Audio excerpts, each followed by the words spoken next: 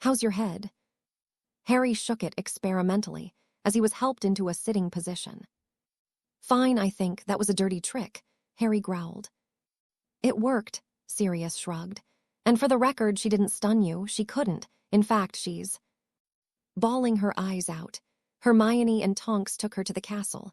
Don't be mad at her, we convinced her. To do it, though she was supposed to stun you. It all came back, it was like, Harry sighed. All of those, it was like I was reliving it. Yeah, sorry about that, Sirius sighed. He helped Harry to his feet and began guiding him back to the castle. It was then that Harry noticed everyone else around him, watching him concernedly. You did really well out there, Sirius smiled. Harry didn't say any more, and Sirius felt bad about what had happened. He knew that Harry and Daphne's relationship was more than a little rocky at the moment, and he and the others had just thrown another boulder in the road. Harry already had trust issues, and now they were going to be worse. Harry, Tracy shouted as she entered his cabin on the Hogwarts Express to greet her friend. Harry returned the hug, but he wasn't smiling. In fact, Tracy couldn't remember ever seeing him look so angry. You all right? She asked, taking a seat. Where is everyone? Harry shrugged. We still have half an hour, so I doubt the Weasleys are here yet. I haven't seen anyone else, and yes, I'm fine. Or I will be. Want to talk about it? Tracy asked, leaning forward, giving him her full attention. My godfather and other people who are supposed to be looking out for me kind of royally screwed up. And I'm not very thrilled with them at the moment, Harry said flatly. He then went on to explain everything that had happened the previous day. Tracy became just as angry as Harry was as she listened to the tale. When Harry finished, explaining how he had first screamed at his godfather and then broke the man's nose, Tracy was quite ready to find Sirius Black and hex him into oblivion. The worst part was that I didn't even get a chance to talk to Daphne about it all. She flew home while I was being awoken, Harry snarled. I'm seriously contemplating not coming home for Christmas. Would serve him right. Why would they do that? They all know what happened, Tracy snapped. I get it, Harry said, a bit more calmly now. Constant vigilance, expect the unexpected and all that. But that was just wrong, Tracy remarked. Exactly, Harry agreed. So, what are you going to do about Daphne? Tracy asked, calming down herself. You know, she's been pretty. Gods, I have no idea how to explain it. She's not been herself. I've thought a lot about her over the summer, and the truth is, I really miss her. I think that I want to try, but Harry began and Tracy nodded. Trust issues, Tracy smirked. Something like that, Harry chuckled. I've been given so much advice about this, I feel like my head is going to explode. Most people think I should find someone else to date and just be friends with Daphne, like I need to get used to her again or something. That's a bad idea, Tracy shook her head. If you start dating someone else while you're still hung up on Daphne, you're only going to end up hurting Daphne, yourself, and whoever the poor girl you choose. My advice, take a chance. Get back together with her, but start out slow. Get to know each other again like you did before. Baby steps, you know. Harry thought about what Tracy said and nodded. It actually made a lot more sense than anything else he'd thought of. If it doesn't work out, then at least you both can have a bit of closure, Tracy pointed out. But trying to date someone else while you're still having feelings, that's just not good for anybody. I suppose not, Harry said, feeling a bit better. Have you seen her yet? Tracy shook her head. No, but I wasn't planning on looking for her until we were underway. I hate trying to find people on the platform. It's so crowded, and people are constantly moving about. No. Thanks. Harry chuckled as Tracy wrinkled her nose. So, supposing I were to take your advice, how would I even go about it? I mean, I got all tongue-tied when I saw her at my birthday party, Harry asked, looking out the window, looking for familiar faces. I thought you were a Gryffindor, Tracy scowled. Cowboy up Potter. Harry turned to stare at Tracy, all but laughing. Cowboy up Okay, Mum and I went to the States for a few weeks and I watched a lot of telly. A lot. Some of it may. Or may not have found its way into my vocabulary, Tracy said, avoiding his eyes. Harry just kept holding his sides as he rolled all over his seat in hysterics. The Greengrass clan arrived with 15 minutes to spare before the Hogwarts Express was due to depart. Anton helped both his daughters load their trunks onto the train before wishing them both well in the coming school year. Astoria flounced away to find her friends and get settled for the trip. Daphne stood near the doorway, contemplating what she should do next. Deciding the best course of action was to wait, Daphne found the nearest empty compartment and sat down. She had been anticipating this day all summer, at least until yesterday when she had gone to Hogwarts. At the invitation of Sirius Black and Mad-Eye Moody, she had been told they needed her help in training. Harry, she didn't even bother to ask what they had in mind. She simply wanted to help him. She wanted him to know that his safety meant the world to her. When she had arrived, she had been told what would be happening. There would be a sort of obstacle course, and that Harry would be running through it, and she, along with everyone else who was there, would be doing anything short of casting lethal curses to stop him. They were told to expect to be hurt, as Harry was quite a good combatant. Then, just before they headed out to get ready, Moody came to her with a special job.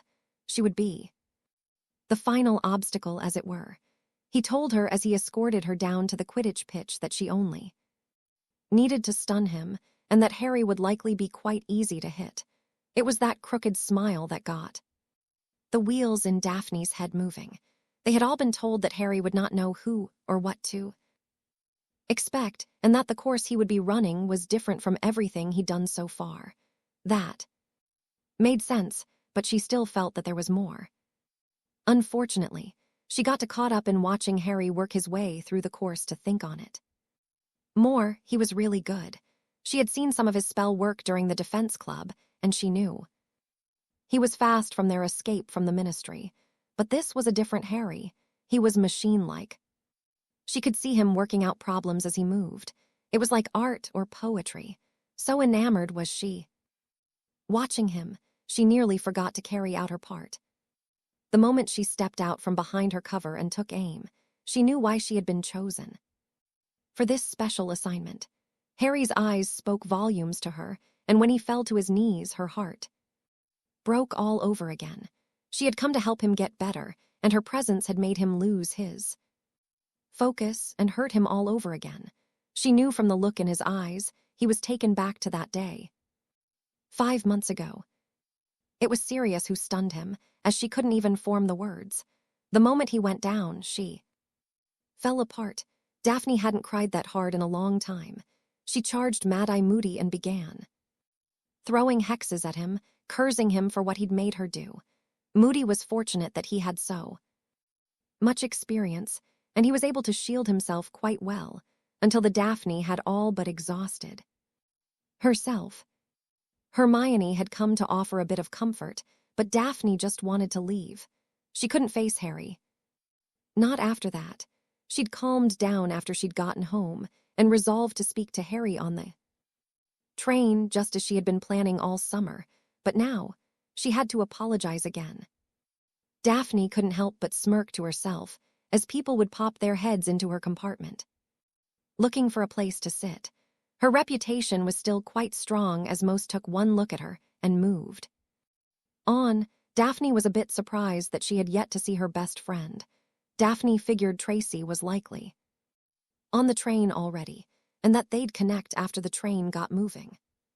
A few minutes before the train was set to depart, 3 first-year girls timidly poked their heads in and asked if they could join her. Daphne nodded and waved them inside.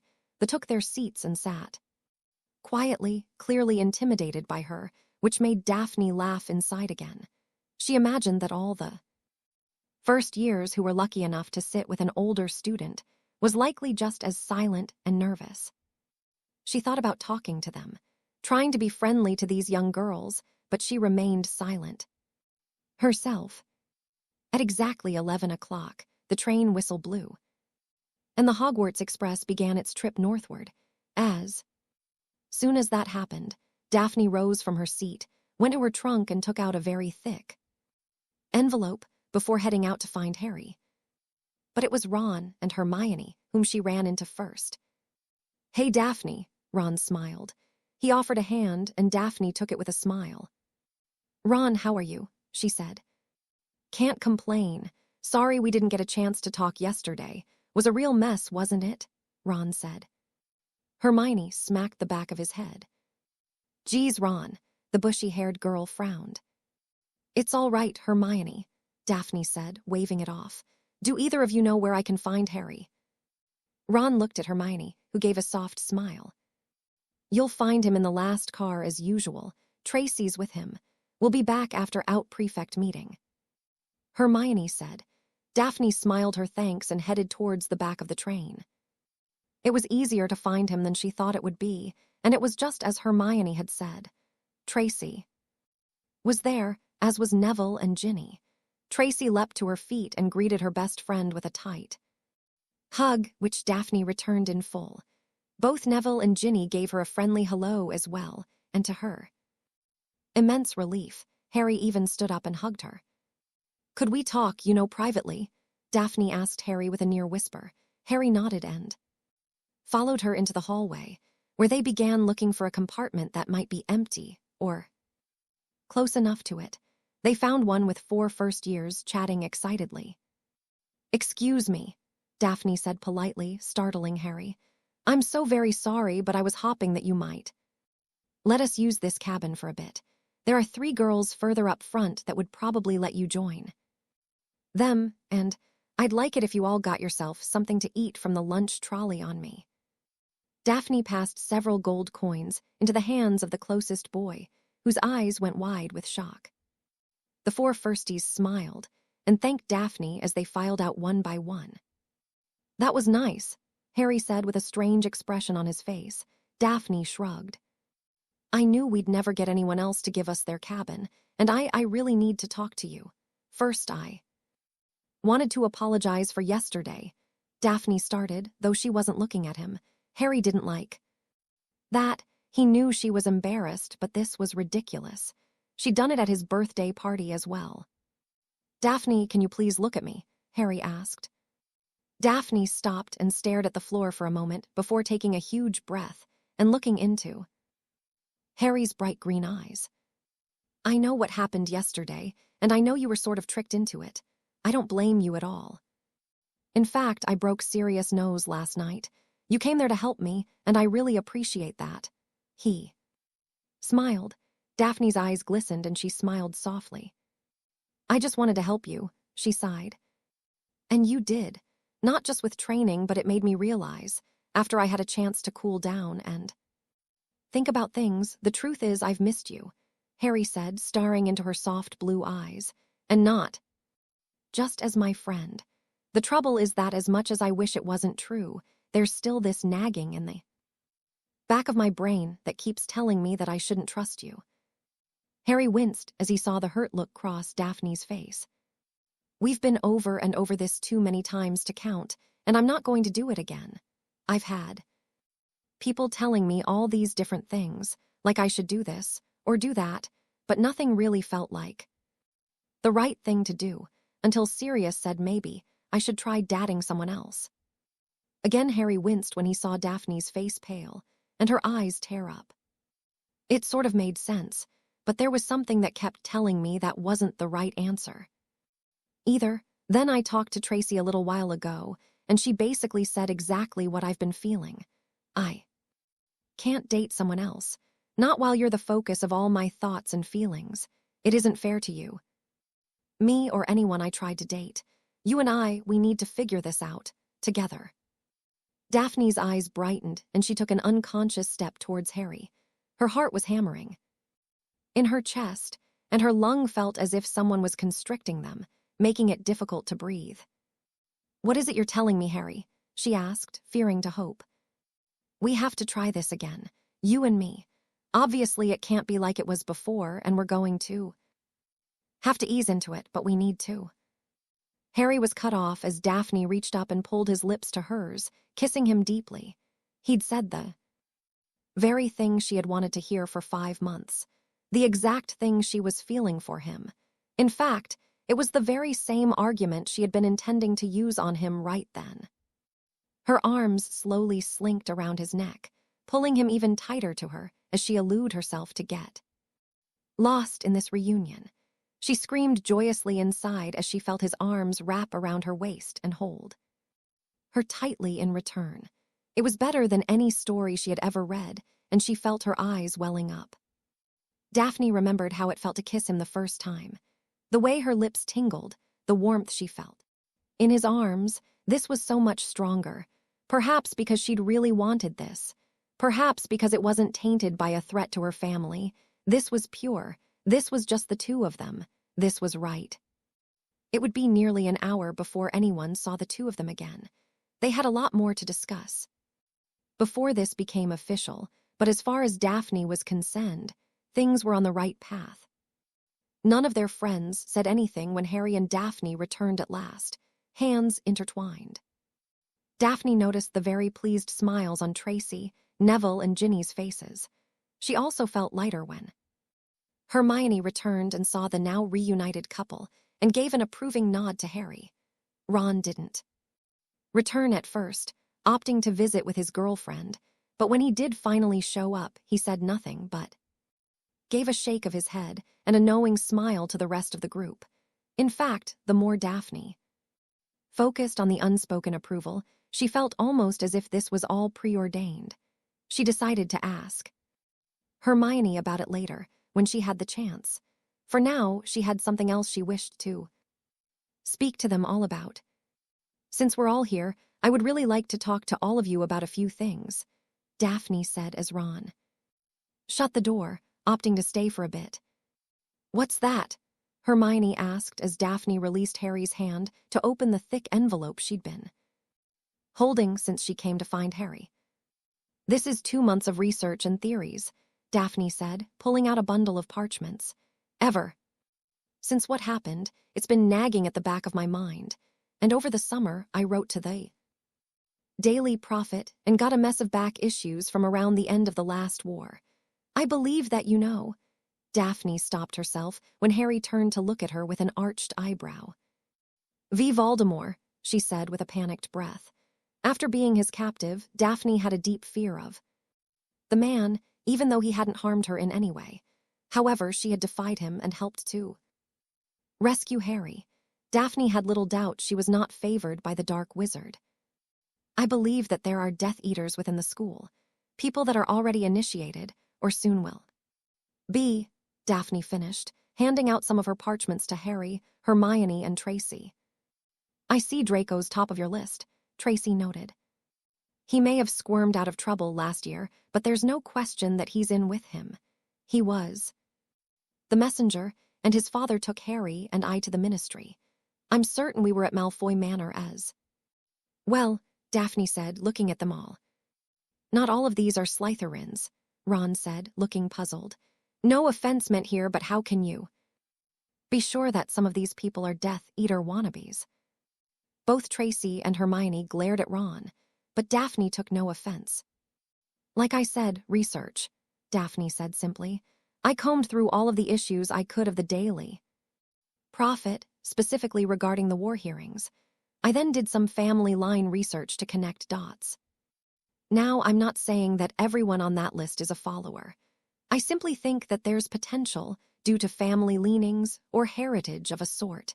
In other words, their parents or grandparents were followers, and nearly every name is from pure-blood families. I think we might be able to eliminate a few of these now, Hermione said. Cormac McLaggen for one. He's an idiot for sure, an arrogant prat but a Death Eater. His uncle, Francis McLaggen, was a Death Eater and was killed by Aurors, Daphne said, pointing to her notes where she'd written down the pertinent information. Like I said, I'm not saying he is or isn't. These are people who I was able to trace direct lines to Voldemort. You spent your whole summer on this? Harry asked, looking impressed. Daphne looked at him and felt her cheeks flush a bit as she nodded. I wanted to find a way to help you, she whispered. This is really brilliant, but I'm not sure what we can do with this, Harry admitted. Besides, if none of them have taken the mark, the Aurors won't do anything, Ron pointed out. And even if they are following him or taking orders or whatever, Tracy began, they'll learn from Draco's example and cover their tracks. Then let's focus on Draco, Daphne said, sitting forward a bit. Every year he gets away with all kinds of crap, harassing first years, bullying Muggleborns, and what happened last year. Daphne looked to Tracy as she continued. You and I both know his greatest ambition is to be the right hand of his dark master. He talks about it all the time. He's never outright said it, thought, Tracy countered. You know what I mean, Daphne scowled. Tracy nodded with a slight smile. I have to admit, Slytherin House would be a lot better off without him ruling the roost. Tracy shrugged. So what's your plan? Daphne shrank a bit at this. I never really thought of one. It'd be hard to follow him all the time, Neville said, still looking over all of Daphne's notes he'd taken. From Tracy, Ginny nodded in agreement as she too read the notes with interest. We're with him more than anyone, Tracy pointed out. There's little time in the day where he isn't in plain sight, if we chose to watch him anyway. Before anyone could say anything further, a timid-looking third year, wearing Ravenclaw robes, opened the cabin door. Excuse me, he said, looking at Harry. I was asked to bring this to you. He handed a rather simple-looking card to Harry, who read it with curiosity. What is it? Ron asked. An invitation, Harry said, his brow furrowing, to join Professor Slughorn in the forward compartment. For lunch. Is that it? Hermione asked. Harry looked up and noticed that she wasn't addressing him but the third year, who was still standing there, looking nervous. No, he said. Do you know where I can find Neville Longbottom or Daphne Greengrass? Right here, Neville said, sitting forward to take his invitation. Daphne mimicked him and accepted her own invitation. His job done, the Ravenclaw sighed with relief and ran off. I guess we should go, Neville said after reading his own card. Do either of you know this Slughorn person? Harry asked. Neville looked thoughtful and admitted that the name was familiar but couldn't place it. Daphne, on the other hand, shook her head. Well, I guess we should go then. It would probably be bad manners not to. Harry sighed as he got to his feet. Not to mention you might get in trouble, Hermione remarked. Harry nodded and led his girlfriend and Neville towards the front of the train. Before they were even out of the cabin, Harry took Daphne's hand in his own, making her sigh contentedly, though Harry didn't notice. Neville did, and he smirked to himself. I wonder who won the pool, he thought to himself. He had been angry, just as everyone else had been when he learned what had become of Harry last year, but like the others when he'd learned the full story, he couldn't help but feel for Daphne. It had been a difficult position to be in, and Neville could not honestly say that if he had been put in the exact same situation, if he would have made a different choice. Neville was sad for both Harry and Daphne after their breakup. It was clear to anyone that they both missed each other, but Neville understood Harry's reasons. No one could argue them. It was Hermione who first posed the question. Neville still smiled when he thought back on it. It was right after exams, and Harry had gone to bed early. Neville knew that he wasn't tired. Harry had been hiding in the dorm a lot, preferring to be by himself at times. No one could blame him. The guy did have a lot preoccupying his mind after all. Neville, Ginny, Ron, Lavender, and Hermione were sitting together, watching Harry heading towards the dorms when Lavender mentioned how she hated seeing Harry so broken. I know he's not the life of the party or anything, but he used to be so, I don't know. He smiled more. You know, the blonde stated, and the others nodded. He's got to get his head together, Ginny sighed, snuggling into Neville a bit more. The thing with Daphne really hit him hard. He'll come around, Ron said. How long do you think it will be before he and Daphne are back together? Hermione asked, turning. Back to the rest. Are you mental? Ron asked. She handed him to you-know-who on a platter. Because she was trying to protect her family, Ginny pointed out, and he forgave her. He forgives everyone, Ron said. He'd probably forgive you-know-who if the bastard just apologized. They all looked at him incredulously for a minute, and Ron smirked. Okay, maybe not, but he is very forgiving. I mean, I called him a liar for 2 months in 4th year, and he forgave me, and that thing with the broom in 3rd year, he said, turning to Hermione, who nodded. Yes, Harry's a very forgiving person, Hermione agreed. That is beside the point. Harry was falling for her, and he knows she did what she did to protect her family. Harry, of all people, could understand that. And if she'd told him, he would have sacrificed himself to help them because of his stupid saving people thing. His what? Neville and Ginny asked together. Lavender also looked confused. Oh, come on. None of you can tell me you haven't noticed how selfless he is. He could have drowned in the lake last year because he was trying to save everyone, and he went into the chamber to rescue Ginny in 2nd year, not to mention facing all those Dementors alone, just to protect a godfather he had only just met. Okay, so he's got a complex, Lavender sighed. But how does this translate into he and Daphne Greengrass getting back together? Tracy told me she's vowed to get him back. Hermione smiled mischievously.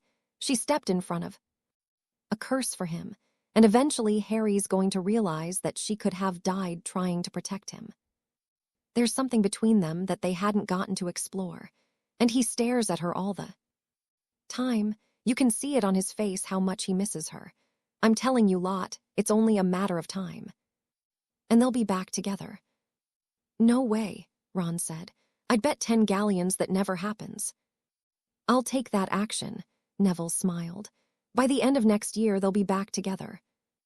Oh no, Lavender smiled. No, if she's the kind of girl I think she is, it'll be much sooner. Neville couldn't remember the rest of the dates that were bet on, but he remembered Hermione had eventually written them all down. Someone was about to be 40 galleons richer, and he knew it wasn't him. But more importantly, his friend, the guy he'd gotten so close to and had accepted him into his trusted circle, was happy again, and that meant more than any amount of gold to Neville. Neville Longbottom swore then, as he followed the couple forward, that he would do all he could to prevent others from ruining this for them.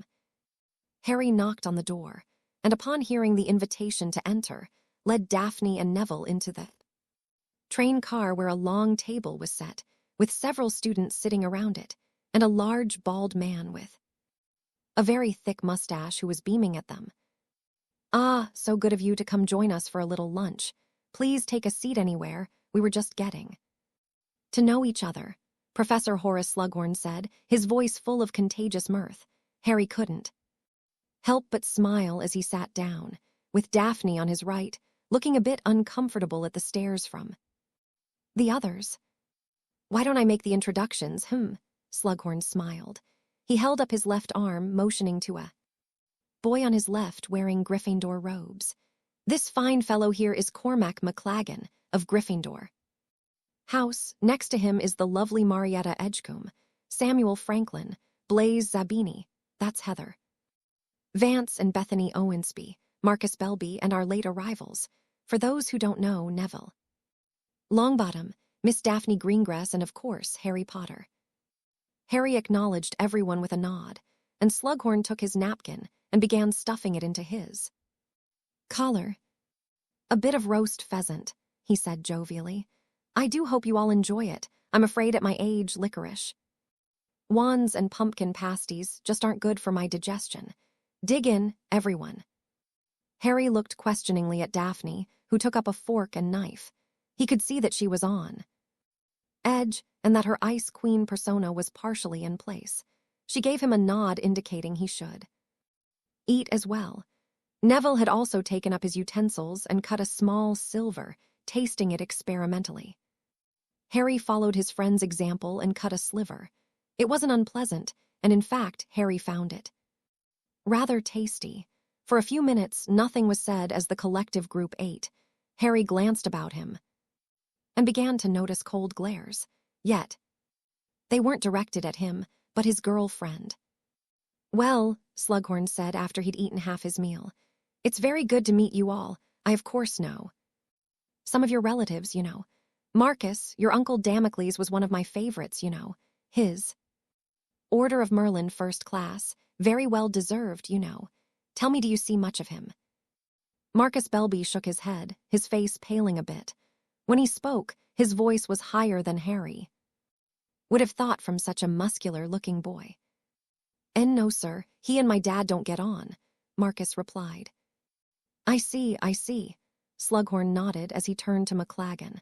"I know that you see your uncle quite often, Cormac. Went hunting in Norfolk quite recently, I'm told." "Oh, yes, sir," Cormac said rather smugly. "We went with Bertie Higgs and Rufus Scrimgeour just before he became Minister of Magic." "Oh ho, so you know Bertie and Rufus as well. Quite good chaps, quite good indeed." Slughorn smirked, elbowing Cormac jovially. "Marietta, dear, tell me, do you keep in touch with your aunt Esmeralda?" "Yes, sir, just last week, in fact. She was most excited to hear that you were coming out of retirement. She asked me to send you her love." Marietta smiled. Daphne scowled at the curly-haired girl who had threatened her last year, telling her to stay away from Harry. Likely the girl was still angry that her warnings were being ignored. Daphne saw Marietta's lip curl when the Ravenclaw turned to look at her. Daphne simply turned to Harry and gave a soft smile, which he returned. Daphne hoped Marietta would go shrieking to Chang about what she'd seen. Harry was paying more attention to the conversation. It wasn't long before he figured out that everyone there was related to someone rather important. Slughorn kept asking about relatives that were not mothers or fathers, with the exception of Blaise Zabini, that is, Heather Vance's uncle, Bethany Owensby's grandfather, Samuel Franklin's great-aunt, Neville's uncle Algie. "Your father has been quite busy lately, Miss Greengrass, hasn't he?" Slughorn said, tearing Daphne away from her battle of stares with Marietta Edgecombe. Daphne's face flushed a bit as she turned to Slughorn. "I'm sorry," she asked. Harry saw Blaise snicker, covering it with his napkin. Daphne shot him a glare, but turned back to the new professor. "Your father, trying to get back onto the Wisengamot, isn't he?" Slughorn smiled politely. "Well, his original dismissal was rather controversial, sir," Daphne replied. "The chief warlock and father didn't agree on a number of subjects. It was all rather underhanded in my very humble opinion." "You'd know all about underhanded, wouldn't you?" Heather Vance sneered. Daphne's head turned so fast that her neck cracked, making Harry wince. Now, Slughorn held up his hand. "We're all friends here." Daphne narrowed her eyes at the brunette, who was returning the glare with gusto. Harry gave her hand a squeeze under the table, and Daphne felt herself relax a bit. "I am sure your father will be able to clear things up at last. After all, it's no secret he played quite a part in helping to clear Sirius Black's name, eh?" Slughorn chuckled, and Harry and Daphne both smiled lightly. Then Slughorn's attention turned to Harry. "And Harry, your story, of course, is very well known. Faced down a one of the most famous dark wizards in our history, but saw him resurrected as well and faced him again only last year. The papers are calling you the chosen one now, eh? They say you might even have powers beyond reckoning." "I wouldn't believe everything you hear, sir," Harry said quickly, "especially if it comes from the Daily Prophet." "Ha ha, indeed, Slughorn laughed. "But there aren't many who can say they faced you-know-who and have escaped with their lives, but both you and Miss Greengrass did just that last year. Very impressive." Both Harry and Daphne stiffened at this. Daphne's eyes lowered to the table, and Harry clutched her hand a little tighter. "We wouldn't have if Aurors hadn't arrived," Harry said humbly. "We were extremely lucky." Daphne nodded in agreement. Slughorn noticed how the two young people became uncomfortable, and realized that this was likely not a good topic of conversation, and so wisely chose to steer discussion into something a bit more pleasant. It was another hour before Slughorn allowed them all to leave with the promise that they would all get together again soon. Daphne clasped hands with Harry as Neville led them out of the car, following Zabini, who gave them a courteous nod before leaving. That was really odd, Harry confessed. Not really, Daphne replied. Slughorn is a man who likes greatness. Did you hear him going on about all the famous people he knows and how he helped them get their starts? He's a man who loves comfort, and helping young witches and wizards almost guarantees that.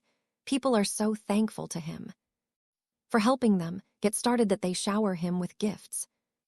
And he picked people who were related to already famous or important people. My uncle is one of the top unspeakables and works with some really intense magics, Neville said. And Belby's uncle, he invented the wolfsbane potion for werewolves. And he thinks we're going to be important or something, so he's getting into our good graces now. Harry remarked, and Daphne nodded. We're likely the first wave.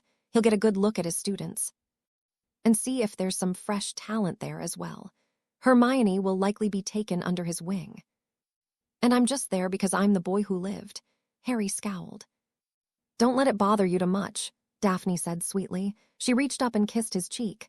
Harry smiled lightly, and it made Daphne smile as well. Come on, let's get back, Neville urged. When the train finally stopped, Harry, Daphne, and the rest of the group departed, heading for the carriages which would take them up to Hogwarts. With their hands interlocked, Daphne and Harry walked together without speaking, simply enjoying their closeness. However, there was a dark cloud looming over them. Daphne noticed it almost immediately as Harry led her and the rest of his friends towards the waiting carriages. The looks and the whispers. She had no idea why she hadn't thought about this. The story about what had happened had circulated all during the end of last term, and Daphne had suffered more than a few insults and threats by people telling her Harry had been smart to dump her. Now they were together again, and the glares she was receiving felt like threats. Only those who knew her and Harry understood. To the rest of the school, she had likely enchanted him to get back with him, probably to finish the job she'd tried to do last year. Come on, there's a couple, Neville said, pulling ahead and helping Ginny into the first empty carriage. Tracy followed Neville and was joined by Hermione. We'll get the next one, Ron said as he led Lavender, Harry, and Daphne to the next empty carriage. Lavender giggled lightly as Ron made a show of helping her into the carriage. Daphne chuckled a bit as she watched, but then a flurry of voices caught her attention, and she turned to find Draco and his two gorillas forcing some second years out of a carriage. Harry gave her shoulder a squeeze.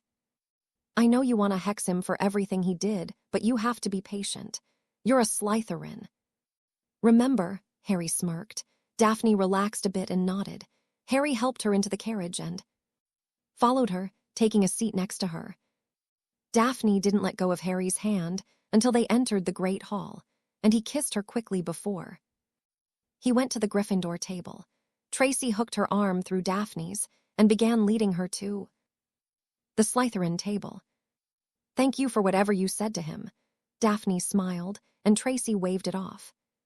You're both my friends, and being apart was killing the both of you, Tracy said. You've still got a lot to work through, but there was no way you could do that unless you got together. Now you can figure it out and move forward. He's good for you and you're good for him. Just don't screw it up. That's the last thing I want. Daphne smiled softly as she and Tracy sat down. Daphne looked across the Great Hall and stared at Harry, who was greeting some of his fellow housemates. As she watched him, she felt lighter than she had in a long time. Being back together with Harry made her feel whole. Somehow, she had felt so empty without him, so lost and lonely. Now, though, it was almost as if she'd just had a limb reattached or something. As Professor McGonagall entered the Great Hall with the new first years, Daphne turned her attention down her own house table to where Draco Malfoy sat. She found it strange that he was not holding court as he usually did. In fact, Daphne thought he looked sick. He was much more pale than normal. He also had dark circles under his eyes. His normally slicked hair looked a bit unkempt.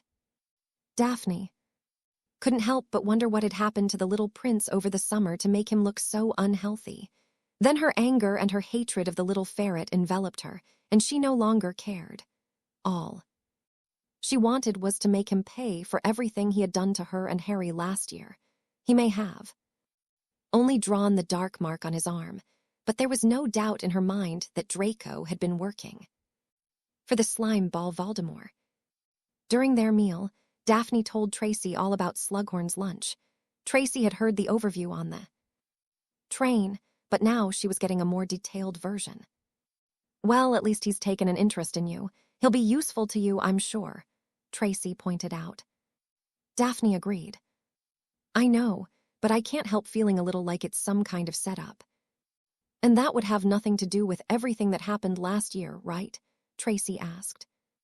Daphne made a sour face, and Tracy smiled knowingly. The rest of their conversation was light as Daphne kept catching her fellow Slytherins throwing nasty looks her way. That was nothing compared to the Hufflepuffs and Ravenclaws were giving her. Daphne had never suffered the amount of attention she was currently getting, and it was making her very uncomfortable. When dinner was finished, and Dumbledore made his start-of-year notices, Daphne was surprised, along with the rest of the school, to learn that it would be Professor Snape who would be teaching defense against the dark arts, while Professor Slughorn would be the new, or rather returning potions teacher. After Dumbledore excused them to head to their beds, Daphne and Tracy got up and began heading to their common room with the rest of the Slytherins. Daphne kept her eyes on Harry as she neared the door, hopping for one last kiss before bed. However, it was like the crowd wanted to keep them apart. Harry was swept away from her, and she had little choice but to continue down to the dungeons. Tracy gave her an apologetic smile and reminded her that she'd be seeing him the next morning, before going on and on about all the great things she could do with her boyfriend, and some of the roomier broom cupboards to check out. Daphne couldn't help but giggle like a normal teenaged girl as she listened to her best friend. She was also taking mental notes. After all, this time with Harry was going to be better, so why shouldn't they sneak off for a bit of snogging and perhaps some experimentation? Daphne was torn from her musings when someone gave her a playful shove in the shoulder. Got your boy back, I see, Astoria said from behind her older sister. Daphne turned and gave a short nod. Astoria smiled. Good, I didn't fancy hexing him until he saw reason. I have more important things to take care of without bothering making you two see reason. I love you too, Daphne said with a wry smile. Tracy simply shook her head and chuckled to herself. So how'd you do it? Astoria wondered. I went to talk to him, and he had already decided we should be together. I didn't have to do or say anything, Daphne said matter-of-factly. Astoria remained silent for a bit. So Tracy talked to him before you then, she said at last, making Tracy roar with laughter. Daphne sighed and glared at her sister. What? It's not like it's some great mystery. He always listens to her, Astoria pointed out. Can you just do me a favor and stay out of trouble this year? Daphne asked wearily. I need to focus on things, and I can't do that if I have to worry about you. Don't worry about me. Nana taught me more than a few handy spells while I was away last year, Astoria said confidently. I'm actually hoping someone tries to mess with me. I really want to try the castration hex. Both Daphne and Tracy hissed as Astoria skipped away after they entered the Slytherin common room. Daphne nearly stopped in her tracks when she noticed nearly all of her housemates staring at her coldly. Tracy grabbed her arm quickly and dragged her towards their dorm room, where Pansy and Millicent were busy unpacking. Surprised you decided to show your face this year, Pansy said, looking as if someone had put a dung bomb on her upper lip. I wouldn't want to be in your shoes this year for anything. What are you talking about? Daphne asked bitterly.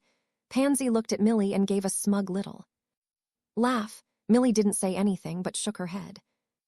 I know that you're not stupid, so please don't act like you are, Pansy said with a roll of her eyes.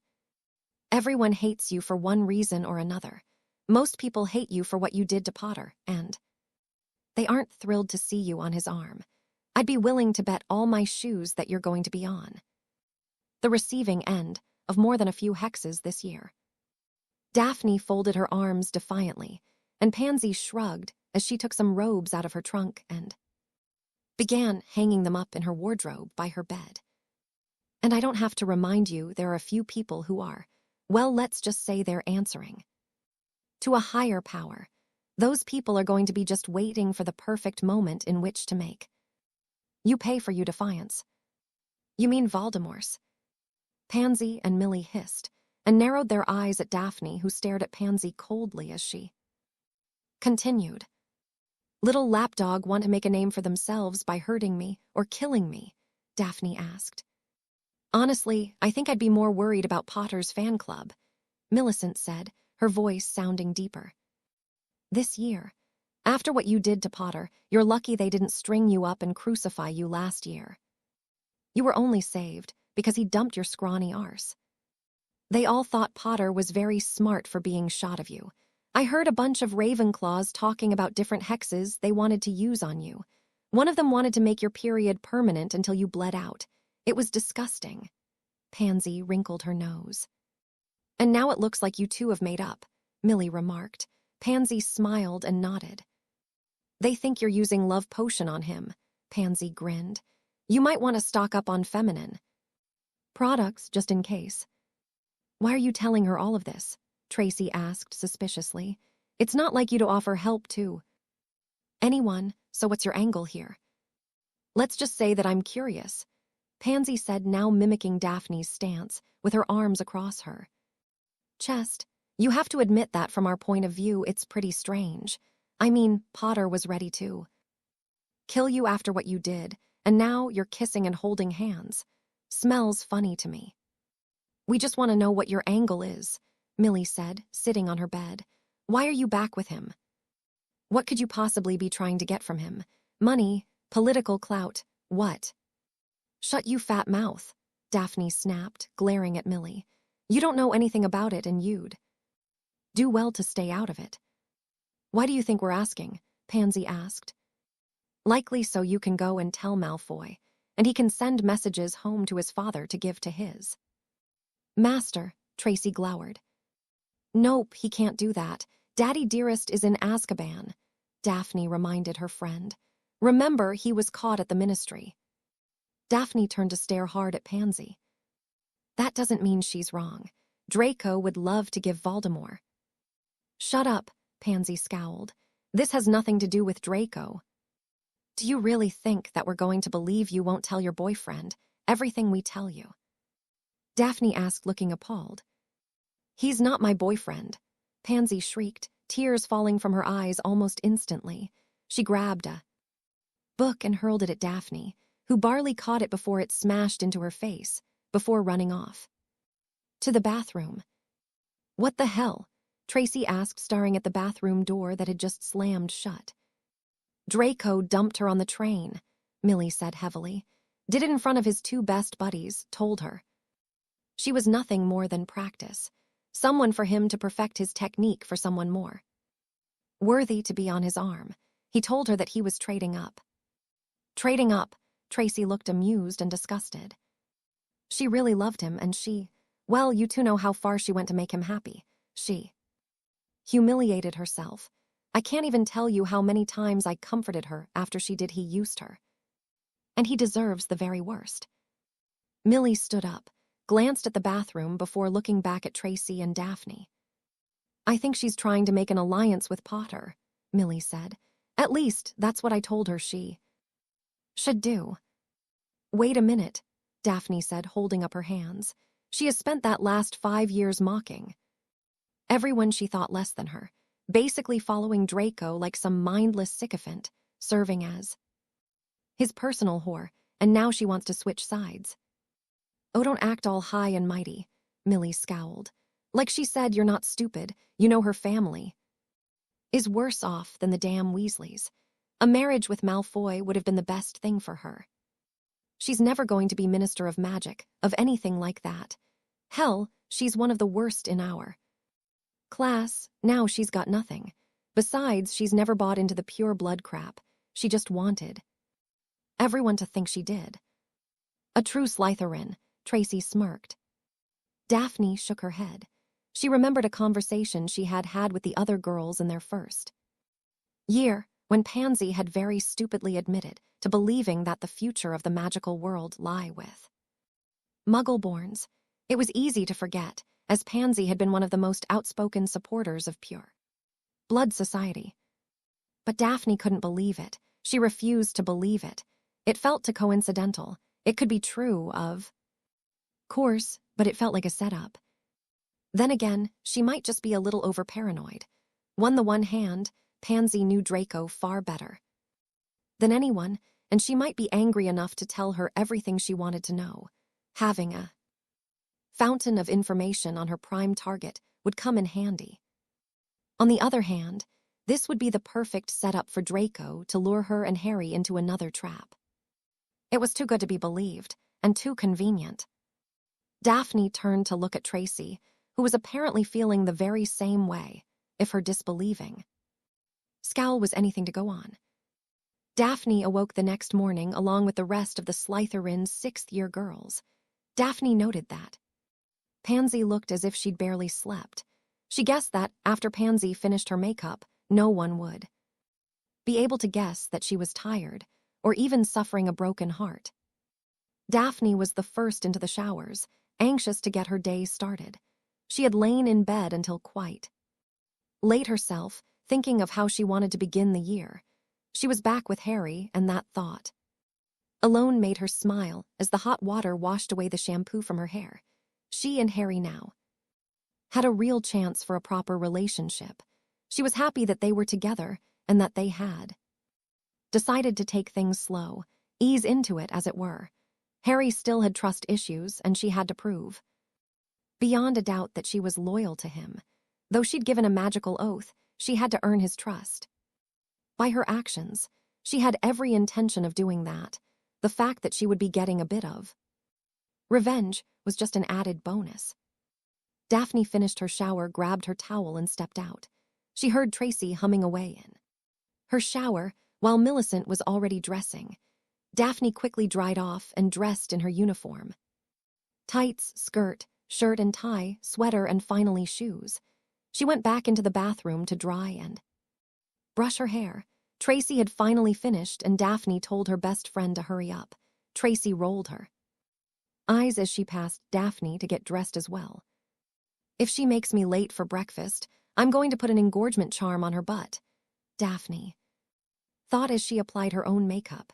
She'd never used much, just a bit on her eyes and some gloss on her lips. With a final approving look at herself, Daphne returned to the dorm to put on her robes. Just as Tracy finished dressing. "You're moving really slow this morning," Daphne noted. "Or maybe you're moving really fast," Tracy remarked. "A bit anxious to get to the Great Hall, missing your boyfriend that much."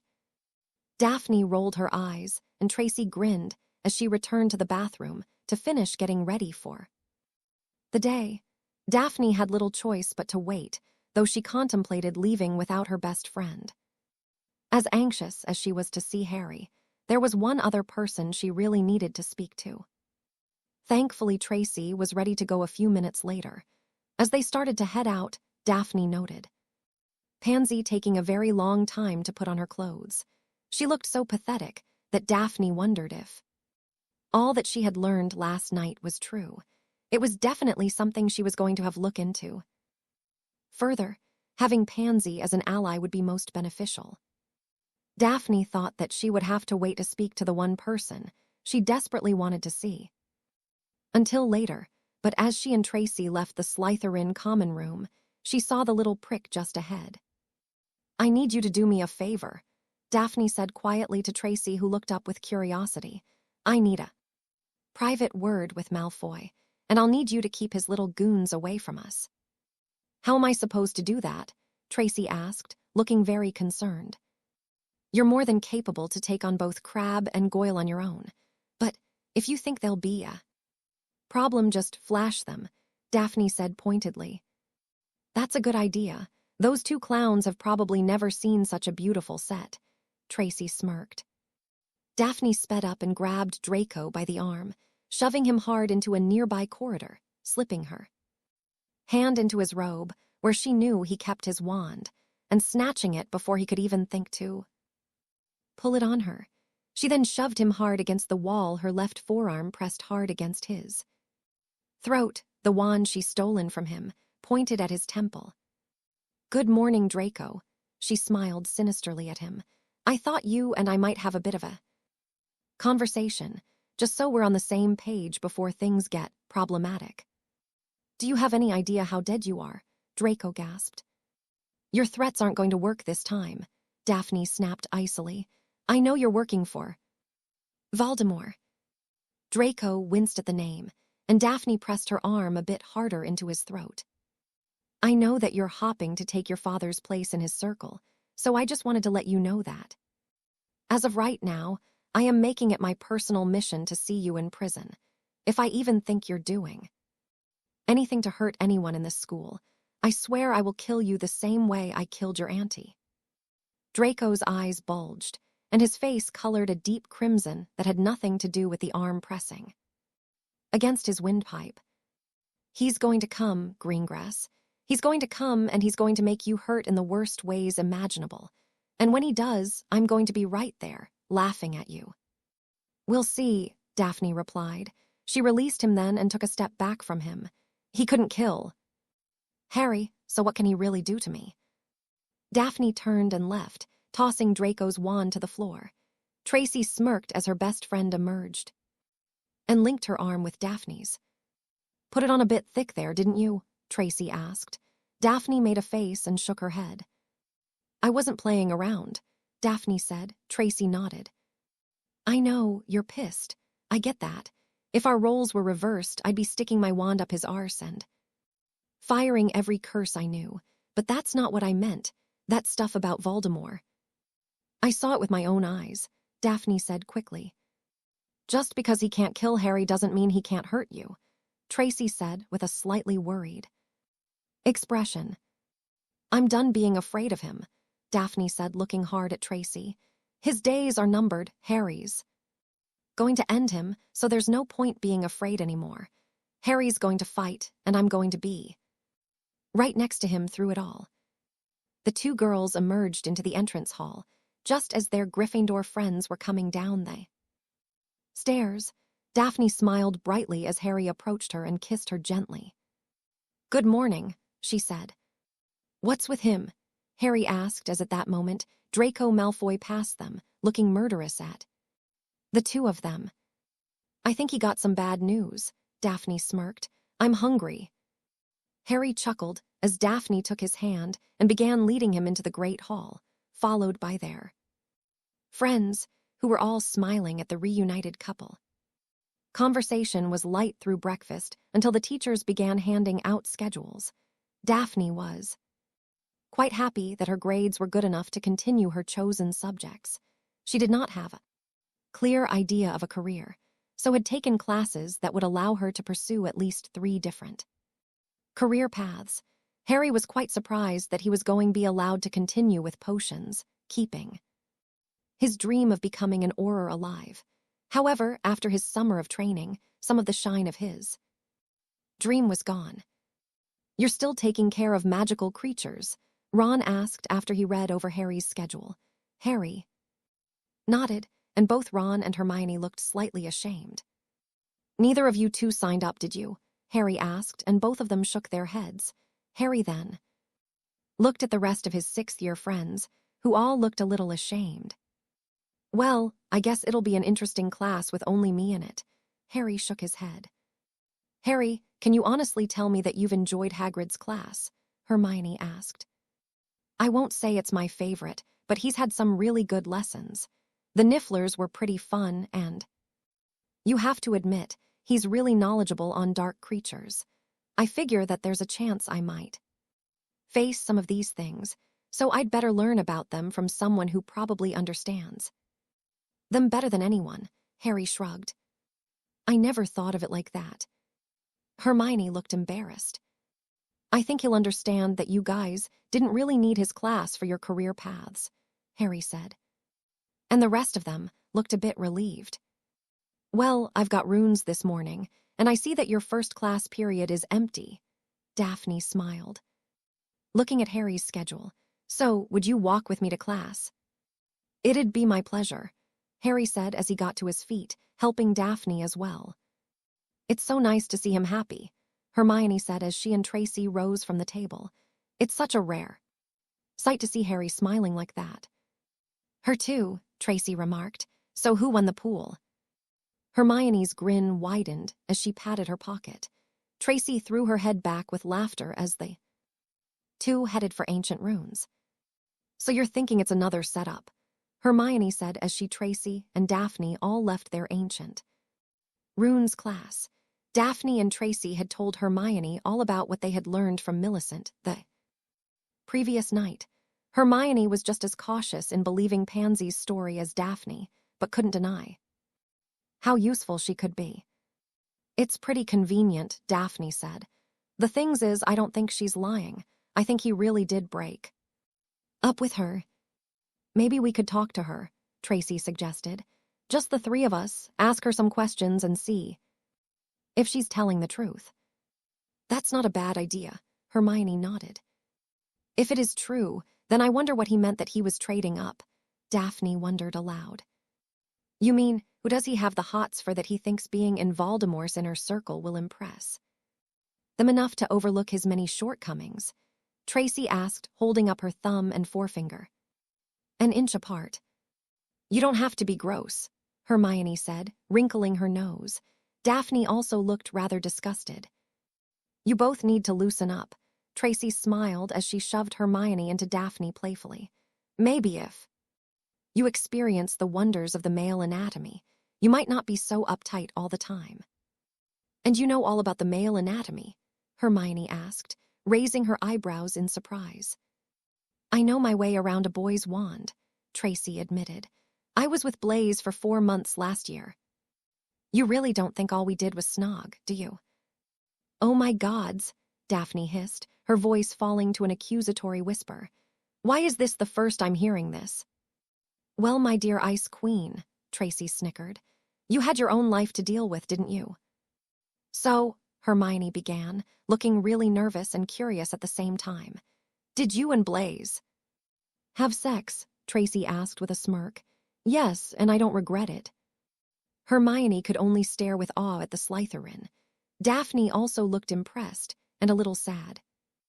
I always thought that when I had sex for the first time, Hermione began after several long moments of silence, I'd be in love and probably married.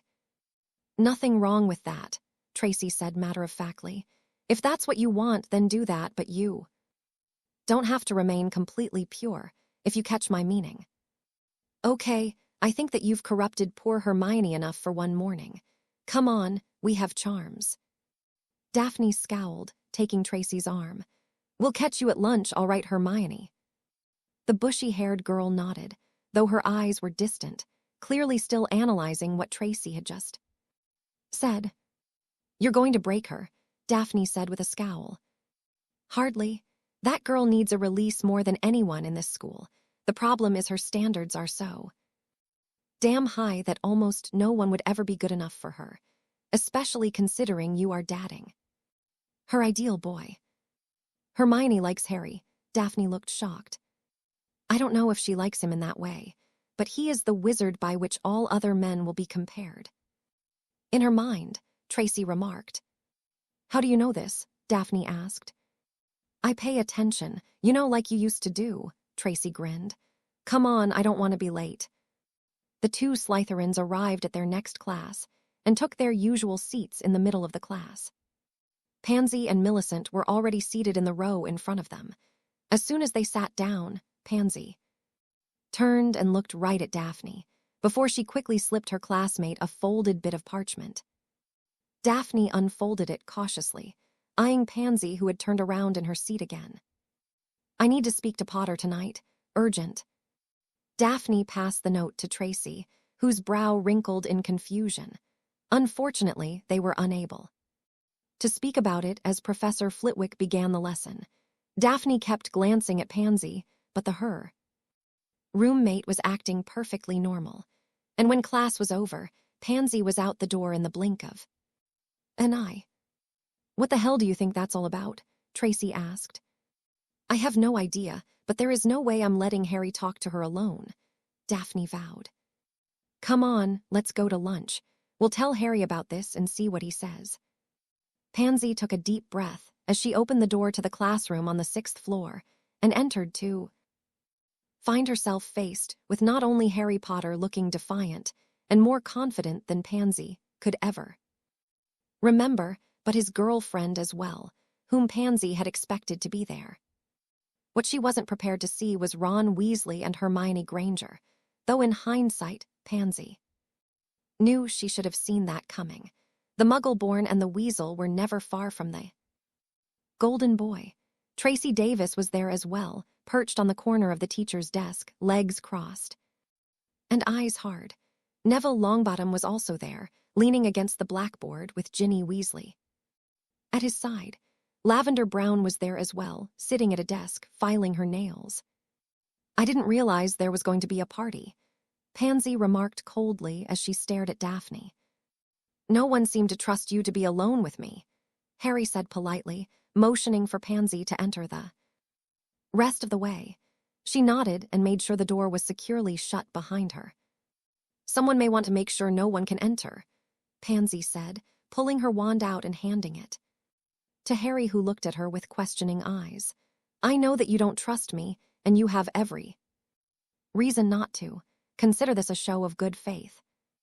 Harry nodded and set the girl's wand on the desk in front of him as Pansy took a seat and demurely crossed her legs. "I expect by now you've heard that Draco and I that he dumped me," she began. "Actually, I hadn't," Harry said, looking to Daphne, who shook her head. "Sorry, but I didn't think you really needed to know something so trivial," Daphne said. Harry shrugged and turned back to Pansy, who was actually smiling gratefully. "He dumped me on the train yesterday. At least he had the nerve to do it face to face," she sighed. "Maybe I should start a little further back so you understand me better. My family is poor. We're actually much worse off than you Weasleys." "How is that possible?" Ginny asked. "You always have the best clothes and your jewelry." "The Parkinson name is still worth something, though its value is getting less and less each day. From the time I was 10 years old, my parents began drilling into me that I needed to save my family. I had to marry the richest, most powerful wizard they knew, Draco Malfoy." Pansy lowered her head for a moment and took several breaths. "I was to use any and all methods, except love potions. The Malfoys have ways to detect and negate them, so I became what I thought Draco wanted. I turned myself into a bigoted, arrogant bitch. Also, Draco would fall in love with me. And it worked for a while. Then in 3rd year, he began to notice the older girls, and more specifically, their assets." "Boobs," Tracy said flatly. Pansy nodded, and Daphne saw the first tear forming in Pansy's dark eyes. "I didn't have any of my own yet, so I had to get his attention back on me some other way. So I asked a few older girls for some tips. By the end of the year, my boobs were beginning, and I had Draco eating out of the palm of my hand. It didn't really last. The more I did for Draco, the more he wanted.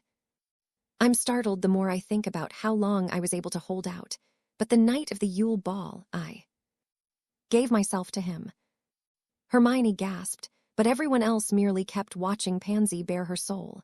Daphne kept wondering if this speech had been rehearsed, or if she was actually seeing the real Pansy Parkinson. "I convinced myself that I had secured my future, but it wasn't enough for him. Draco wanted more. Everything he ever asked of me, no matter how disgusting or degrading, I did it. I did it because I couldn't think of anything worse than being poor. No offense," Pansy said, looking to Ginny and Ron.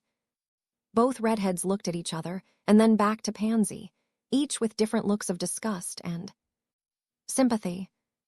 The point is, Pansy continued, everything I did was to guarantee my future with Draco, but that's gone now. The thing about all of this is I'm not so sure that I'm upset by it. I mean, I feel relief in many ways. I've been wondering for over a year now what our marriage would actually be. Would I be his wife, or just a whore he would use when he was bored, like his father uses his mother? Harry's eyebrows shot up into his hairline at this. Pansy smirked and shook her head. See, the thing is, all the time I was with him I heard things, I saw things, and now that we're not together, I'm finding that I am disgusted with myself. Pansy turned to Daphne now and stared deep into the blue eyes of the former Ice Queen. I envied you last year, she said, making Daphne's mouth to open in surprise. I noticed everyone. Noticed how the Ice Queen melted because of Potter. I watched as you changed, and I was jealous that you felt confident enough to be who you wanted to be and damn the consequences. I knew what Draco was doing to you. I knew he was playing messenger to the Dark Lord. He was bragging about it. He laughed when he told us about how he fooled you into believing he was marked, and then washed it off. Before he got dragged into Dumbledore's office, he's becoming more twisted than his father could have ever hoped to be, and I think that he's going to know. I know he's going to kill someone this year, and I think it's going to be soon. How do you know this? Neville asked, sounding dangerous, shocking Pansy with his tone. Because he took the mark over the summer. I saw it myself. He showed us on the train, and it's not ink or a glamour, it's the real mark. Pansy said, looking at every one of them in turn. Daphne rolled her eyes and stood up. I fell for this once, she began, but Pansy cut her off. My father has the mark, she said quickly. I've been familiar with it my entire life. Your father is a Death Eater, Harry asked suddenly. Former, Pansy replied. He's been in hiding ever since the Dark Lord returned. I don't know why he doesn't want to return to the Dark Lord, but I'm happy that he's trying to stay away. The point is, I know the mark on Draco's arm is real. And how is that? Tracy asked. It moves like it's alive, a parasite or something, Pansy explained. Sometimes it's so subtle that you'll miss it, but other times it's hard not to notice. Draco has the mark, and I know he's not the only one. Draco said 10 people took the mark in a ceremony. He doesn't know who they are, but he knows they all are in the school. He said the reason they don't know the other identities is so if one of them is caught, they won't give up the others. That makes sense, Ron said, looking at Pansy. If one of your spies is caught, you still have the others. They can work together without even knowing it. All you know who has to do is give each one a specific job to do. Which means there are at least 10 Death Eaters here at Hogwarts. Harry scowled. We could assume they're Slytherins, Ginny said, but Hermione shook her head. That's a dangerous assumption to make, she remarked. And not a little rude, Tracy said, glaring at Ginny, who looked apologetic. I didn't mean it like that, she said quickly. It's only that the majority of his followers were Slytherins when they were in school. It's a good bet that these new Death Eaters are kids of his followers. She's right, Daphne nodded. The question is, what do we do about it? How do we know that you're not giving us a load of tosh? Harry asked Pansy, who held out her hand for her wand. When Harry handed it to her, she grasped his hand and stared him right in the eyes. I swear on my life and magic that all I have said this night is the truth. So mote it be. There was a flash, similar to the one that had happened when Daphne had sworn her own oath to Harry at the end of last term. Harry nodded and turned to the rest of the group. We know Draco is a Death Eater now, but we also know that he can be clever at hiding what he doesn't want people to know. We also know that Dumbledore won't do anything without real proof, so we have to expose him somehow, he said. I don't think having the mark will be enough, Tracy said. Given how much he's gotten away with in the past, I think we're actually going to have to catch him in the act. He mentioned something about being given a job, something very important, but he wouldn't say much else. Pansy reported. Then that's what we have to do. Find out what he's up to and catch him in the act, Ron said, folding his arms. We have to be subtle, Hermione commented. If the ferret even thinks we're on to him, he'll make it. That much harder for us. I might be able to get information from Knot, Crabbe, and Goyle, Pansy offered, but I'll have to be careful. If he thinks they're giving away stuff, he won't tell them anything. Okay, Harry said, getting to his feet again. So, we work on figuring out who the other Death Eaters are, and we get Dumbledore to act. How do we do that? Tracy asked. No one had an answer, and Harry felt his heart fall a bit. It all seemed rather impossible at the moment, but as he looked around to his friends, Harry knew that if they worked together, they would find a solution. Daphne held Harry back after they finished talking to Pansy. Their friends gave knowing looks to the couple as they left, and Daphne charmed the door with the most powerful locking charm she could think of before slipping into Harry's arms. I just really wanted a bit of time alone with you. She smiled after he asked what was happening. Any specific reason? He asked. Daphne shook her head. Nope. She reached up and kissed him softly, feeling elation wash over her as he held her a bit tighter. Am I correct in assuming you don't trust Pansy either? Harry asked when he broke the kiss. Daphne sighed and pulled away a bit. It's not really polite to talk about another girl when you're with your girlfriend, Harry. Harry looked sheepish and apologized. No, I don't, Daphne said as she perched herself on the teacher's desk. I want to believe her, but I know how she can be. She all but said it herself. She's a chameleon. She can be whatever she thinks people want her to be. I know some of the stuff she said to be true. Her activities in the boys' dorms isn't a real big secret in Slytherin.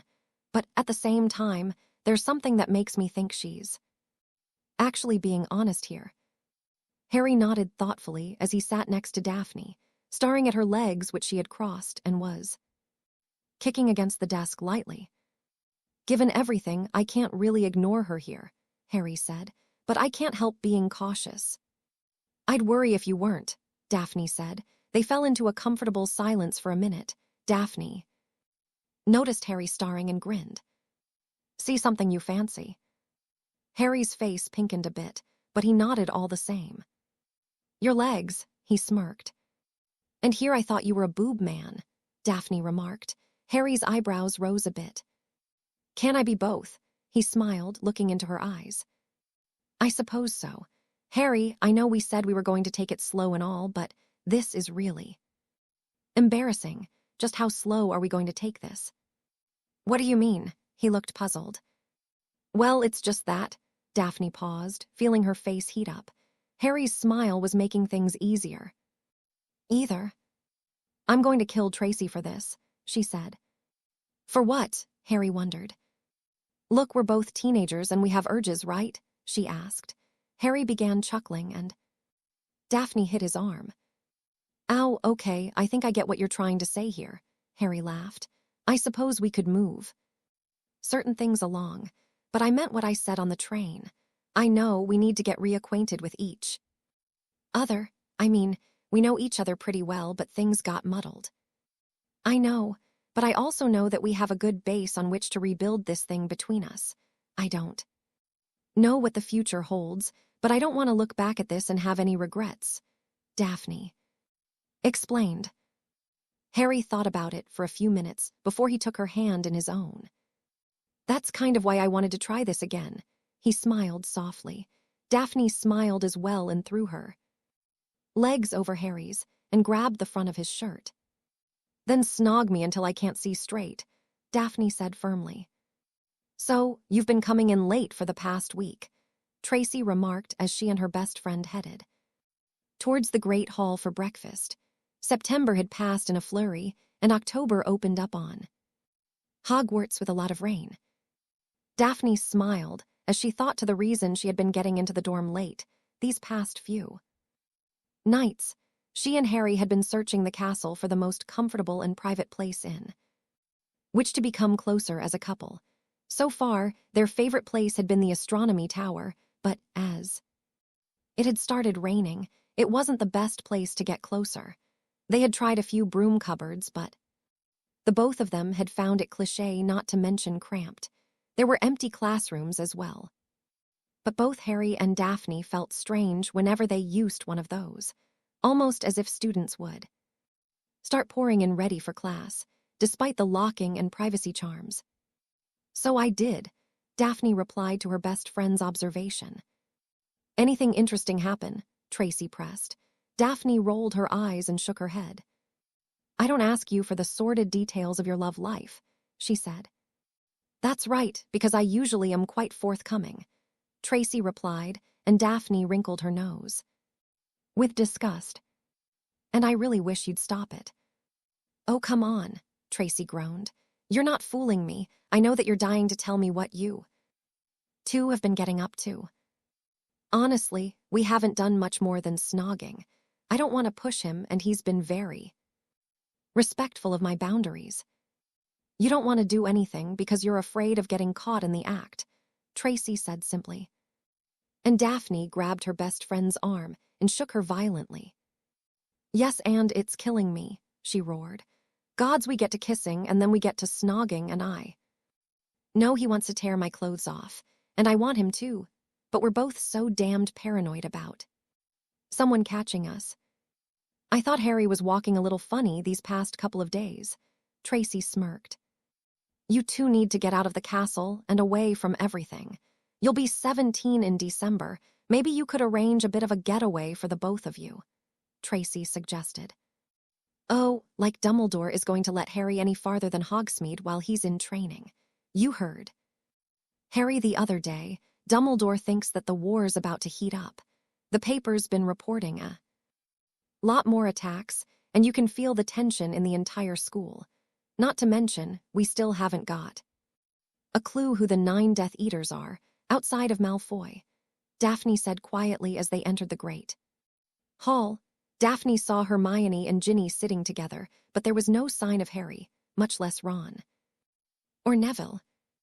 "We'll find them soon enough," Tracy smiled. "I'm more worried about catching Malfoy before he does something." "Yeah, have you noticed how sick he's been looking?" Daphne asked. "Good morning." Hermione smiled as the two Slytherins took seats.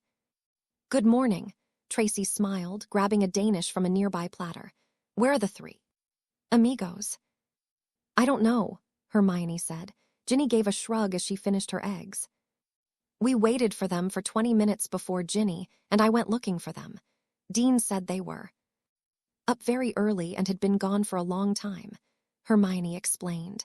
"I have no idea where they might be." "Here they come." Ginny pointed to the doorway, where indeed the 3 Gryffindor males were walking towards them, all looking rather disappointed. "Where have you been?" Daphne asked as Harry took a seat next to her. "Tailing a ferret," Ron said, taking a seat next to his sister. "Malfoy?" Daphne asked, looking to Harry, who pulled a folded parchment out of his pocket. "He's been going to the 7th floor," Harry said. "I've been using this to track him whenever I can. And I noticed that he's been spending time up there, but then he disappears. He's using the room we used last year for the defense club, but we can't get in." "What is that?" Tracy asked curiously. "A family heirloom," Harry smirked. Ron and Hermione both chuckled, while Neville only grinned. "It's called the Marauder's Map, and my father and godfather made it along with my sort of uncle while they went here." "But it's blank," Daphne said skeptically. "I know," Harry grinned, giving his girlfriend a conspiratorial look. "You're not going to tell us how it works, are you?" Tracy said flatly. "Not today," Harry said, tucking the map into his pocket. "The point is that I woke up really early this morning." "I'm surprised with as late as you were out last night," Hermione said. Both Harry and Daphne blushed at this, but Harry pushed on. "Like I said, I've been tracking Malfoy with the map, and I saw that he was not in his bed. I found him on the map heading towards the 7th floor, so I got Ron and Neville, and we went up there to see if We could find out where he goes. I saw him disappear off the map and went to the spot he disappeared, but there was no door or anything. I tried a couple of times to get the room to let us in. But nothing happened. That's strange, Hermione said. We waited there for 2 hours, Neville picked up the tale, but he never came back out. So he's still in there, Tracy asked. Nope, Ginny said, motioning to the doorway again. They all turned and saw a rather dishelmed Draco. Malfoy, walking into the Great Hall for breakfast. Do you think he knew we were waiting for him, or did we just give up too soon? Ron asked, looking thunderous. I think he probably knew we were there, Harry scowled. We need to find out where he's going, Daphne stated. Everyone agreed with her. Is anyone behind on their homework? Hermione asked. Everything's done through Thursday, Daphne replied, looking puzzled. I think catching Malfoy is a bit more important than getting homework done, Hermione, Ron said. Not if it lands you in detention, Hermione replied. I thought that if everyone was caught up, we could. Use today and tomorrow to try and figure this out. 2 days without distraction to try and learn what that little ferret is up to. I'm caught up, Ginny stated proudly. I just need to read a couple of chapters for charms, Neville said, but I was planning to do that tonight after dinner. Between Hermione and Daphne, Harry was caught up on his work as well. Daphne would make sure his homework was done before she drug him off for a bit of alone time. Tracy was also currently without any work needing to be done. Only Ron seemed to be behind, and the redhead scowled when Hermione told him in no uncertain terms that he should work on it instead of trying to help his friends uncover Malfoy's plot. When they finished breakfast, the group of Slytherins and Gryffindors headed to the 7th floor. Together, Ron had been sent to finish his homework, though Hermione remarked that the redhead would likely find his girlfriend instead. Harry led them to the expanse of wall that he, Ron and Neville had been staring at for 2 hours that morning. So now the trick is to figure out just what Draco asks the room to become, Harry said sullenly. Okay, does anyone have any idea as to what Malfoy might be doing in there? Hermione asked. Neville shrugged. Ginny looked very thoughtful. Tracy glared at the wall. Daphne looked pensive, and Harry folded his arms over his chest in frustration. Okay then, Tracy remarked before taking a turn in front of the blank wall. After 3 trips by, she stopped and waited, but nothing happened. What did you ask it for? Hermione asked. The room Draco Malfoy uses, Tracy frowned. Maybe you shouldn't use his name, Daphne suggested. Maybe the room doesn't know people's names. Then what are we supposed to ask it for? Ginny asked, looking frustrated. No one had an answer. The room evil gets concoct maniacal plans or pure evil, Neville smirked. Ginny and Tracy sniggered. But Hermione gave them a wry look, silencing them. Harry, face set, took a turn in front of the wall.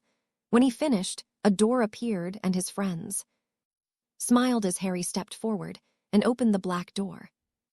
What did you ask it for? Hermione asked as she followed Harry and Daphne inside. For where dark objects are hidden, Harry said. As they stepped inside, all of them shivered. The room was large, though not as large as the Great Hall. As each person entered, they shivered at the unnatural cold of the room.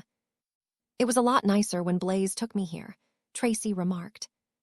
Blaise took you here. Daphne turned to look at her best friend, whose nose was wrinkled in disgust at something that she was looking at in the distance. Well, yeah, Tracy said, turning back. He brought me here last year. He got it to conjure this really romantic little room with the biggest, softest bed, and we. Tracy realized that now everyone was looking at her, quite interested in what she was saying. At first, she began to blush, but then fixed her friends with a rather defiant scowl. So I'm not a virgin, you bunch of saints. So what? I enjoyed it and I don't regret a moment of it. No one said anything, Harry remarked. Tracy crossed her arms and glared. The point is that it was a lot nicer looking then, she said with a bit of irritation. I imagine it would be, seeing as he was trying to get in your knickers, Ginny commented. And succeeded, Daphne added. Tracy gave her best friend a smirk and they both chuckled. Lightly. What are you looking for, Harry? Hermione asked tentatively as she examined a strange-looking cloak. Hanging on a rack. She started to reach for it when Neville grabbed her hand and shook his head warningly. Hermione nodded her understanding. Nothing in here should be touched. I don't know, but I figured looking for dark objects was a good start. I just didn't think there would be. So many, Harry said, looking around the room. He had begun to feel a rather strange yet insistent pull. Harry, are you all right? Daphne asked as she stepped closer to her boyfriend, taking his hand gently. In hers. I don't know, he said, still looking around them. I feel this, I don't know how to explain it, but it's something I felt before. Hermione looked up at this. Tracy and Ginny, who'd been inspecting a rather dirty-looking aquarium, also stood up and closed around Harry. Do you think it has something to do with Malfoy? Neville asked. Harry shook his head. No, but don't ask me why, Harry said, starting to follow this weird tug on his magic. At least he believed it was his magic. It was so strange to feel this sensation. He knew that he had felt it before. And as he walked, the sensation grew more powerful. Harry, Daphne asked, walking next to him, not having let go of his hand. He gave her a confident smile and squeezed her hand. She smiled in return, but couldn't help feeling anxious as he continued, his eyes darting in every direction. I know this is going to sound weird, but I feel him, Harry said softly, so only Daphne could hear him. Her eyes bulged as she stared back in horror. I know he's not here, but he is. You're not making sense, she replied. I wish I could explain it, but... He came to a stop and turned to stare at a bust of a rather ugly humped back wizard. There was a very dirty old wig atop its head, and sitting on that was a simple, yet elegant looking tiara. It was dirty and a few of the gemstones were missing, but despite that, it looked quite stunning. Harry stared at it with puzzlement as the others gathered round it and stared as well. That's one ugly wizard, Neville remarked of the bust. It isn't the wizard that I'm concerned with, Harry said evenly, bending closer to inspect the tiara. Careful, Daphne said, clearly agitated by what Harry had said to her about feeling Voldemort's presence. I think we need to get Professor Dumbledore, Harry said, standing back upright and looking to Neville. Urgently, this had Ravenclaw's symbol on it. What? Hermione asked, stepping forward to look for herself, only to be stopped by Harry. I don't think you want to get too close to it. Why? His friend asked. He began. It's got him in it, Ginny said, looking terrified. I can feel it. Hermione, Daphne and Tracy turned to look at Ginny, who was backing away. Come on, Neville, she said, grabbing her boyfriend's hand and leading him to the door. We'll be back with Dumbledore in a few minutes. How could she feel it too? Daphne asked. Harry and Hermione looked at each other, a silent conversation being held between them. Harry turned to Daphne and squeezed her hand and gave her a soft smile. It's her story, and I don't think she would appreciate us talking about it. Tracy continued to stare at where Neville and Ginny had disappeared. More and more I get the feeling that you Gryffindors have a lot more secrets than we Slytherins. Not so much secrets as unique experiences, Harry smirked. Prat, Tracy said, turning and smacking Harry's shoulder. The next 15 minutes was spent in uncomfortable silence as they waited. None of them wanted to move too far away, yet at the same time, they all wanted out of this room, and badly. It was with great relief when Ginny and Neville returned with the headmaster. This is most troubling, he said as he gazed about the room. Oh yeah, Tracy nodded.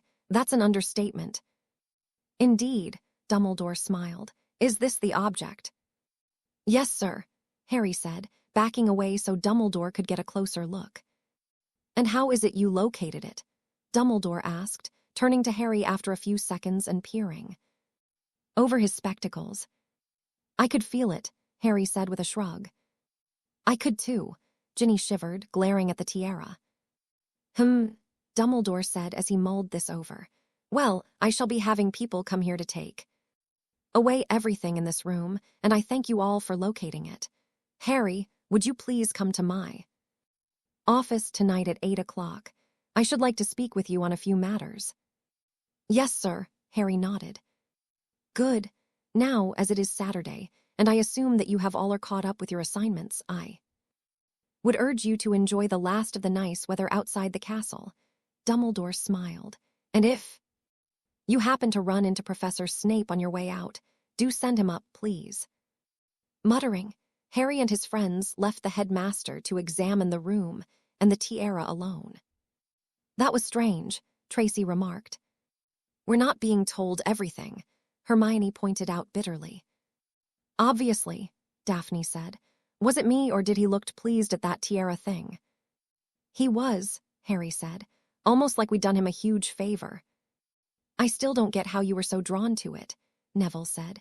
That room was brimming with dark stuff. So why that one object? Neville, Harry smirked. In 1,000 years, I don't know that I could make any of you, save for Ginny, understand it. Come on, Neville, Ginny said, tugging her boyfriend away from the group. No offense to this lot, but I think I'd like to spend some time without their company. Neville smiled, clearly not wishing to argue against spending time alone with his girlfriend.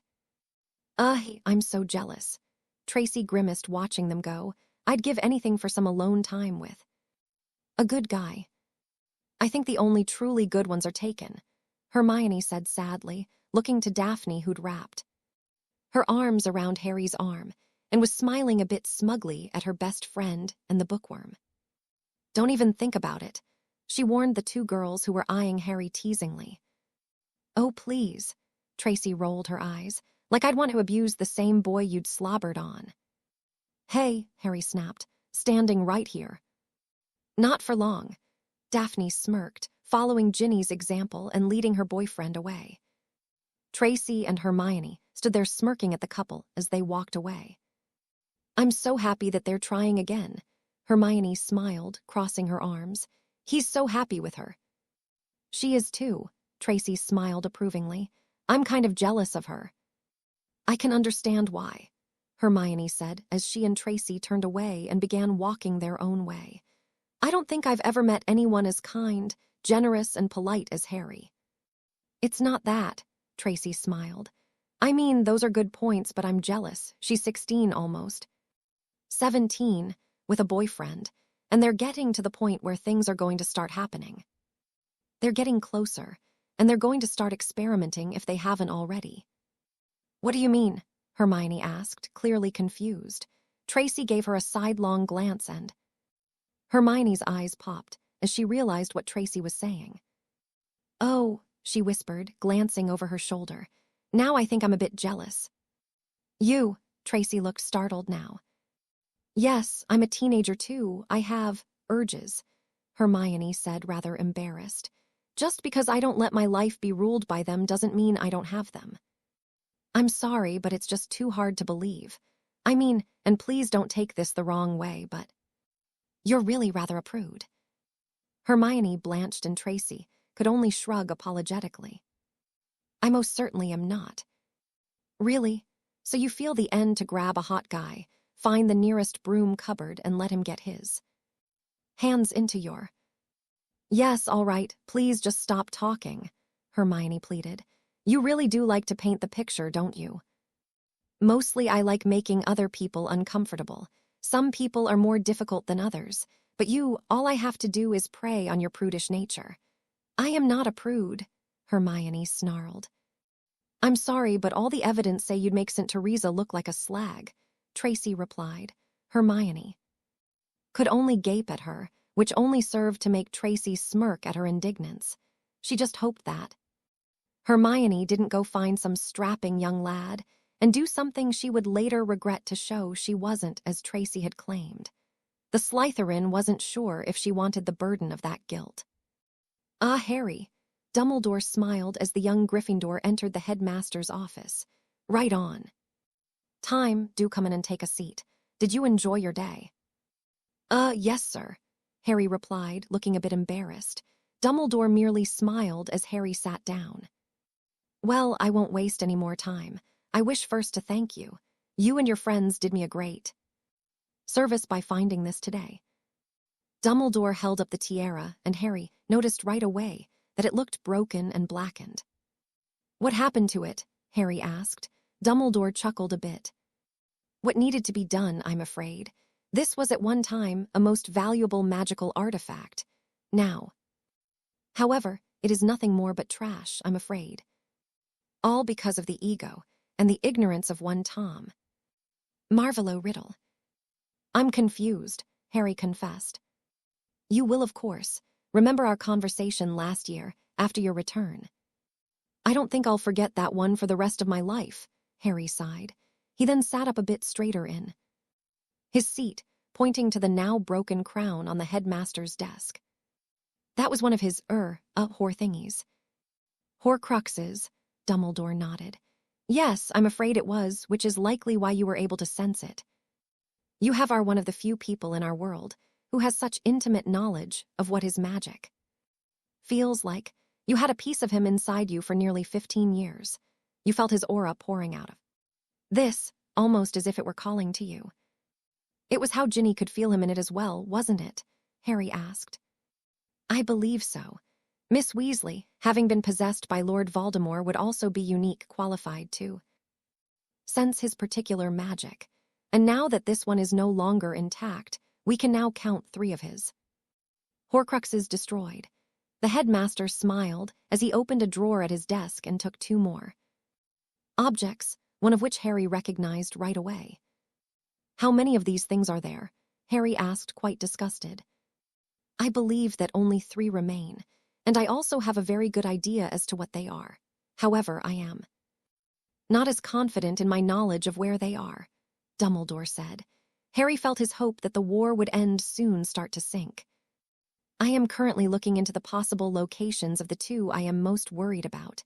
However, the final Horcrux is next to Lord Voldemort at all times. I wonder if perhaps during your captivity if you noticed the unusual amount of control our enemy has over his snake," Dumbledore queried. "You think the snake is a Horcrux?" Harry asked for confirmation. "I have no doubt, but we shall worry about that a bit later. Tonight, I wish to begin teaching you a few rather difficult spells. I feel that with your now strengthened magical core, you should have little trouble learning them. I must warn you that these can be quite dangerous, and I ask that you use them only in extreme situations, never on your friends." Harry nodded his understanding and rose to his feet as Dumbledore himself got up.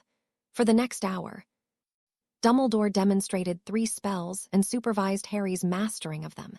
Each one proved to be as dangerous as the headmaster warned, and each time Harry saw them used for the first time, he looked quite pale as he witnessed the results. It didn't prevent him from giving his all in learning them. Dumbledore couldn't help feel a bit of pride as he helped Harry. It was clear that the young man before him wished to end this war as soon as possible. Dumbledore wished for that as well.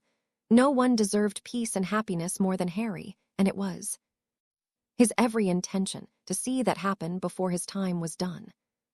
"I think that shall do for now, Harry," Dumbledore said, motioning a now sweaty Harry to his chair. Again, Dumbledore took his own seat behind the desk and regarded the young man who was breathing heavily but looked very pleased with himself. "I wish to pass on a bit of advice before I excuse you. You have surrounded yourself with some very trustworthy and loyal friends, including Miss Greengrass, which I am pleased by." Harry blushed a bit but smiled all the same. "I must ask if you have shared with them all that you have learned." "No, sir," Harry said, looking curious.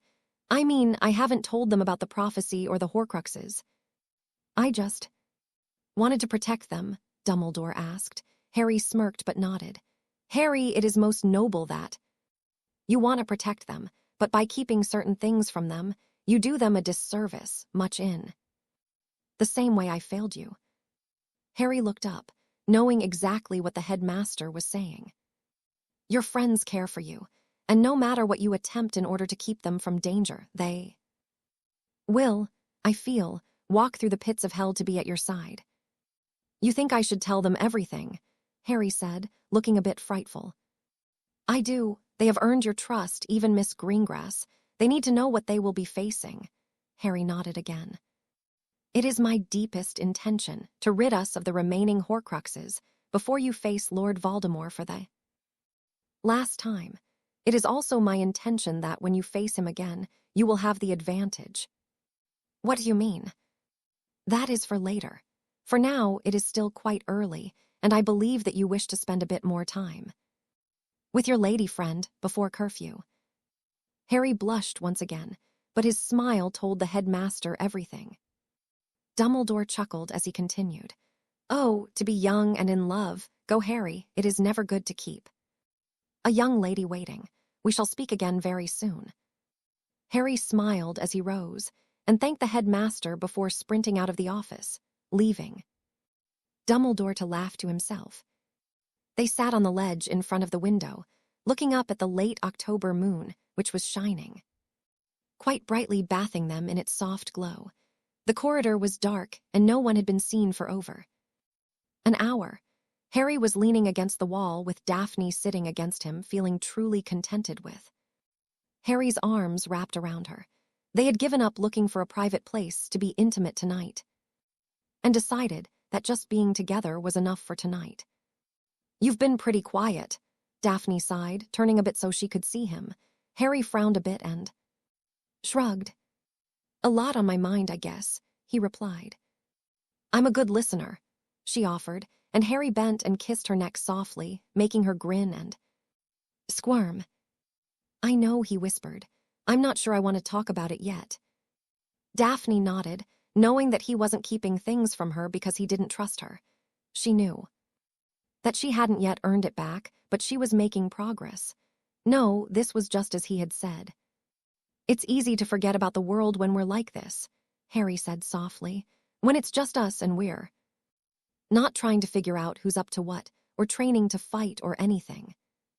I really look forward to our time together away from everyone, and not just because I love snogging. You, Daphne said, making Harry chuckle. When it's just you and I feel like I can relax. I don't have to worry about you getting hurt, or someone trying to entrap us, or hurting Astoria or Tracy, or anything.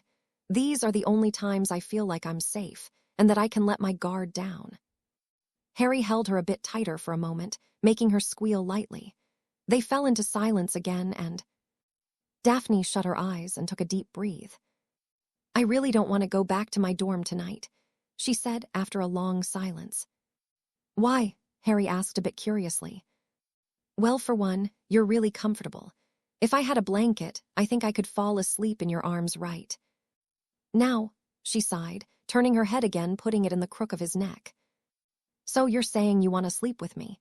Harry asked. Yes, Daphne smiled with a soft sigh. She suddenly sat up, her eyes wide with realization at what she had just said. I mean that I want to sleep with you, not sleep with you. Not that sleeping with you would be a bad thing, it's just that I don't know if we should. I mean that I'm ready for sleeping. Harry was now laughing quite hard, and Daphne's embarrassment was being replaced by annoyance. She swatted his arm quite hard, which served to make him laugh harder. I'm sorry, he laughed, and Daphne was finding it hard to keep a straight face. His laughter was so damned contagious. You've been hanging out with Tracy far too much, she snapped, though she was now smiling too. She's a horrible influence on you. Harry pulled her back to him, and she didn't resist him. She lay back into him and allowed him to wrap her in his arms once again, feeling her contentment return. I knew what you meant, he said, finally calming down. Again they fell silent, simply enjoying the closeness they were sharing. Daphne sighed as she let her eyes slip closed again as she listened to his heartbeat. Slowly, images began to form in her mind, and they made her smile softly to herself. She knew that they were just the crazy imaginings of a teenaged girl's mind, but she enjoyed them all the same. Harry, do you ever think about the future? she asked gently. You know, after we leave school and start jobs and all that, do you ever think about what your life will be like? Harry let out a long, slow breath before he shook his head. To be honest, I can't imagine anything past my next confrontation with Voldemort, he said plainly. Daphne sat up again and looked him in the eye. What do you mean? Harry shook his head sadly. Can we talk about this another time? No, Daphne said firmly. I want to talk about it now. Why can't you imagine a life for yourself past facing him? Because I don't think I'm going to live past that, Harry said bitterly. Yes, I'm getting all this training and everything, but let's face it, Voldemort has 50 years on me. 50 years that he's been mastering his magic, honing his skills. Sure, he probably won't use the killing curse on me, but there are loads more ways that he could kill me, and knowing him, he'll do it slowly and as painfully as possible. So you're giving up before you even face him? Daphne looked horrified. Gods no, Harry said fiercely. I'm going to fight him until I just can't anymore. I'm going to use everything I know, and I might even make up some stuff just to unbalance him, but I'm not going to just let him kill me. But the sad truth is, he's very powerful and he knows what he's doing. I've been extremely lucky up to now, and he paused as he looked into her now shimmering blue eyes. He reached up and gently held her cheek. I just can't see anything beyond that. Oh my gods, that's so damned sad, Tracy stammered as she sat next to her best friend in the Slytherin 6th-year girls' dorm. How could he not want to at least imagine some kind of future? Something to shoot for. You should have seen his eyes, Daphne said, wiping her tears away. It was just so, oh gods, I couldn't stand it.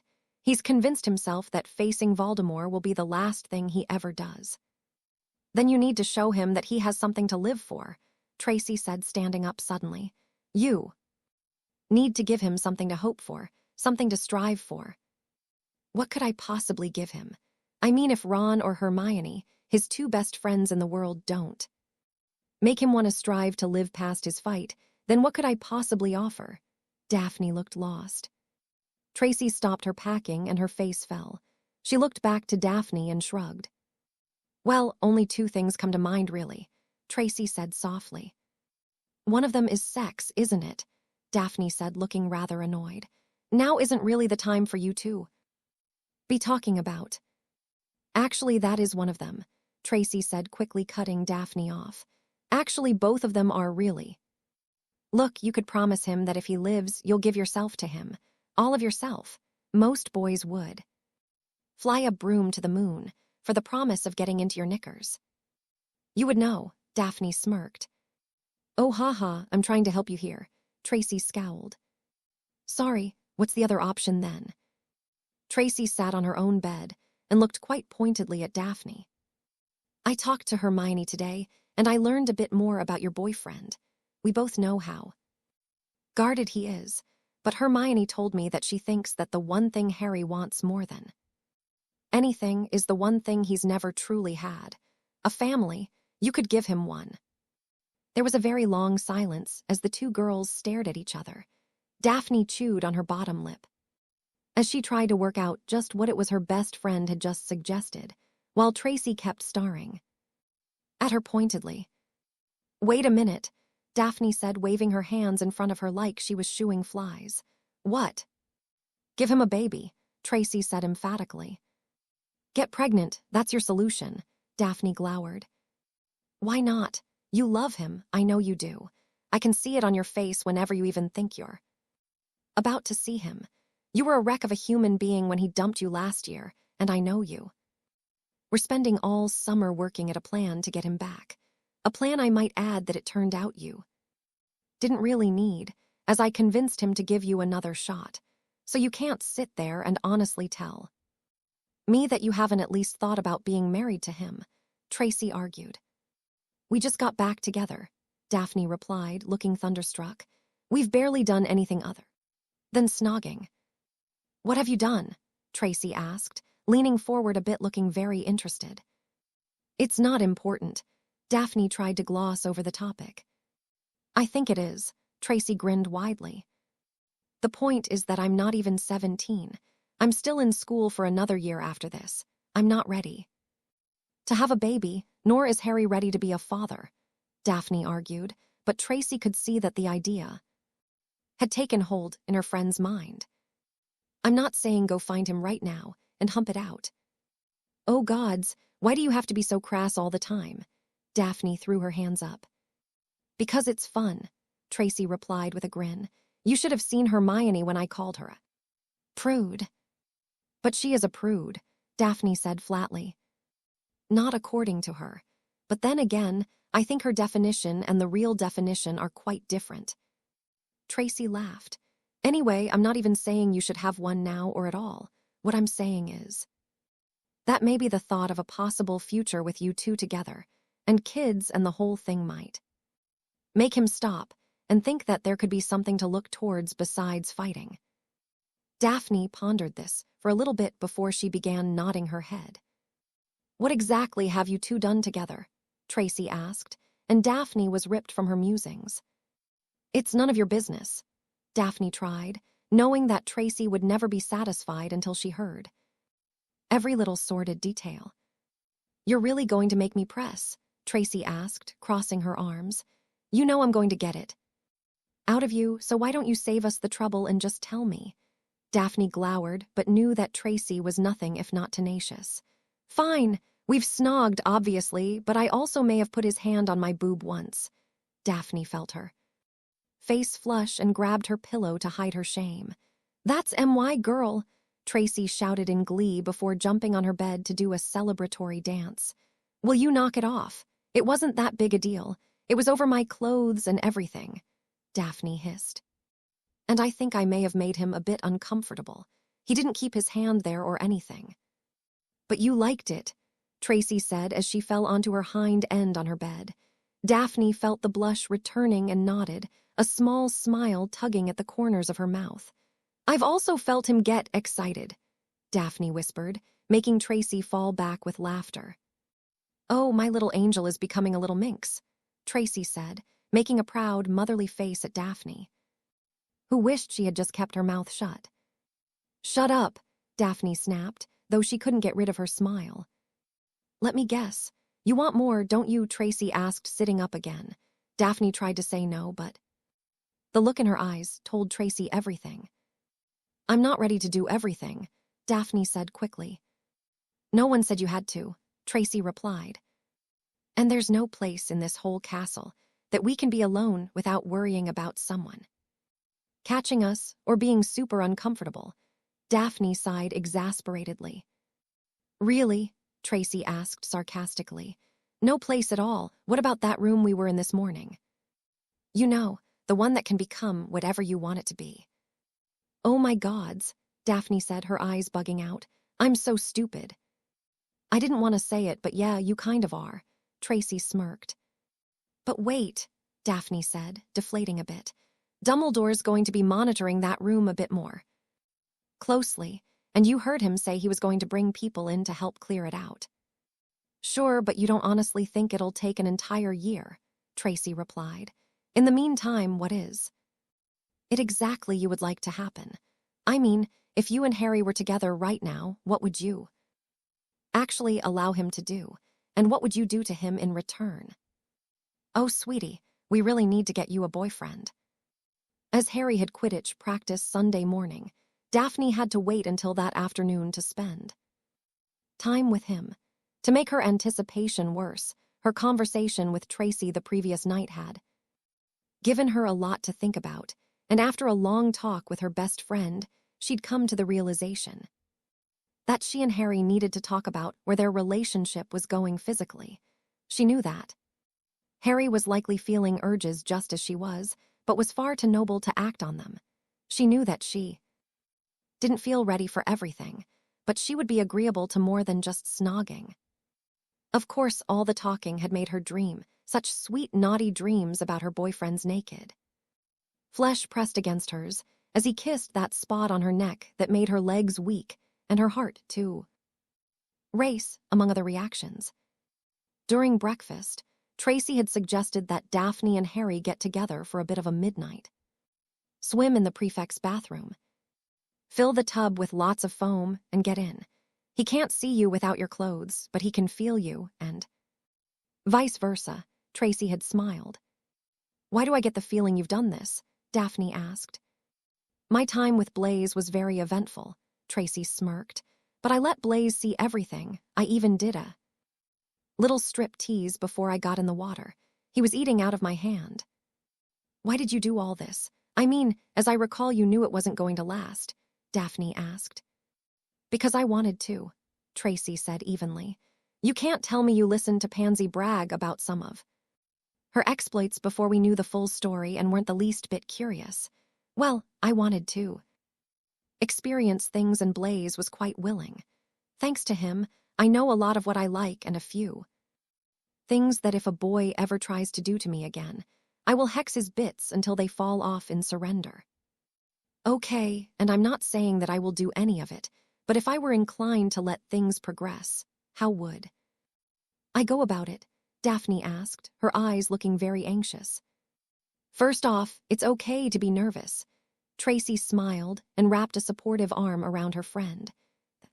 First rule should always be that when you say stop, it stops, though I don't think you need to worry about that with Harry.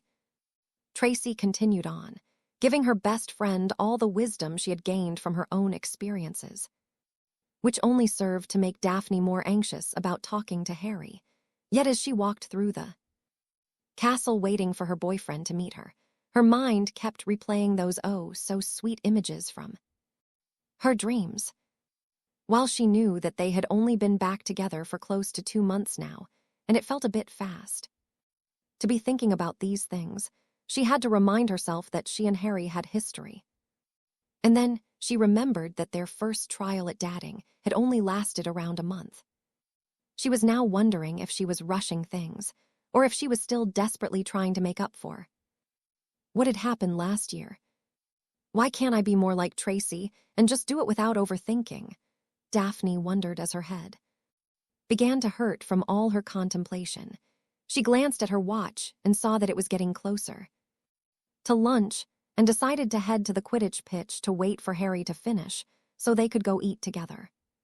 Still thinking over what she wanted to do, and what she was ready to do, and what Harry would be willing to do together, Daphne wasn't paying that much attention to where she was going, simply allowing her feet to carrying her where she wanted to go.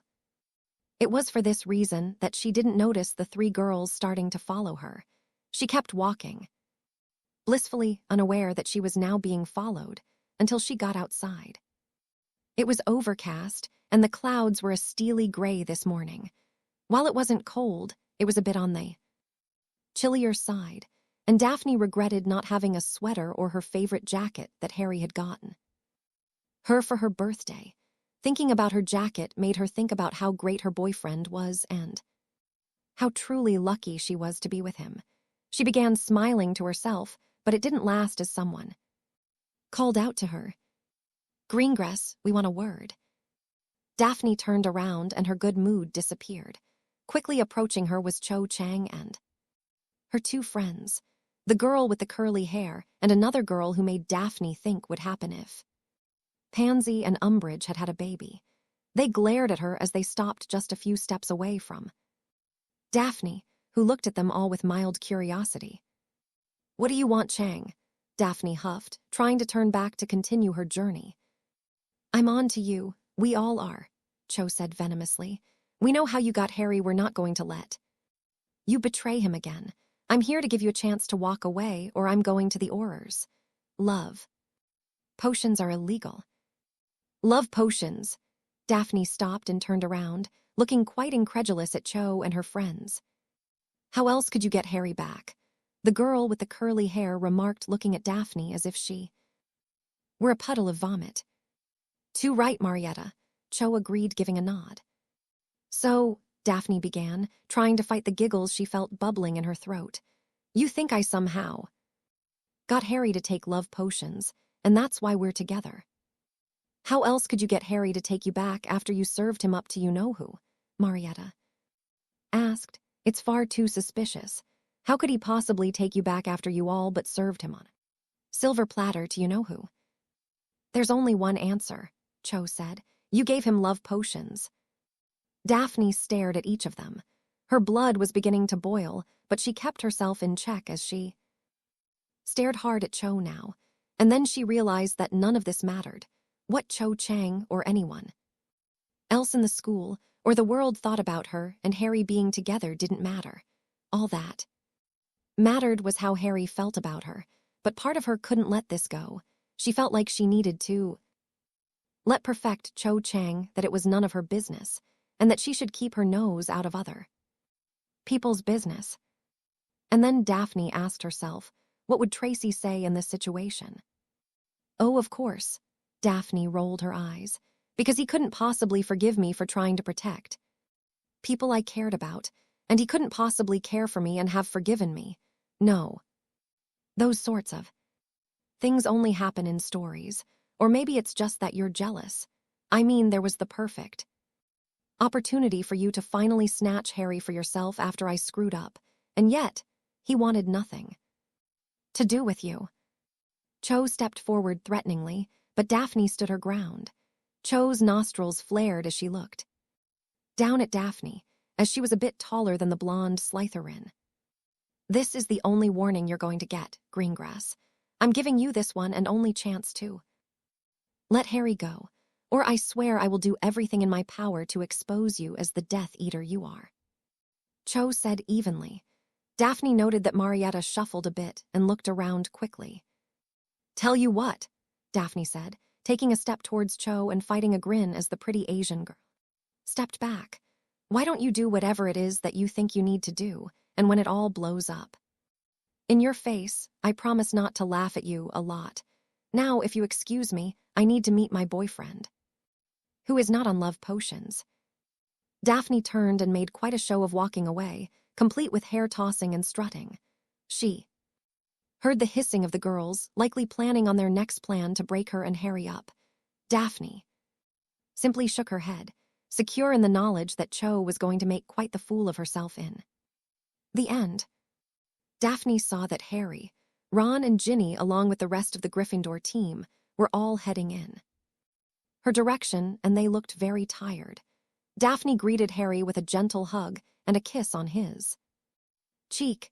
He smiled the moment she wrapped her arms around him, and his eyes lit up when her lips caressed his cheek. What did Cho want? Harry asked when she let go of him and took his hand so they could walk to lunch together. He looked concerned at what might have taken place between her and the Ravenclaw seeker. Nothing really. Daphne smiled as they got closer to Cho and her friends, who were all glaring at her. Didn't look like nothing, Harry remarked. How much did you see? Daphne asked. Enough to realize that you two were nearly ready to pull wands on each other, Ginny said as they were now passing Cho and her friends. I swear it was nothing for you to worry about. Daphne smiled at Harry. He gave her a look that told her that they weren't finished with this conversation, but that he would drop it for now. How was practice? She asked, changing subjects. I kind of miss Angelina, Ron said with a groan as he looked at Harry. What? Harry asked with a tired grin. If we want to be the best, then we have to train like we're the best. Yeah, but do you really have to have everyone attacking me at once? Ron glowered. Your biggest problem is nerves, Ron, Harry explained. So, I want you so focused on saving goals that you don't have time to even think about getting nervous. So, by having the whole team throwing balls at the goals to see how many you can block, it gets your mind on the game and not whether or not you're going to embarrass yourself. That's not bad, Daphne agreed as they entered the castle again. Thank you, Harry smiled, kissing his girlfriend. Oi, enough of that, you two, Ron said, making a disgusted face. Oh, lay off of them, Ron, Ginny said, shoving her brother. It's not like you and Lavender haven't treated the rest of us to a few shows. Though, you two really should get a room. We would if we could find one, Daphne said, looking irritable. Broom cupboard not good enough for you two. Ginny smirked as they all took seats at the Gryffindor table next to Hermione and Neville, who were only just filling their plates. "No," Harry and Daphne said together. Ginny laughed as she turned to Neville. "How come you didn't come met me like Daphne did for?" "Harry." "Because Hermione wouldn't let me leave the library until I finished my charms essay." Neville groaned. "You said you wanted my help," Hermione said evenly, her eyes never leaving the book she was reading. "Hey, you lot," Tracy said as she slipped into a seat next to Hermione, nudging the girl playfully and making her smile and look up from her book. "So, I spent most of the morning in the common room, and oddly enough, so did Malfoy." The auburn-haired girl smiled. "Clearly we upset his plans now that Dumbledore's got those people working on the room." He did not look happy at all. "Maybe we stopped him." Ron shrugged before he took a bit of his sandwich. "No," Daphne shook her head. "We maybe only stalled him. He's likely got an alternate plan and is just waiting to work it out or something." "I agree," Harry said solemnly. "I think we need to keep watching him until we can find a way to expose him. I want to know for sure if he's a Death Eater." "We'll find a way," Daphne said softly, and Harry gave her a small smile. "What should we do for the rest of the afternoon?" Ron asked. "I've got to finish my defense essay," Neville said heavily. "So do I," Harry said, looking to his friend. "We can work on it together." "Oh, good," Tracy perked up. "I need a bit of help on it." "Homework," Ron whined. "That essay isn't even due until Thursday." "Ron, you really need to stop putting your work off," Hermione said. "Even I'm getting too busy to be able to help you. It wouldn't kill you to finish your work early." "It would give you more time to spend with Lavender," Harry suggested. "Speaking of which," Daphne said, leaning into Harry and whispering in his ear, "do you think we might spend some time together tonight? I kind of want to talk to you about something important." Harry gave her a nod and a smile. Daphne beamed at him and kissed his cheek. The friends finished their lunch before most of them headed to the library to finish all their homework before dinner. Harry gave a sigh of relief when he shut his books and began clearing away. He'd finished all his homework for the week. Thankfully, he'd been trying to keep on top of all his work as his private lessons with Dumbledore, and now Professor Flitwick on top of his Quidditch. Lessons were taking up so much of his time. Harry coveted his time with Daphne, so did everything he could to maximize it, and that meant working hard to complete his homework early. "You're finished," Ron looked up rather in a foul way. "Yeah," Harry said with satisfaction. "I did most of my charms work Monday and got Transfiguration and creatures done Tuesday. We all did potions on Thursday, which only left finishing defense and charms tonight," Harry said, stuffing his book into his bag. "I keep telling you if you do your work right away, you'd have more time for what you want to do," Hermione said, making Ron glare at her.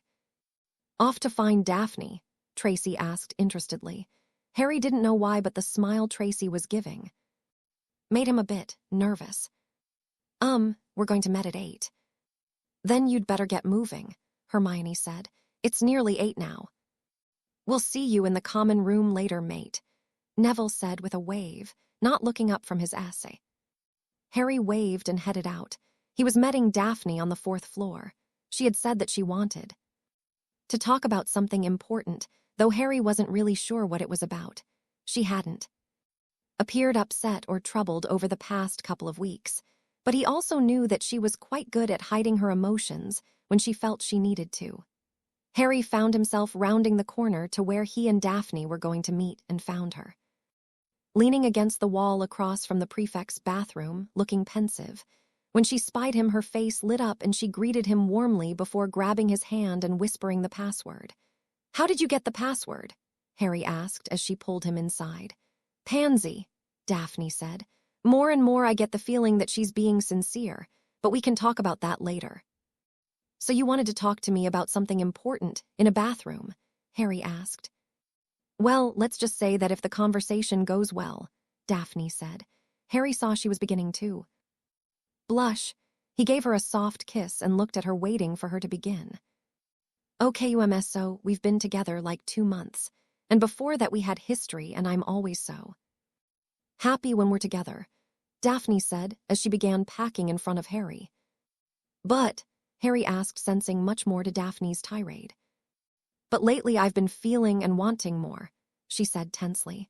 She turned to look at Harry and felt her face heating up. She was thankful it was fairly dark in here at the moment. More? Harry asked, looking puzzled now. From you, Daphne said, staring into his eyes. Physically. Harry stared at her, processing what she had said. Suddenly his eyes widened and his mouth opened as he cottoned on. Oh, Harry said. Yeah, Daphne replied, feeling far more nervous than she had in her entire life. Okay, just so there's no confusion between us and one of us, likely me, makes an immense arse of himself. We are talking about Essex, right? Well, yes and no, Daphne said, fidgeting with her hands.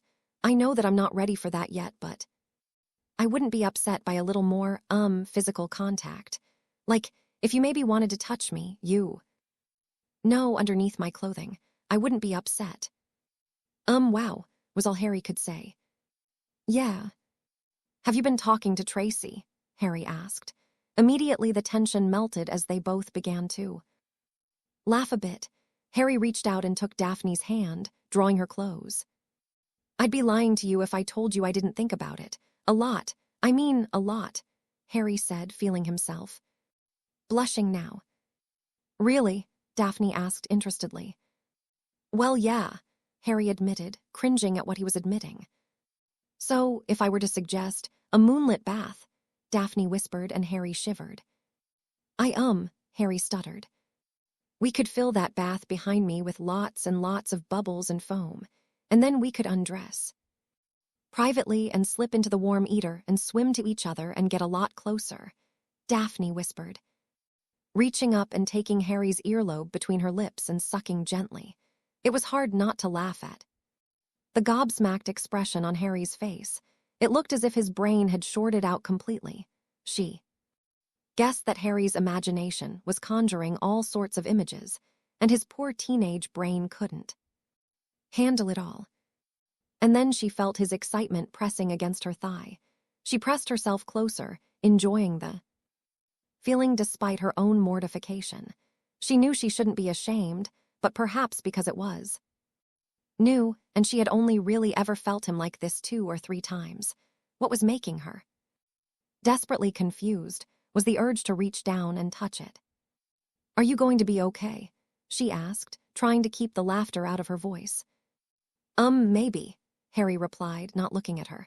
This made her smile widened as she reached up again and suckled his earlobe again. This time Daphne couldn't suppress the giggle. Are you making fun of me now? Harry asked, now turning to Daphne, who shook her head. Just trying to project my insecurity onto you, she smiled. Yeah, well, it's easier to hide your enjoyment when you're a girl, Harry grimaced, though his eyes were still bright. Daphne really liked that Harry no longer had to wear his glasses. It was easier to see his emotions shining there. Sometimes, Daphne said. She took his hand and placed it on her breast. Harry could feel the hardness of her nipple even through his sweater, blouse, and bra. If I wasn't wearing this sweater, it would be so much easier for you to tell, she said. Harry bent and captured her lips in a searing kiss. Daphne wound her arms around his neck, her hands running into his hair and keeping him close. She pressed herself into him, enjoying the feel of his body so close to his. More and more, the idea of tearing his clothes off and taking that moonlit bath was becoming harder and harder to resist. She gasped suddenly when she felt something on her flesh. She hadn't even felt his hand traveling down her back, nor had she registered him pulling her blouse out of her skirt, but a rush of warmth was washing over her as his hand was now rubbing soft circle on her bare skin just above her hemline. Her heart was beating at a thunderous pace, and she felt herself get a bit weak-kneed. Taking his lead, Daphne ran her own hands down his back and practically tore at his shirt, and got her own hands up under his shirt. His skin was so warm, and she could feel him tense slightly. She heard him breathe in deeply at her touch, and she fought her own shivers as Harry's hand reached higher on her own back, leaving a fiery hot trail across her skin. Daphne was starting to have more trouble standing upright.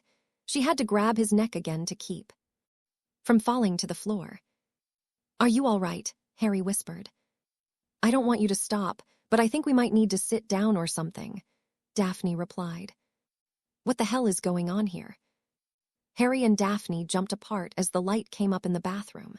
Standing in the doorway was the head boy and 2 seventh-year prefects, all looking ready for a bath. We were just," Harry stammered. "Get the hell out of here," the head boy shouted.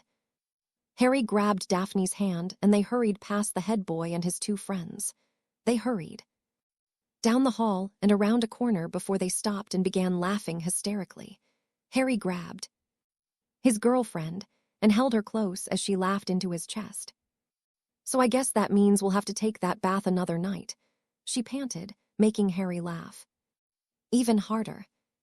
Despite her laughter now, Daphne wanted very much to storm back into that bathroom and hex the life right out of the 3 inconsiderate bastards who'd interrupted her liaison. It was almost as if Hogwarts was trying to stop her from becoming far more intimate with Harry, and that was becoming unacceptable. As she leaned against her boyfriend, Daphne decided that not only was she going to help him survive past his damned destiny, but she was going to take this relationship further. She wanted a life with Harry, and even though this thought frightened her, she knew that it wasn't just the heat of the moment or something stupid like that. This was love she was feeling, and she craved more of it. "You insufferable idiot." Severus Snape scowled as he poured a 3rd goblet of restorative draught and handed it to the headmaster. He began to drink it. "You could have killed you. Are you really in such a hurry for your next great adventure, you stupid old fool? I could have done it. It had to be done, and it had to be me." Dumbledore wheezed as he set the now empty goblet down. "I am thankful that you consented to join me. I fear what might have happened had it not been for your quick thinking, and there is still so much to do." "Oh," Snape asked mockingly, "do you have a few other ways in which you're going to attempt to kill yourself?" "I do not think that now is the time for humor, Severus." Dumbledore sighed, leaning back in his seat and letting his eyes fall closed. "No, it is most certainly not," Snape bellowed. "Just what were you thinking? Can you please explain to me what goes on in that supposedly brilliant mind of yours, because tonight all I saw was lunacy. And for what?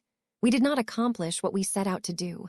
All we got was some trinket with a love note inside."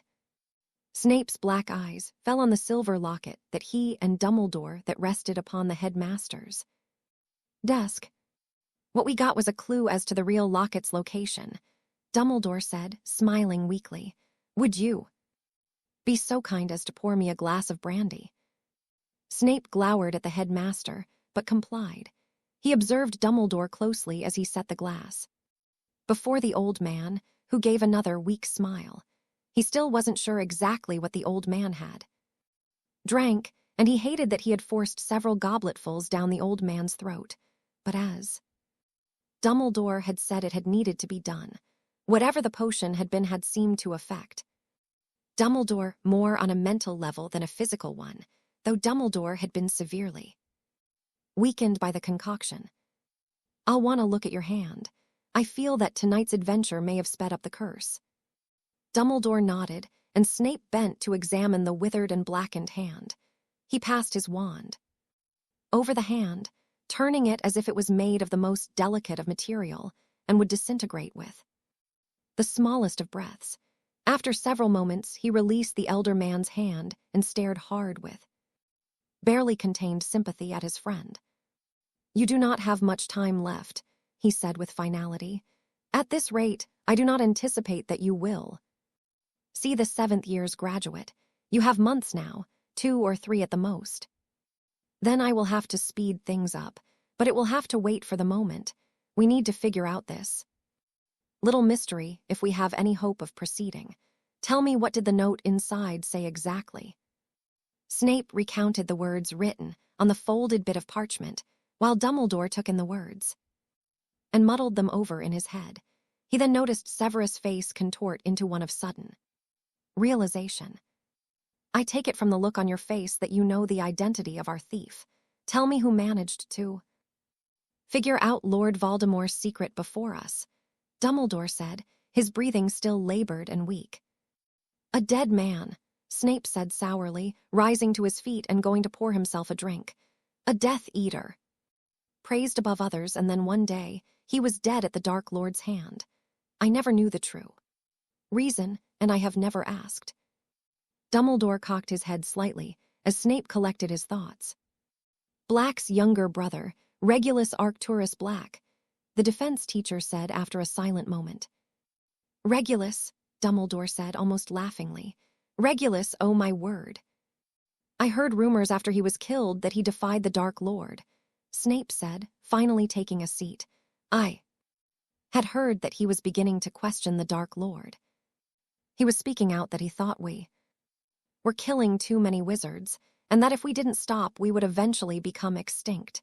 And then I heard one person say that Regulus had discovered a secret that could have destroyed the Dark Lord. But I never found out what it was. I think we know what it is now, Dumbledore said, staring at the fake locket he and Snape had retrieved only an hour ago in that hidden underground chamber near the sea. Dumbledore had been searching for that cave for the better part of a year now, and had finally discovered it 2 weeks ago. He had asked the only person he felt he could trust, and who knew Lord Voldemort as well as he did. The only person who knew exactly how to destroy the Dark Lord once and for all. The question isn't what Regulus discovered, but where the real Horcrux now rests, Snape pointed out. I suspect that it has been right under our noses all this time. Dumbledore smiled again. Snape's eyes widened as he understood. Surely not, he glowered. We must ask Sirius to search his mother's home for it. I'm sure that it was hidden there. Lord Voldemort would never have suspected it, likely believing that Regulus hid it far away, or even in the Black family vault, Dumbledore reasoned. And what of the last two? Snape asked.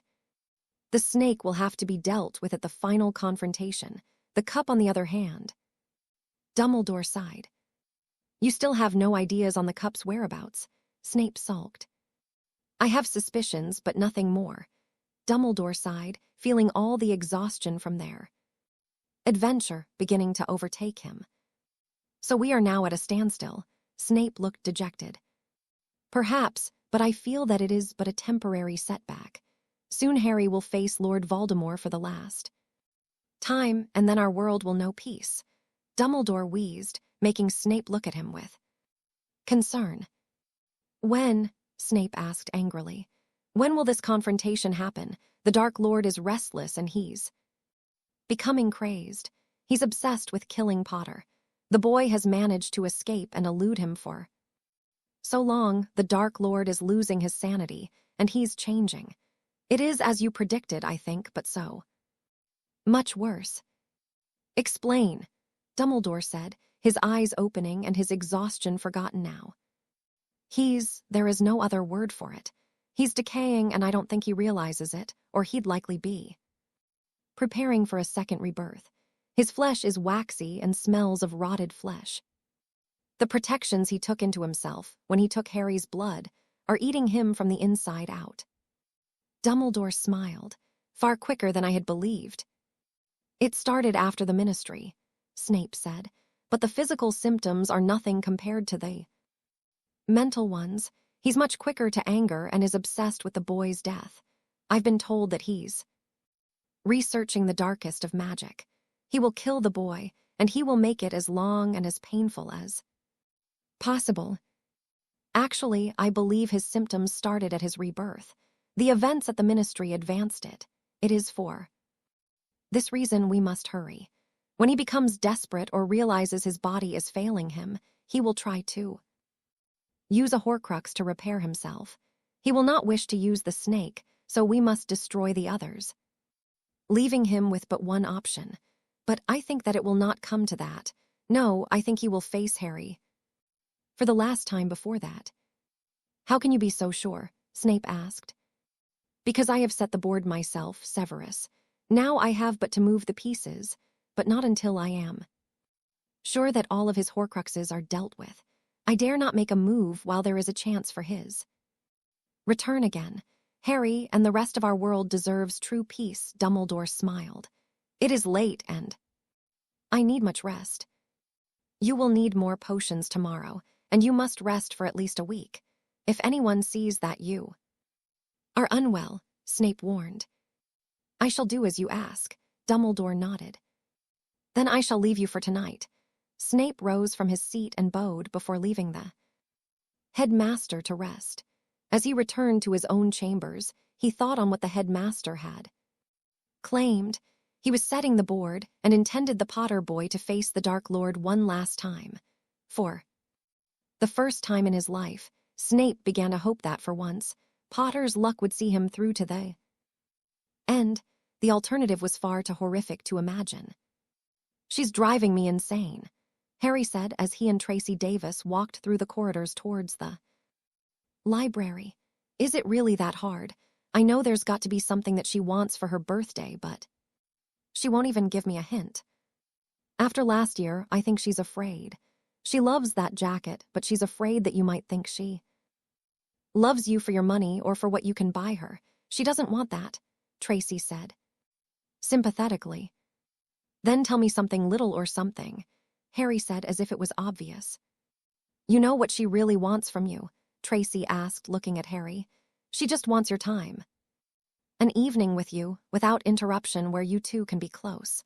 Maybe what you should think about doing is putting together a romantic evening on her birthday, instead of some extravagant gift. And besides, it's your 3-month anniversary. I know, Harry said quickly. Okay, so a romantic evening, dinner. Something else, I can do that. But I still want to get her something special, you know. Tracy nodded her understanding, and then her twisted little mind began to work, and she recalled a conversation she had had with her best friend about a week ago.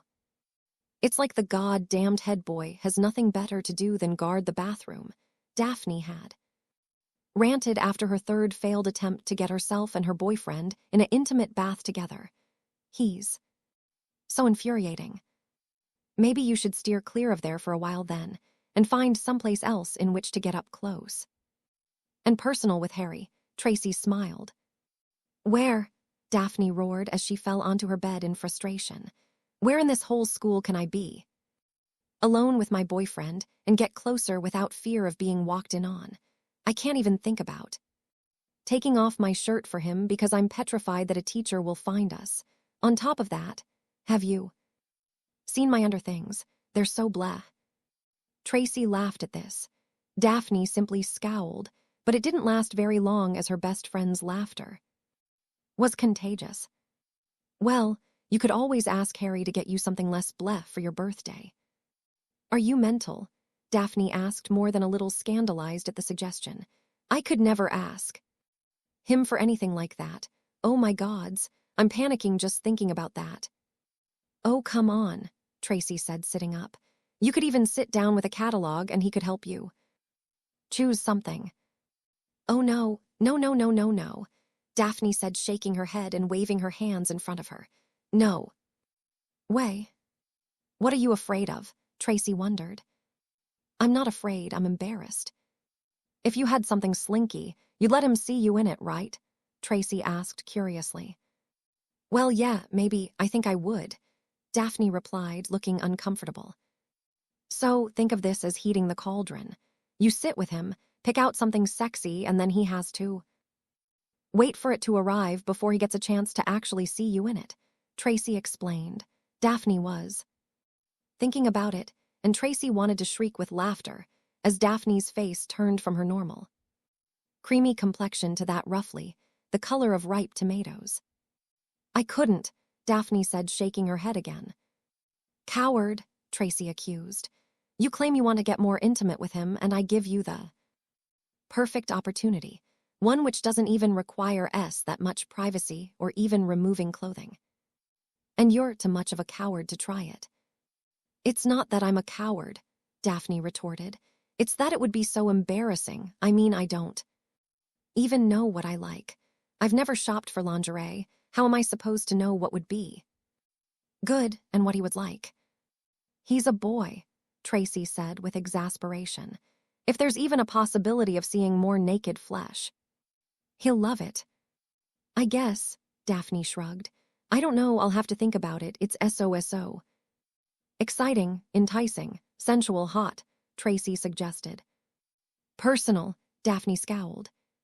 "Coward," Tracy rolled her eyes. "Gods, you need a boyfriend." Daphne shook her head as she went to her trunk to prepare for bed. "I know," Tracy shouted with frustration. "Though I wouldn't need one so bad if you'd get a little dirtier with yours and share the details." Tracy laughed inwardly before she turned back to Harry. "Look, I may have a solution. I will find out what she likes, and I will order it, but you can pay for it. When it arrives, I'll make sure that she knows it's from you." She smiled. Harry looked thoughtful and then nodded. "All right. Good. You just focus on arranging a full night where you two can be alone and uninterrupted. I'll take care of the gift." Tracy grinned widely. The morning of December 1st dawned with snow falling lightly over the Hogwarts grounds. The sun was only just peeking out behind the clouds, and it was bitterly cold. Yet, in the sixth-year girls' dorm in Slytherin house, Daphne felt very content and deeply warm underneath her blankets. She stretched her arms out above her head as she inhaled deeply and stretched herself out like a cat. She could not stop smiling as this morning marked her 17th birthday. She was now an adult in the eyes of the law, and to Daphne, it meant some serious changes in her life. First and foremost, she was now able to use magic outside of school. That didn't matter right now, as she still had over a year of schooling to finish, but to her it meant something. Second, she was now able to leave the school and go to Hogsmeade any weekend she wanted. However, she didn't think she'd go very often, as Harry and her other friends would likely not be able to go. Well, except Hermione. Not to mention the fact that she could get married and no one could say anything about it.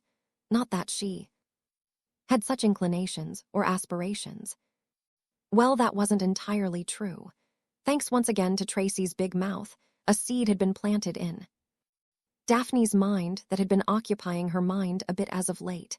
The idea was ridiculous, but had a certain allure to it.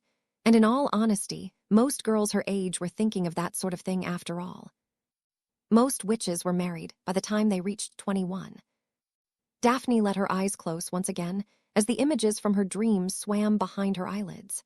She knew that it was still too early to be considering such a thing, but just imagining it made her heart beat a bit faster, and the alternative was unacceptable, really. Daphne pushed all of that out of her mind for now. It was her birthday, and there were no classes today. That meant that she could spend the entire day with her friends and her boyfriend. At the thought of Harry, she began to feel anxious anticipation in her stomach. He had been hinting about something special, and Tracy apparently was in on the whole thing as she had been dropping hints all week. Daphne was sure that Harry was intending to romance her. Daphne felt her entire body tingle at the thought. With a sigh and a rumble in her belly, Daphne sat up and threw her blankets off, grimacing at the stinging cold. She hopped out of bed, her bare feet slapping on the icy stone floor, and quickly gathered her things for a shower. She didn't linger in the shower too long, and 15 minutes after she'd gotten out of bed, was dressed and drying her hair, waiting for Tracy, who was only now greeting the day. I know it's your birthday and all, but do you have to look so damn cheery?" Tracy groaned, fighting her yawn. "Yes," Daphne smirked. "Hurry up, I'm hungry." Yeah, Tracy grumbled as she slid out of bed. The dormitory door opened, and Astoria popped in and tossed a wrapped gift at her sister. Daphne chuckled as she deftly caught the gift. She loved her sister, especially for the fact that she could be counted on for acting, as if Daphne's birthday was nothing special. "Happy birthday, bitch," Astoria said flippantly as she left. Daphne didn't even get a chance to give her Typical reply, and sat on her bed to open the gift while Tracy finished getting ready for breakfast. The paper came off, and Daphne opened the small box, her eyes widening as she beheld the delicate silver bracelet. The chain was almost impossibly thin and was connected to a small circle of silver where a shining emerald rested. As she inspected the gift closer, she saw that something was etched into the back of the charm, a rune which Daphne recognized as meaning love. "Lovely," Tracy said as she returned from the bathroom, wrapped in a towel. "Astoria." Daphne looked up, looking stunned. She merely nodded, holding it out for Tracy to look at closer. Tracy took the bracelet and admired it before offering to put it on Daphne's arm. Daphne held out her left wrist and Tracy clasped the bracelet, both girls smiling as Daphne held up her arm to admire the gift more. "Your sister has extremely good taste. I wonder why you don't." "Oh, ha ha," Daphne rolled her eyes. "As I recall, you were over the moon about that dress I got you last year from France. I believe your exact words were." Yeah, Tracy said, cutting Daphne off. "Shut up. Get dressed, will you? I'm starving," Daphne said forcefully. Tracy made a rude hand gesture, though she was laughing, and went to her trunk to fish out clothes. As she dressed, the two girls chatted idly about nothing. When Tracy was finally ready, the two girls stood up and started to head out, when Daphne noticed something peculiar. "Where's Pansy?" Tracy stopped to look to their roommate's bed, which was quite empty. Millicent was still snoring happily, but Pansy was nowhere to be seen, and her bed hadn't been slept in. "I don't know," Tracy shrugged. "Maybe Draco took her back."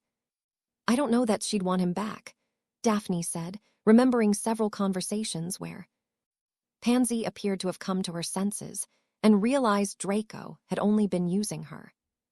"She probably found someone to scratch her itches."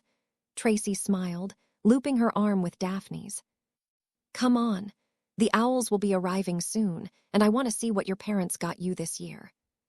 The Great Hall was not full by any means, but a lot of students were already up and about and getting their fill of breakfast. Daphne didn't see Harry or any of her Gryffindor friends yet.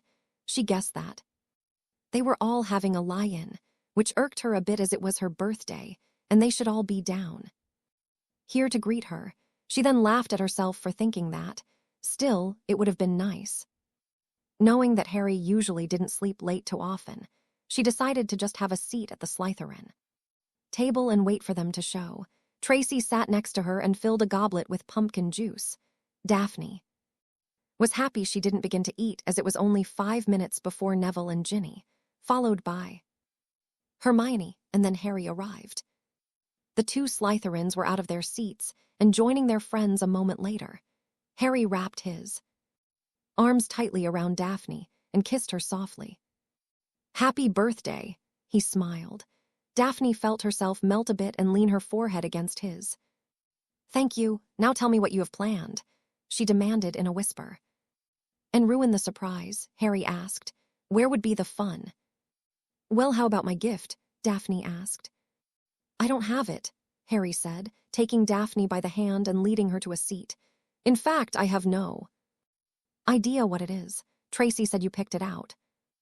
Daphne turned suddenly to Tracy with wide-eyed shock. Tracy merely smiled as if everything was peachy.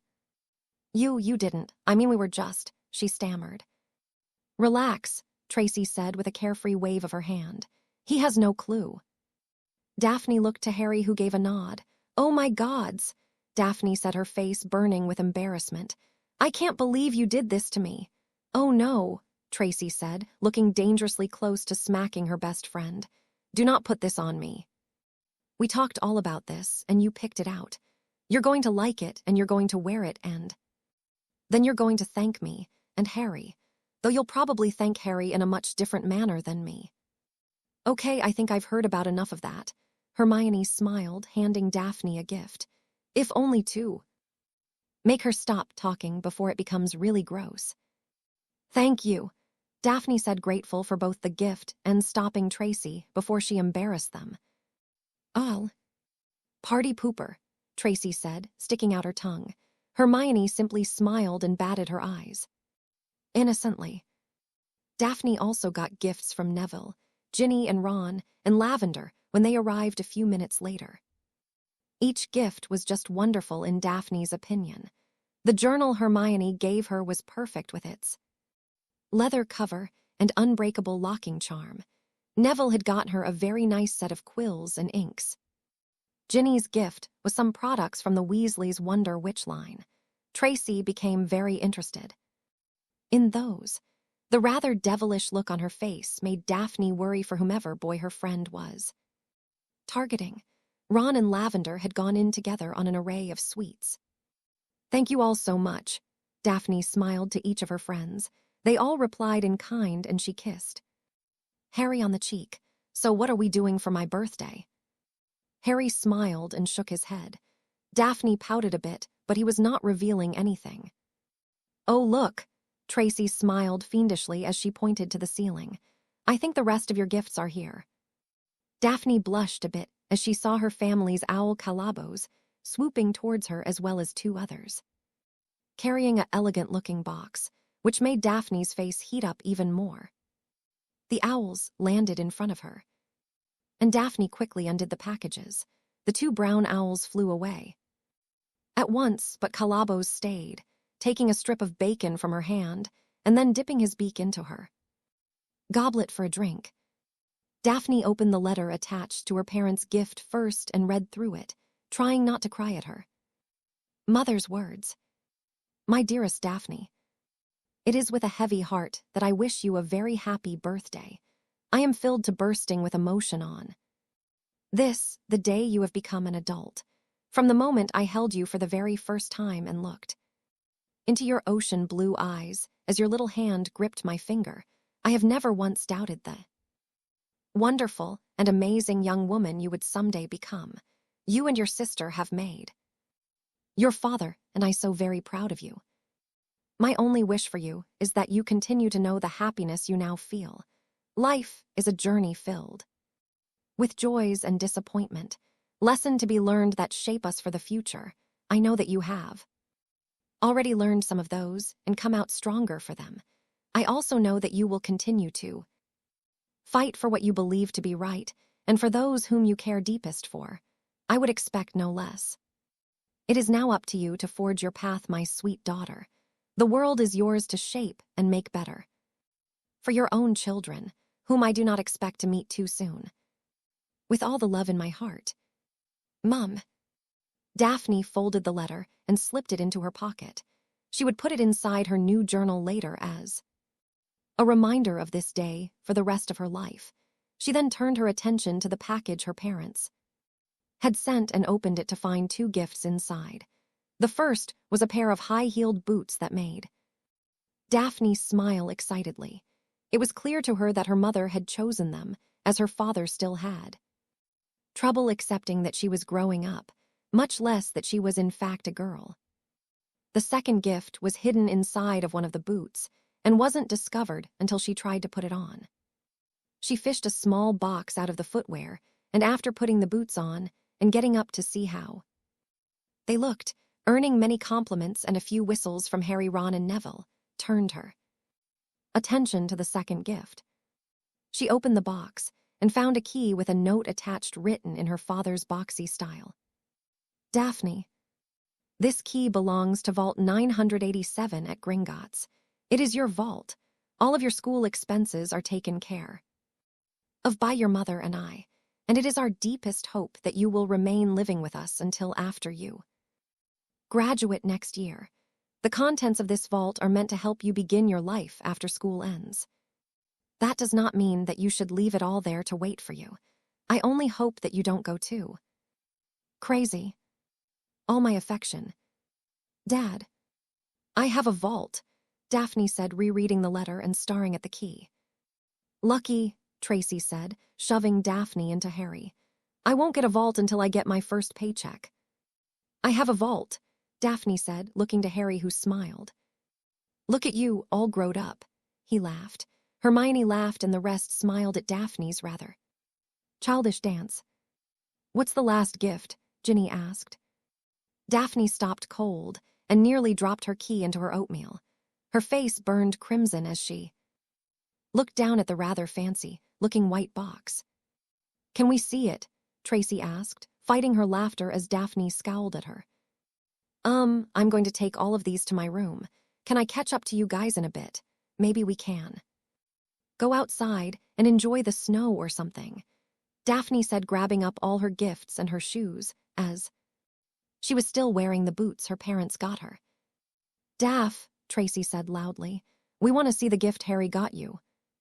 Daphne sprinted as fast as she could in her high-heeled boots out of the great hall with her best friend, calling after her the whole way.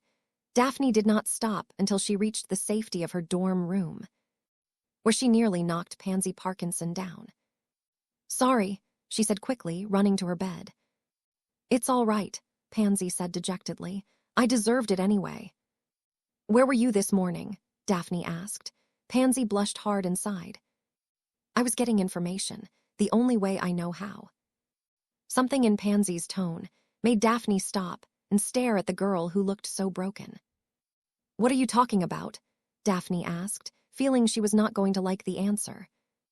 "Look, it isn't important," Pansy said, trying to avoid more questions. "Yes, it is," Daphne argued. "Pansy, you are better than Draco. You don't need to." "Fuck people?" Pansy asked, bitterness dripping in her voice. "Draco was my only shot at a better life. Daphne, now, all that's out there for me is a lot of lying on my back." "No, there isn't," Daphne said fiercely. "Not if you don't want that. You can do or be whatever." "Spare me the sermon, all right," Pansy shouted angrily. I just don't need it, and I don't want your sympathy either.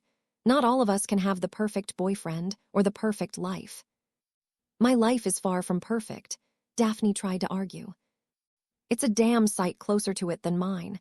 I'll talk to you later," Pansy said, ending the discussion. Daphne felt irritated and worried for Pansy. They had never been friends, but she hated that Pansy was choosing such an existence simply because Draco had dumped her and was a complete toe rag. "Did you open it yet?" Tracy asked as she came in, panting and gasping after having chased her friend down to the dungeons. "No," Daphne said, still thinking of Pansy. "Well, let's see it." Daphne turned to the white box that was exciting her and scaring her. She knew exactly what was in it.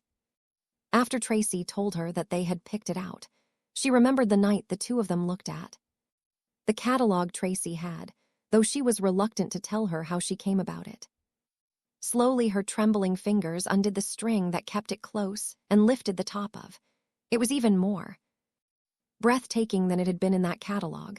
It was a soft pink, and the material felt as soft and gentle as water. Slowly, Daphne lifted it out but the thin spaghetti straps and held it up. "Oh wow," Tracy smiled, taking it in. "It's so beautiful," Daphne whispered. "Sexy," Tracy corrected. "He's going to be eating out of your hand when he sees you in this. You definitely have to take it with you tonight." "Where are we going?" Daphne turned to ask Tracy, who just smiled. "You're not leaving the castle, but it will feel like it," Tracy grinned. "Try it on, and don't forget those," Tracy said, pointing to the other article in the box. Daphne grinned and snatched it up before rushing into the bathroom to change. It wasn't that she was shy or anything like that. She wanted to get a reaction from her best friend. She stripped down too. Nothing, not caring where her clothes landed. She then turned to her birthday presents and slowly and carefully slid on the soft pink knickers.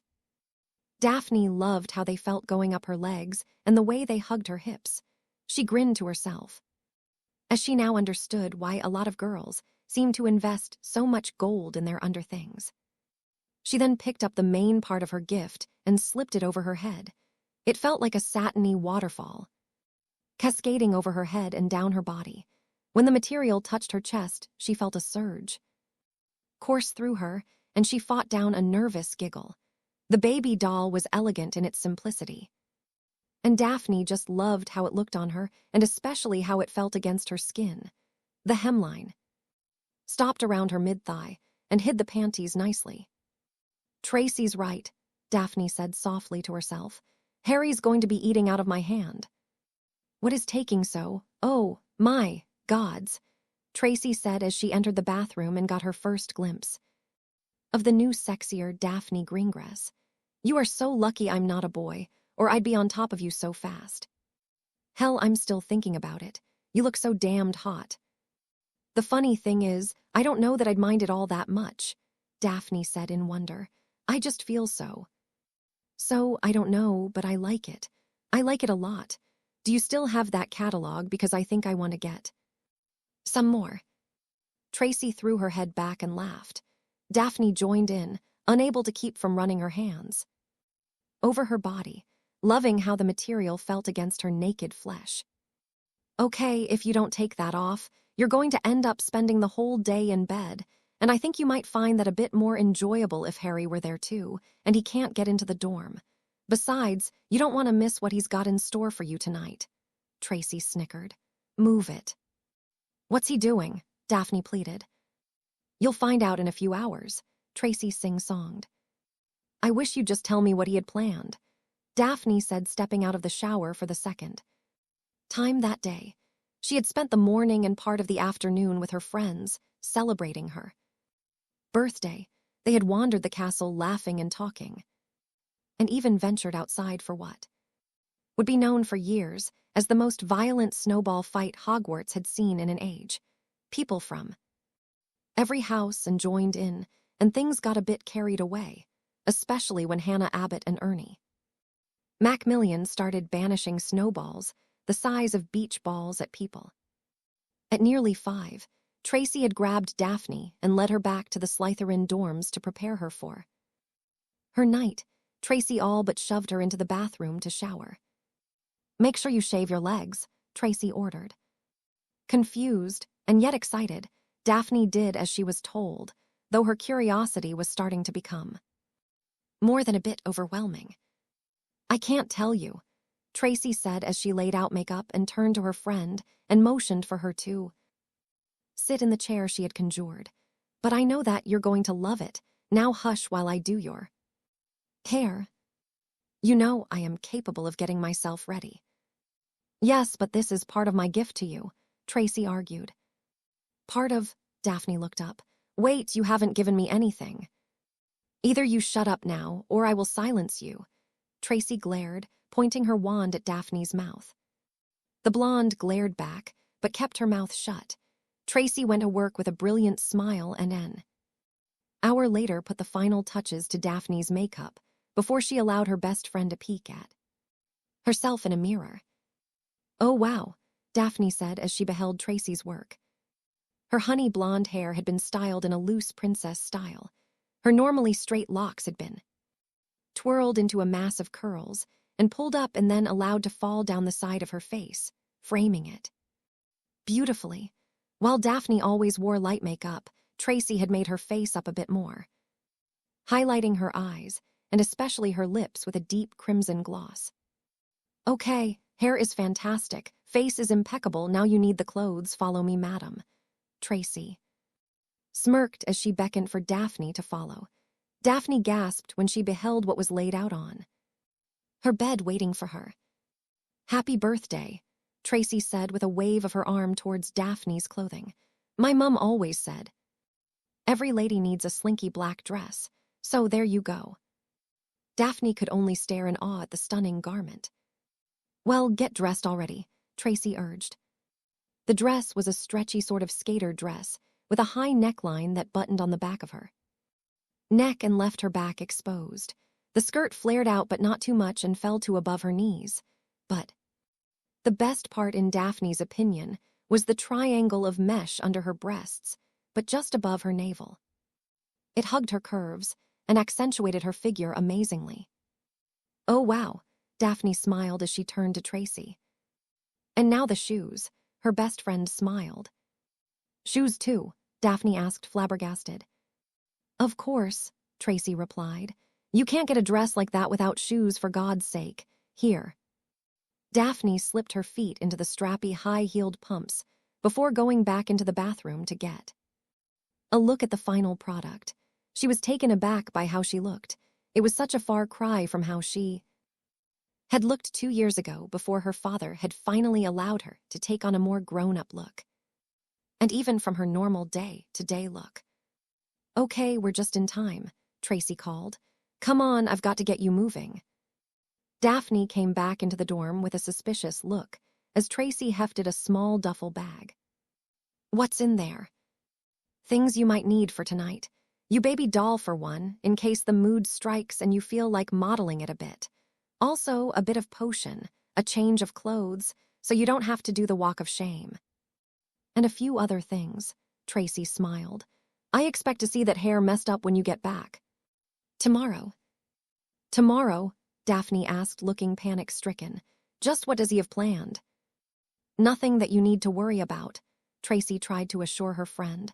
"This is just in case, all right." "Now come on."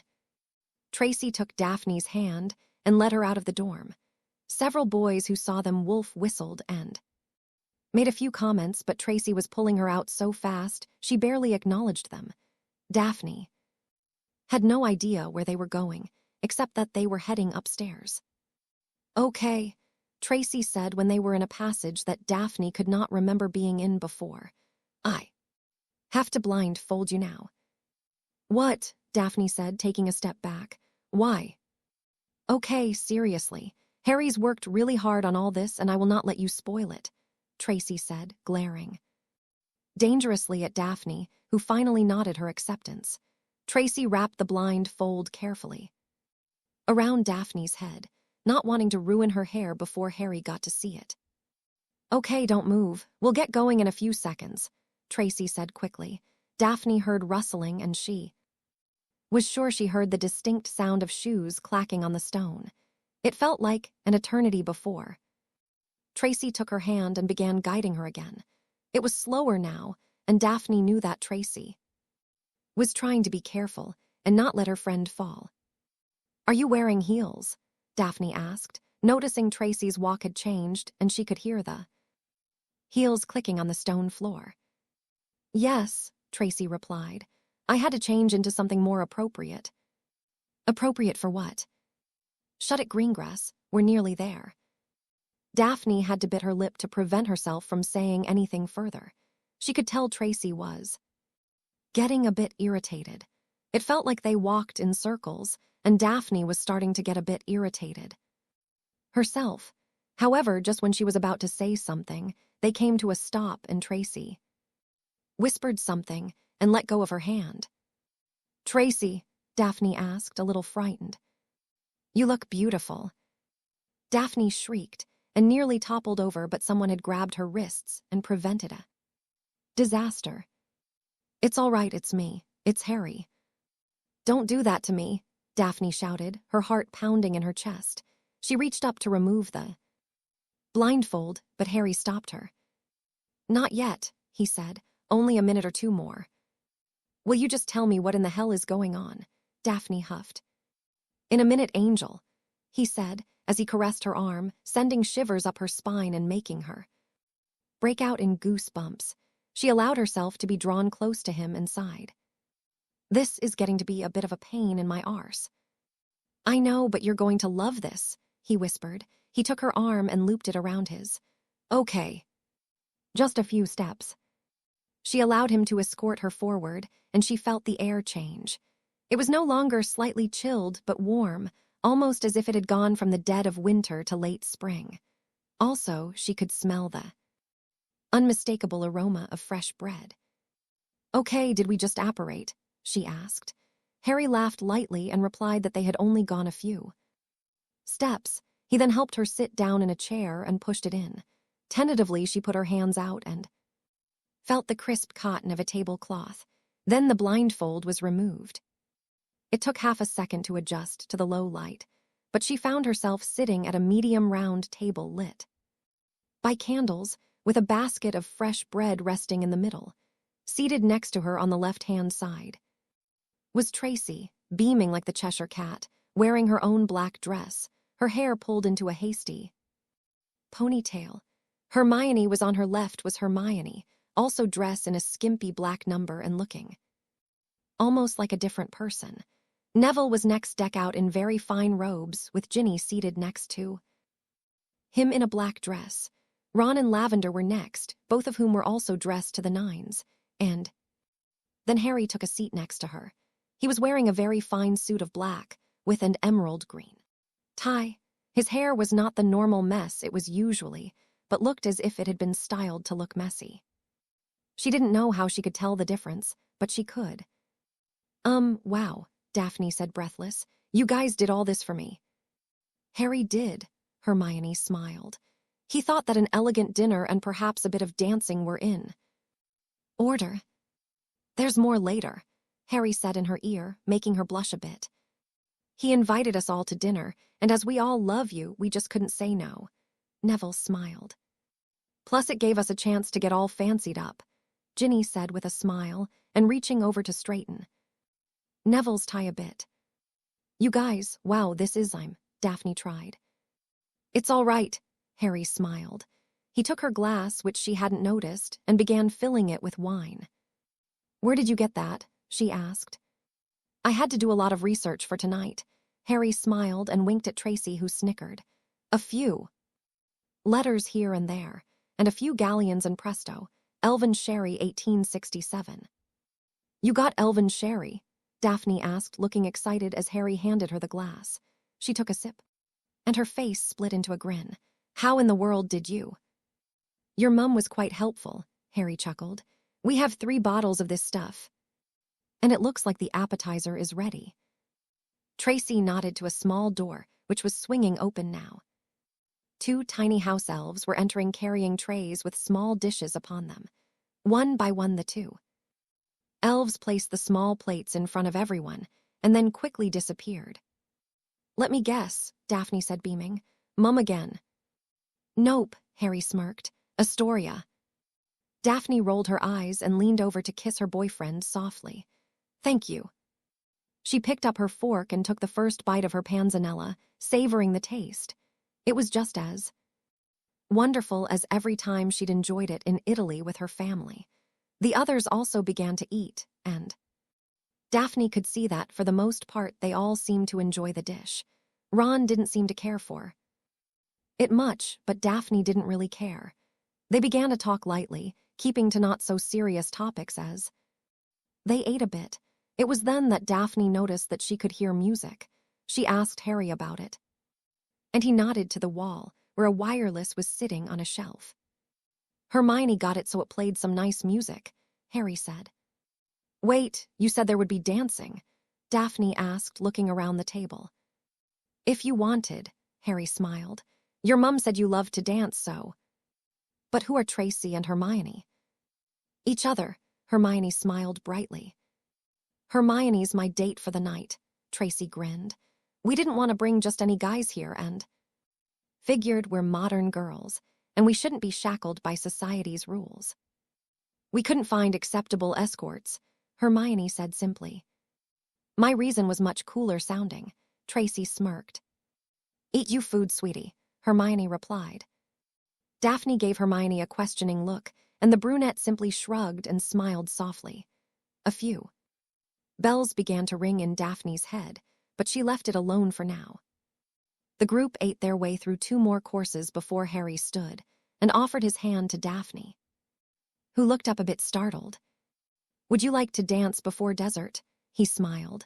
Daphne was up lightning quick and walked with him to an area past the table that wasn't as well lit as the table where he embraced her, and they began to dance slowly to the gentle strains from the wireless. Neville and Ginny followed. Then Hermione and Tracy, who were both giggling like crazy, and finally, with a lot of coaxing, Ron and Lavender. This has been such an amazing, it's like from a dream, Daphne said softly to Harry during the second song. Thank you. Well, you were being a real pain about telling me what you wanted for your birthday. Tracy gave me the idea and helped me put all this together. I wanted to make it as special as I possibly could. What else do you have planned? She asked with a sweet smile. Harry kissed her ever so lovingly. Not so much planned as prepared for. You have a few options once we say good night to your guests. Good night, Daphne asked. After dessert, Harry nodded. So it'll be just you and me, Daphne asked, quirking an eyebrow. After dessert, Harry replied. Can we have dessert now? Daphne asked, her eyes sparkling with anticipation. Harry laughed. Daphne heard a bit more giggling from Hermione and Tracy, and she turned to see Tracy dipping.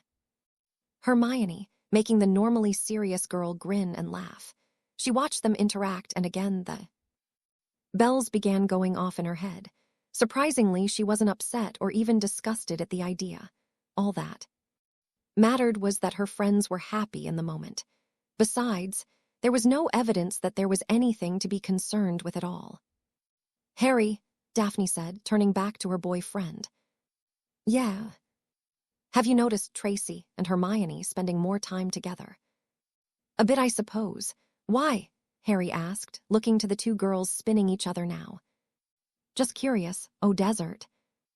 Dessert had appeared on the table, and Daphne led her boyfriend back to their seats to find a nice-sized piece of tiramisu waiting for her.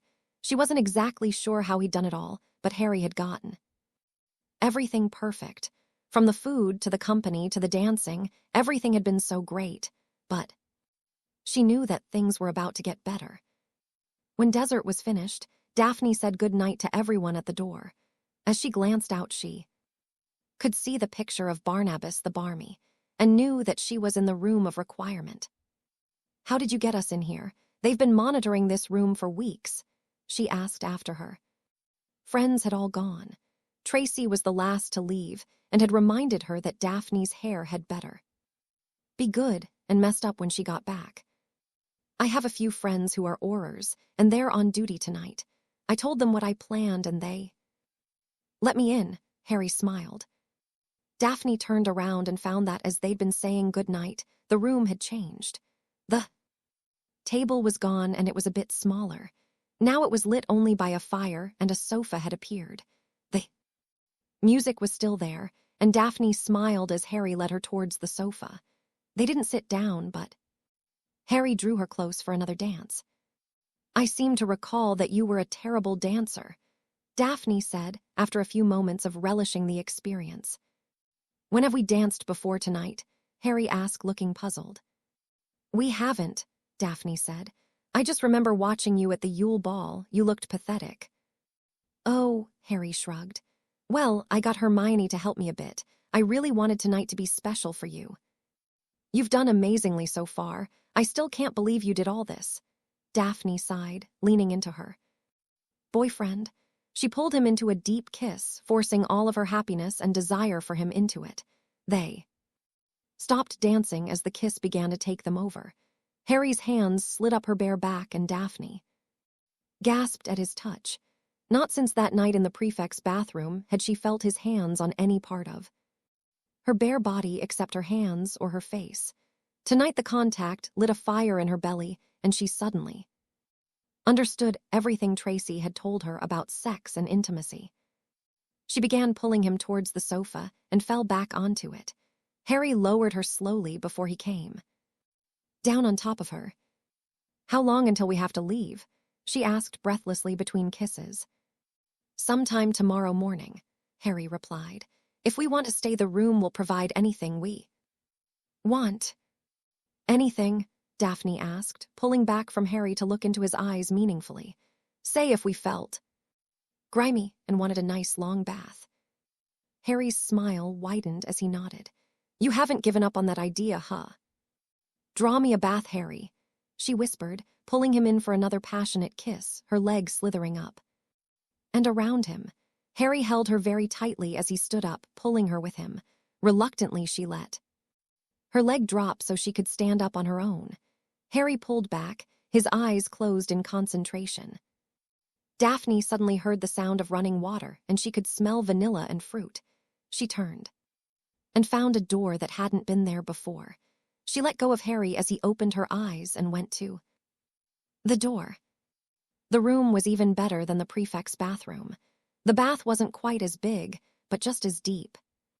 And it was filling with steaming water and thick foam. She could see 2 screens where they could undress. Daphne turned back to Harry and squealed in nervous anticipation. She kissed him hard and ran for one of the screens. As she reached down to undo her shoes, her heart was thundering in her chest. She could not believe that she was actually about to get naked with Harry and let him touch her. She was certain that things wouldn't get out of hand, as Harry was too much of a gentleman. But this was a huge step, and she was feeling a bit faint at the thought of his hands on the more private areas of her body. She took her time taking off her dress and knickers. Her dress hadn't allowed for a bra, and she waited until she heard him get in the bath. "Don't peek," she called, looking around the screen at him. He turned around and with a deep breath. To steady herself, Daphne stepped around, her arms held against her breasts to hide them. Slowly she lowered herself into the perfect water, and when she was sure the foam was hiding her, she began to relax a bit. "Okay," she said tentatively, and Harry turned around and smiled lovingly at her, seeing him look at her. In that way, alleviated a bit of her anxiety, and they began to edge closer to each other. Their hands touched first, and Harry began to slowly draw her towards him. Daphne could see his nervousness reflected in his eyes, and it comforted her somehow. Very slowly, she allowed herself to be drawn into his arms. The thrill she felt when her bare chest collided with his muscular chest sent shockwaves through her, and her nipples immediately stood out and poked him hard. She felt embarrassed by this, but thrilled at the same time. Then she felt his own arousal come between them. They said nothing, but stared at each other, both of their faces reddening. Daphne finally decided that if perhaps they were doing something, they might not be so focused on what was becoming rather mortifying. So she reached up, locked her arms behind his head, and kissed him deeply.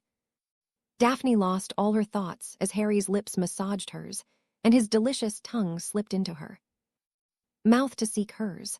Slowly, she allowed her arms to relax, and she began to explore his body. She'd felt him through his clothes on occasion, but this was the first time she'd be really touching him. Keeping her eyes closed as they continued to kiss, Daphne let her hands move to his chest. She could feel his muscles. They weren't super pronounced, but just defined. He felt so nice. A naughty idea popped into her head, and she figured, why the hell not? Her hands then began to move down and around until they moved over his bum. Harry gave a soft snigger when she gripped each of his cheeks and gave a soft squeeze. He sniggered again, and it made her laugh. They pulled apart a bit, and Harry looked into her blue eyes with a smile. "Enjoying yourself?" he asked. "Just checking out the goods," she replied playfully. It was then that she realized that his hands had not moved from her waist. "You know, you can touch me, it's okay." "I know, I'm just building up to it," he said, looking anxious. Daphne understood as she was feeling the same.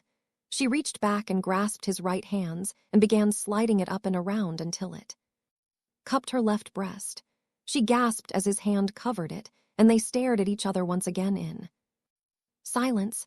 It wasn't embarrassed as it had been. Daphne wasn't sure when the mood had changed, but this was intoxicating.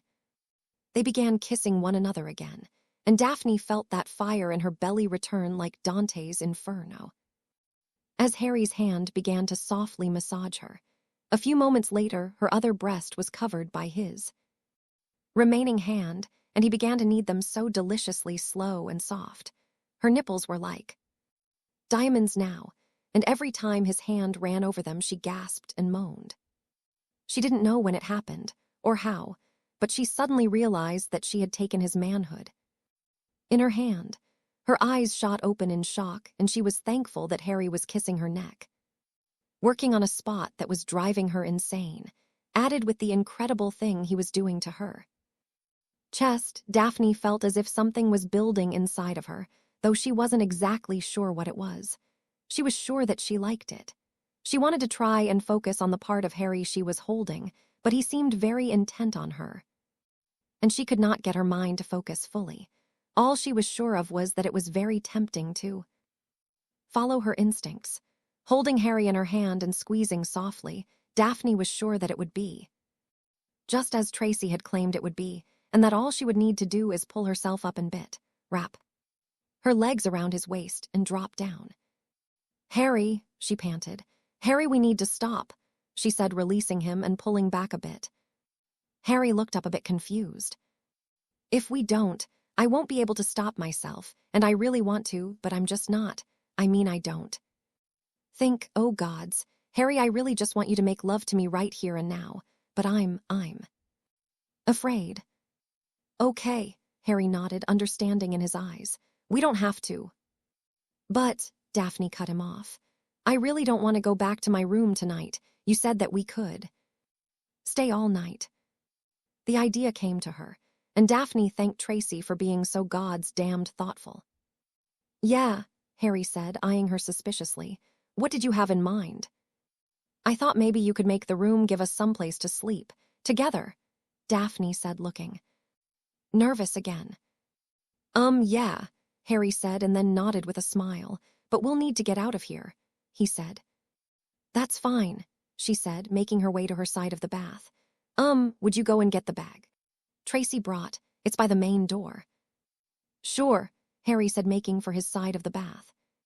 "Turn around," she said, and Harry complied.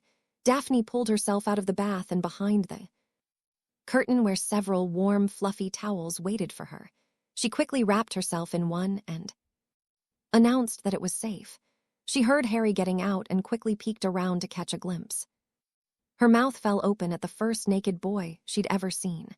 She and Tracy had once found a book with some lurid pictures in it, but this was so much better in her opinion, especially since she knew she had just recently been touching that one part of him that made her mouth water a bit. She ducked back behind her screen and waited for Harry to return. A few moments later his hand came around the screen, her bag held there. "Thank you, give me a moment." Opening the bag, she quickly pulled out the 2 articles she knew were resting there and slipped them on before placing her dress and shoes inside it. Taking a very deep breath to steady herself, Daphne came around the screen to find Harry waiting, wearing only his pants. She had to smile when she saw the look on his face. "I take it you approve," she said, trying to sound more confident than she felt. Harry's only reply was a slow nod. She felt her nipples harden again and refrained from looking down at them. This was by far the most aroused she had ever felt, but she knew that she didn't feel ready to go further than they already had. But that didn't mean she couldn't tease him a bit more, and herself, it seemed. They stared at each other for a few moments. She was really enjoying the attention she was getting from her boyfriend, but the room was starting to get a bit chilly, and the thought of being held by Harry under soft blankets was proving to be far too enticing. "Harry?" He shook his head, seeming to get his mind back into gear. "Right." Harry smirked and took her hand to lead her out of the bathing area. They were back in the first room with the fire and the sofa, and Harry shut his eyes once again. Daphne thought that he must be picturing the perfect bedroom. She wasn't wrong, as when he opened his eyes, he led her back to where the bath had been. The bath was gone, replaced by a very large, comfortable 4-poster bed. She smiled as she took the lead and headed for their bed. "You can take those off," she said, nodding to his pants, "but tuck me in first." Harry laughed and pulled the covers back, and Daphne slipped underneath. Harry then removed his trousers and walked to his side of the bed clad in his boxers. He hopped into bed, and Daphne turned to her side as Harry's body conformed to hers, and his arms wrapped around her. "Thank you, Harry, for everything. Tonight has been so perfect," she said over her shoulder. Harry sat up enough to kiss his girlfriend deeply, her hand coming up to his face and softly caressing his cheek. "You're welcome, Angel," he said when they finally broke the kiss. As she looked into his eyes, she turned herself so that she was on her back, looking right into his emerald green eyes. "You have to beat him, Harry," she said very seriously. "You have to beat him, and you have to live. Because if you don't, I won't want to go on without you. I need you to live because I want you in my life. Harry, I love you." She felt tears stinging her eyes as she watched his face. She didn't know the details, but she knew that. Harry's life had been anything but easy. As she spoke those words and looked into his eyes, she knew. Somehow that this was the first time anyone had ever told him that they loved him. It changed him. She could see it on his face, and it altered her, having finally told him how she had felt ever since that night in the ministry, nearly a year before, when she realized that she did indeed love him. She would have died for him that night, and she felt even deeper for him now. "I love you too," Harry said shakily. She pulled him down to her for a final searing kiss before she snuggled into him and shut her eyes as he wrapped her protectively in his arms and rested his chin on the top of her head. This had been the absolute perfect birthday, and her hair was good and messy. Daphne awoke feeling more content and happy than she could ever remember feeling in her whole life. It took her just a moment to realize where she was, but smiled as she remembered what had taken place the previous night. She and Harry had finally taken the relationship further, physically speaking, but emotionally as well. Daphne would never forget the raw emotion on Harry's face when she had told him that she loved him. Like he'd been given the greatest gift ever thought of. It was like he just couldn't believe that someone could care for him that deeply, and it had affected her as well. He looked far more affected by her words than he had when her naked, supple body had been pressed to his, with her hand wrapped around his. She took in a deep breath, stretched a bit, and smiled as she thought about what he had felt like and the sounds he made while she squeezed him and kissed her throat the previous night, his hands on her breasts making her nipples so stiff, and the sensations she felt in her nether regions. It had taken just about every bit of self-control she had to not just lift herself up and allow him inside of her. Now that thought was there, and she knew it wasn't going to go away. She loved him, and she realized that it would likely not be very long before they came together in that way. Daphne looked down and found Harry's right arm draped over her, resting over her satin-covered belly. His body pressed to hers. She fought down a smile as she felt a certain special part of him pressed against her. She started to think that perhaps this morning would be the perfect time for them to go further, but she pushed that down almost immediately. She wanted him, but she knew it would be much too fast, and she didn't want to scare him away or ruin things between them by acting rashly. She wasn't quite ready yet, but soon. For now, being in bed with him like this was enough for her. Daphne reached up and began to softly caress Harry's arm, just enjoying the emotions she was feeling. Now, as she stroked his arm, she noticed two scars that made her grimace slightly. One was a round scar that looked as if something had punctured his forearm, and the other looked like a rough cut. The round one was a bit raised and was lighter than the rest of his skin. The long one had a light purple tint to it and was also slightly raised. She had been told that Harry had been involved in Voldemort's resurrection, but she had never really questioned what had happened. She hadn't wanted to make him relive painful memories.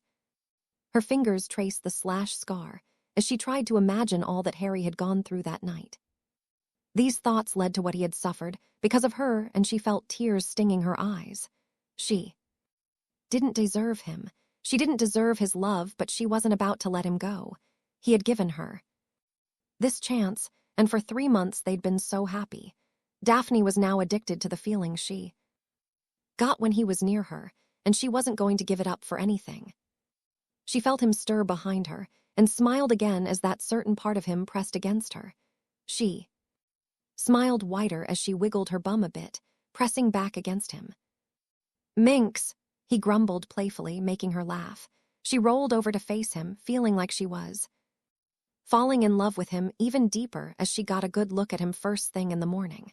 He gave a sleepy smile and pulled her much closer. "Good morning," she smiled, kissing him ever so softly. "You sleep all right?" he asked. She nodded quickly and reached up to press her hands to his chest. "You?" she asked. "When I got to sleep, yeah." "You had trouble falling asleep?" she asked, a bit concerned. "I think I was just a bit overwhelmed or something. A lot happened, and I guess I had to process it all. Harry smiled gently. Are we okay? She asked, a bit worried. Harry just smiled and kissed her. We are definitely okay, he said. We should probably get up, though. We probably don't have long. Before the shift change. Daphne nodded and sat up, looking down at herself to make sure she was covered. She had allowed Harry to feel her body last night, but she didn't know if she was ready to let him see her just yet. Harry was already getting dressed. Daphne asked Harry if there was a bathroom. He closed his eyes for a minute and then pointed to a door that hadn't been there a moment before. She grinned as she grabbed the bag Tracy had packed for her and trotted off. She made herself as presentable as possible, which was easy thanks to her best friend. She had fresh underwear, jeans, socks, trainers, and jumper all folded nicely in her bag, as well as a brush and a bit of makeup. She smiled as she thought about what she was going to get her best friend for Christmas as a way of saying thank you. When she was satisfied that she looked presentable, she returned to find Harry waiting for her dressed in jeans and a long-sleeved t-shirt. He was stuffing what looked like a shrunken rucksack into his pocket. He gave her a look that made her smile.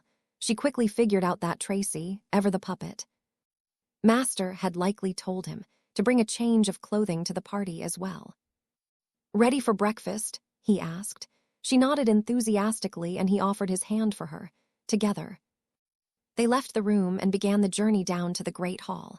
They barely spoke, but there was no awkwardness, just a new level of comfort between the young lovers. Daphne kept glancing at her boyfriend and smiling.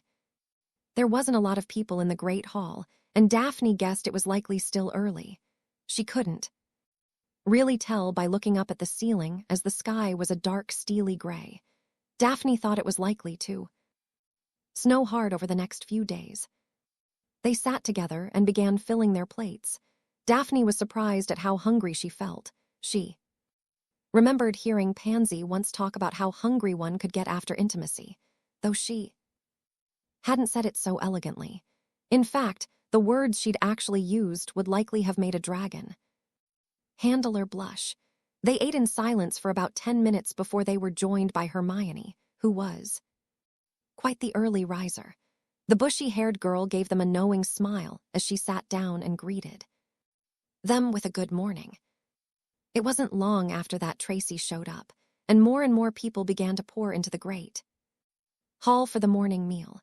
Tracy made a few barely veiled remarks about Daphne not sleeping in the dorm, to which Daphne replied she had found a more comfortable place to sleep, and that as an adult.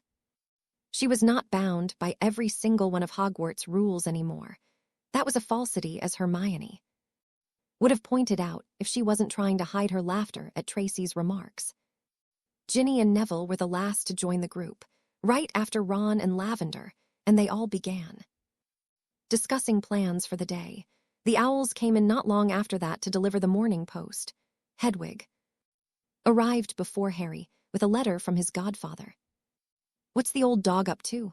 Ron asked as Harry read his letter. "He wants to make sure I'm coming home for Christmas, and he wants me to invite you all over for New Year's. Sounds like he wants to throw a party," Harry replied, still reading the letter, his brow furrowing. "Everything all right?" Daphne asked, noticing the troubled look. "Yeah," Harry said, folding the letter up and stuffing it into her pocket. Daphne knew he was lying, but felt it was better not to push at the moment. "Well, count me in," Neville said from across the table. "A New Year's Eve party would be brilliant. I'm sure Mum would let us come as well," Ginny said, indicating herself, and Ron, whose mouth was so full of pancakes Harry was curious how he was managing to breathe, much less chew. "I'll be there too."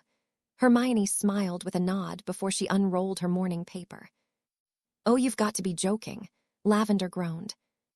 "You don't have to come if you don't want to," Harry remarked. Lavender looked up confused as all of her friends were staring at her. "What?" she asked, and then shook her head as she finally caught up. "Oh no, I'd love to come. It's not. You two had better read this." Lavender handed over her copy of Witch Weekly. which was opened, showing a picture of Harry he was. Sure must have been taken at the Yule Ball 2 years ago. Daphne gasped when she read the headline, and her hands balled into tight fists, which she slammed on the table. Harry Potter loves slave. Harry Potter is arguably one of the most desired and eligible young men in all of Europe, with his smoldering green eyes and his shy and humble demeanor, not to mention the facts that he is one of the richest 16-year-olds on top of being the Triwizard champion and the boy who lived. Is it any wonder why girls from ages 5 to 50 want a shot at romancing this delectable piece of manliness? But what lengths would someone go to in order to have Harry Potter as their own?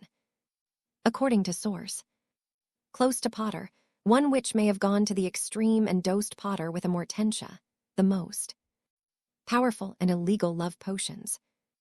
Daphne Greengrass, 16, of Hogwarts School has been on the arm of Harry Potter since the school year began. Now, while this may seem on the surface as a wonderful thing for Harry, who has been most unlucky in love, many people are concerned as there is a dark history for the couple. Most know of the kidnapping of Harry by he who must not be named last year. What many do not know is that Daphne Greengrass allegedly was the one to lure Potter into the hands of his enemy. Rumors circulated that Potter and Greengrass were involved before the kidnapping, and the vanishing of Greengrass only worked to solidify these rumors. The couple turned up at the Ministry of Magic 2 weeks after their disappearance, and Greengrass avoided Azkaban by claiming she had been forced into luring Potter to his near death. Albus Dumbledore, headmaster of Hogwarts, claimed that evidence supported Greengrass' story, though no one else was implicated. After the incident, Harry was not seen near Greengrass at all, and sources tell us that Potter refused to speak to his former girlfriend. He hated her, one source says. He was heartbroken and inconsolable. Another source claims that Potter was beginning to talk to Cho Chang, a girl 1 year his senior who many believe was a better match for Harry. Chang herself claims to only trying to be a friend to the Harry. But at the start of the school year, Daphne Greengrass was back at Harry's side once again and looked to be much closer to the boy now. Those closest to Harry believe that he has been bewitched, and Harry refuses to listen to his friends. Some have even claimed to witness Greengrass plying Harry with food or drink they believe to be infused with love potions. She's very bright and her family is well connected, one source tells us. She could easily get her hands on a Mortentia if she wanted, and her family is probably reading themselves to get their hands on the Potter fortune. She doesn't care about him at all, another source claims. She handed him to you-know-who once. She'll do it again, and she won't screw it up this time. Teachers and Greengrass parents have all been contacted about the concerns over Harry's well-being, but none have responded. It leads us at Witch Weekly to wonder if anyone truly cares for the black-haired, green-eyed dragon tamer. We can only hope that someone can reach Harry and slip him an antidote before it's too late. Dragon tamer, Harry chuckled. Well, come on, Tracy snickered. They used nearly every other way to describe you as hot. Neville snorted pumpkin juice at the double entendre, and Tracy laughed as he snorted and coughed up his morning drink. Who the hell are their sources? Hermione asked, confused. I haven't given any interviews. If I had, the article would have been very different. Tracy smirked next to Hermione and gave her a wink. I know exactly who their sources are, Daphne said with a snarl. She scanned the Ravenclaw table for any sign of the flowing black hair or the superior smile. She practically leapt from her seat when she spotted Cho Chang and 2 of her friends leaving the Great Hall. Oh shit! Tracy grimaced as she got to her feet and started after her friend. The others remained in their seats for a moment, wondering what was happening. Harry was the first to his feet, with the other lions following quickly behind. None of them noticed as every other person in the Great Hall watched them go. Harry heard someone shout at Daphne, though he couldn't make out what they actually said. He didn't even bother looking to see who had spoken. "Chang!" Daphne shouted as she crossed into the entrance hall. Cho turned around with a rather theatrical flick of her hair, looking very bored. Her two friends, Marietta Edgecombe and Stephanie Fawcett, also glared at Daphne, whose anger was making her shake. "How much did they pay you for your exclusive?" Daphne snapped, throwing the copy of Witch Weekly. She'd been gripping in her hands at Cho, who took a step back to avoid the magazine. Marietta chuckled, and Stephanie flicked her blonde hair, giving Daphne a rather disgusted look. "Nothing," Cho said flatly. "I told you I wasn't going to let you get away with it, Greengrass." "Come on, Daph," Tracy said, grabbing her friend by the shoulder. "She's just jealous and bitter." Daphne shrugged her off violently. "Get away with what you cow, making my boyfriend happy. You really need to let it go and move on, or you're going to wind up sad and alone surrounded by cats. But as you already smell like cat urine."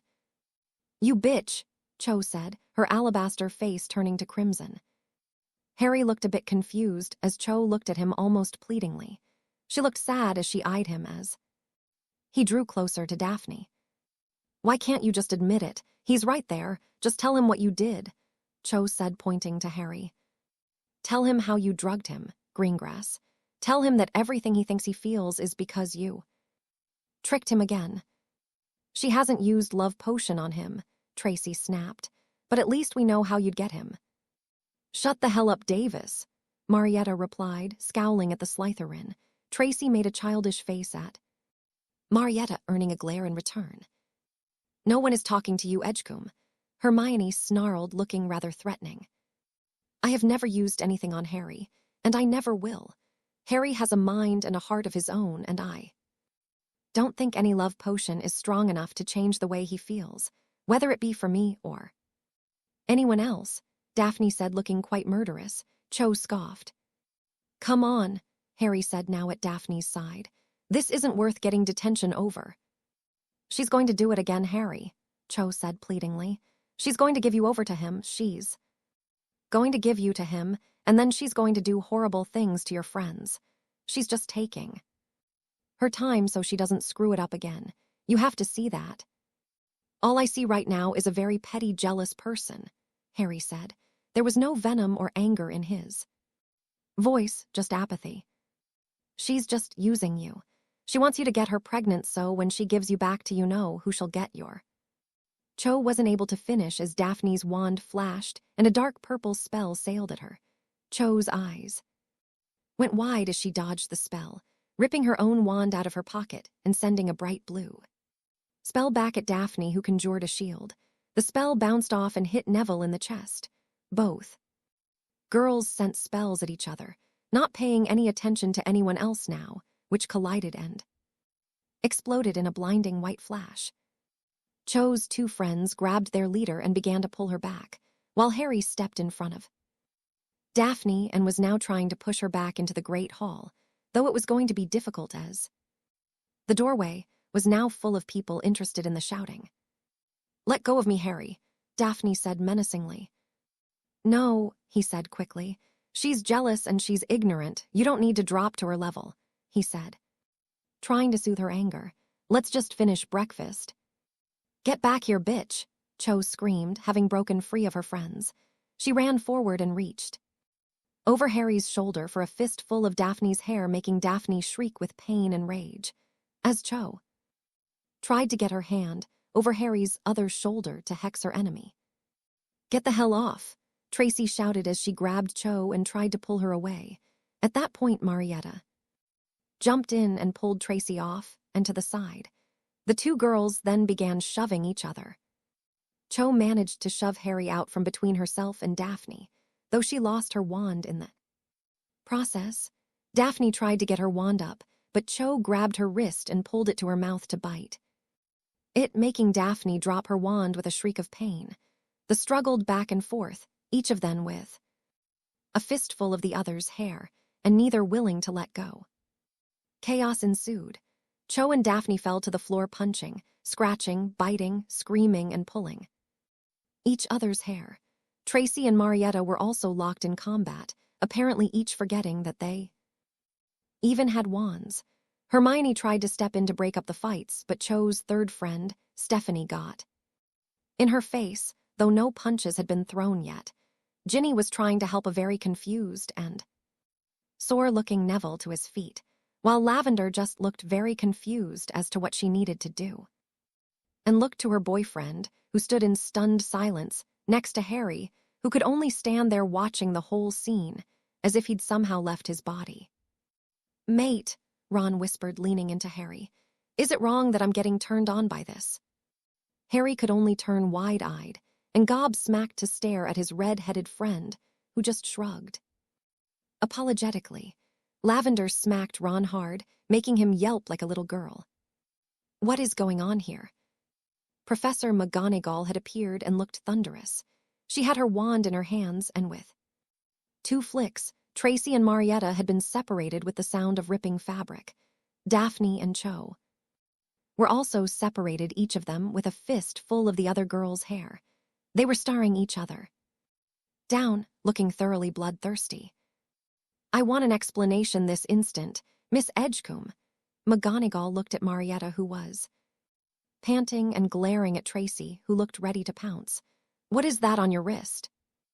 Marietta's eyes went wide as McGonagall's words sunk in, and she grasped her left wrist, trying to hide it from the head of Gryffindor House.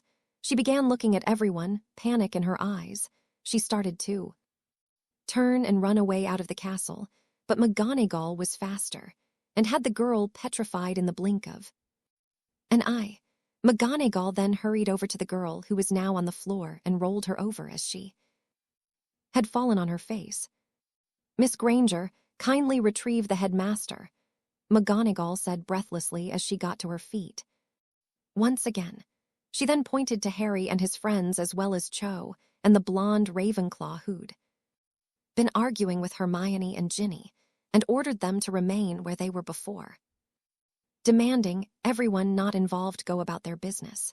As they waited for Professor Dumbledore to join them, McGonagall demanded to see both Cho's and her friends' 4 arms.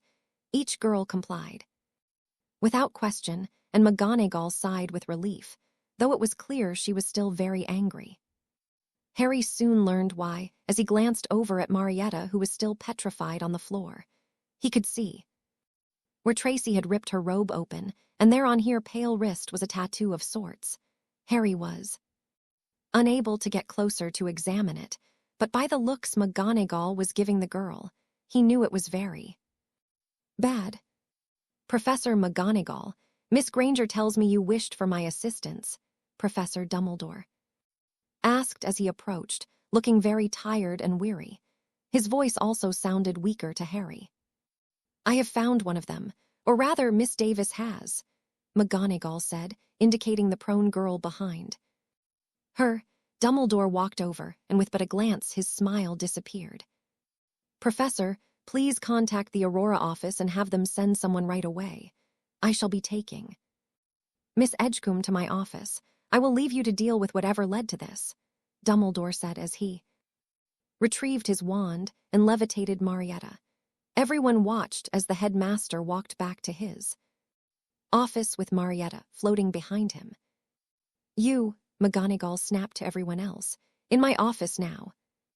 "So," Professor Snape said, sounding much older than he actually was. He looked to Dumbledore, whose attention was still on the smoldering ruin of what had only moments before been a priceless magical historical artifact. "We now have but 2 remaining," Snape said, looking to the man who had for so long been a symbol of strength and power within magical Britain, if not the world, now fading before his very eyes. Dumbledore nodded very slowly as he looked at the decimated locket and let out a long, slow breath. "Yes," he said at last, 4 have been destroyed, 2 remain, and thanks to your diligent work, we now know where the cup rests. Once we have that one, we only need the snake, and she will be dealt with at the final confrontation." "How do you expect to retrieve the last one?" Snape asked. "By appealing to the goblin's better nature," Dumbledore smiled weakly. "What of Narcissa?" Snape asked. "If the Dark Lord learns that she, however unwittingly, supplied the Information.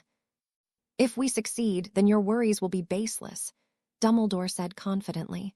However, perhaps you'd be willing to help her strengthen her occlumency shields. I must admit that I never guessed that.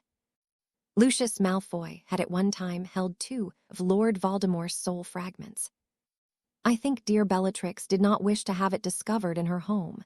She gave it to her sister for safe keeping.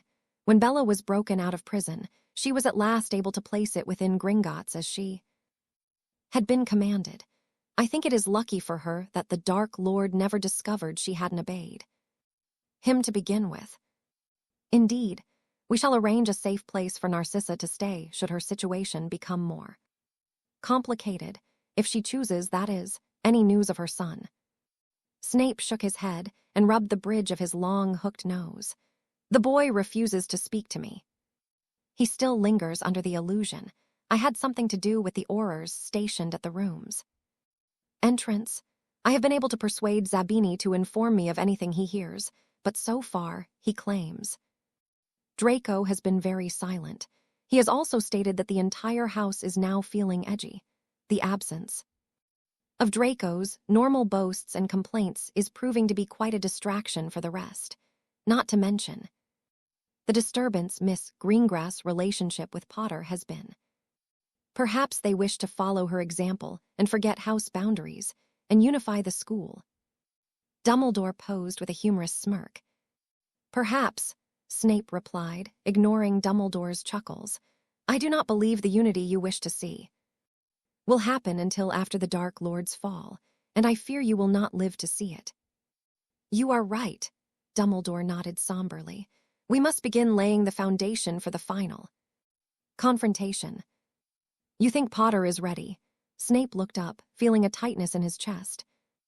I fear he will never truly be ready, but he is able. What I fear most is the loss of life that will ensue.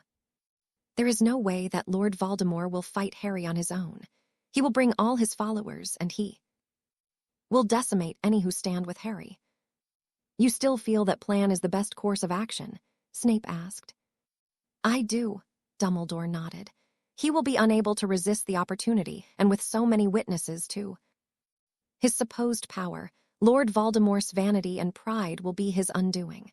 With his belief that Harry cannot be defeated by the killing curse will serve to help Harry. Certainly, you have noticed his growth in power. Snape nodded, though he didn't speak. His hatred for the boy who reminded him so much of his life long rival had actually waned. Perhaps it was the simple fact that, unlike his father, Harry had actually looked past simple house separation, and even after what had happened between them, taken Daphne Greengrass back into his circle of friends. A betrayal of that magnitude should have guaranteed Potter's hatred of anyone in Slytherin, especially the Greengrass girl, but Harry Potter had gotten over his ego and taken Greengrass into his confidences once again. Snape knew that Lily must be looking so smug at him right now. I know that I don't have to tell you what it will mean if Potter fails, Snape said flatly. No, Dumbledore shook his head. He then looked up at Snape and gave the faintest of smiles. Though I think that even you have to admit that should Lord Voldemort manage to be victorious over Harry, nothing on this earth will save him from the wrath of his closest friends, especially that of Miss Greengrass. Even you must have noticed the growing bond they share. Snape only nodded. We still have one last problem to be dealt with, Snape said as a way to change topics. Yes, Dumbledore nodded. The remaining young Death Eaters. It is most unfortunate that Miss Edgecombe could not reveal their identities. It would have been most helpful. It would have also helped to reduce her sentence in Azkaban. It is a shame what has happened to her mother as a result. It was unfair of the minister to fire the woman. I agree, Dumbledore smiled weakly. It is late, Severus, and I am very tired. Snape looked at his friend sadly, betraying himself. Very well, he said, climbing to his feet. When will you approach the goblins? I have already dispatched a letter, Dumbledore said, looking to his defense teacher. I anticipate a lot of difficulty, But eventually we will have the last Horcrux, and then we have only but to put our plan in place. Now, Severus, it is late and I am quite tired. We shall speak again tomorrow. Very well. Good night, headmaster, Snape said as he got to his feet. He bowed slightly to Dumbledore and left the old headmaster alone. Dumbledore watched Snape leave, and then let out another very long breath as he looked down at the broken locket of Salazar Slytherin. Sirius had located the locket easily. Apparently the house elf creature had hidden it in his nest. Sirius had brought it over that morning, confused about Dumbledore's insistence that it should be brought in person. Thankfully, Sirius didn't press the matter. Dumbledore was becoming tired quite easily, and he doubted he would be able to come up with any sort of excuse that would have placated Sirius. With only one Horcrux left before the serpent, Dumbledore could feel a growing sense of anticipation within him. Very soon, his fire would be extinguished, and he deeply hoped that he would live long enough to see the end of this war once and for all. Many regarded this as the Second War, but Dumbledore knew that the First War had never ended, but had an extended rest. But perhaps now it would indeed be ended at last, and Harry would at last be free to pursue his own path instead of being forced to free a world from an evil it was reluctant to deal with on its own. With a deep sigh, Dumbledore opened his drawer and pulled out a rolled parchment which he laid out and began to read for what felt like the millionth time. It was with a heavy heart that he finally placed his signature at the bottom of this particular document. The headmaster re-rolled the parchment when the ink was dry and replaced it in his desk to be sent to the goblins the next day. Now, with everything in order, Albus Percival Wulfric Brian Dumbledore at last accepted his fate and felt that he was now ready to accept his fate. Very, very soon he would move on to the next great adventure, hopefully in his own bed and at peace. Daphne looked at her reflection in the mirror as she put the final touches to her makeup. It had been a very difficult 3 weeks. She wasn't surprised that she had received detentions for fighting with Chang, despite the fact the bitch had it coming. She had already written her father, and Witch Weekly had printed a retraction, saying that their sources had proven unreliable. That hadn't stopped nearly everyone from gossiping about her relationship with Harry.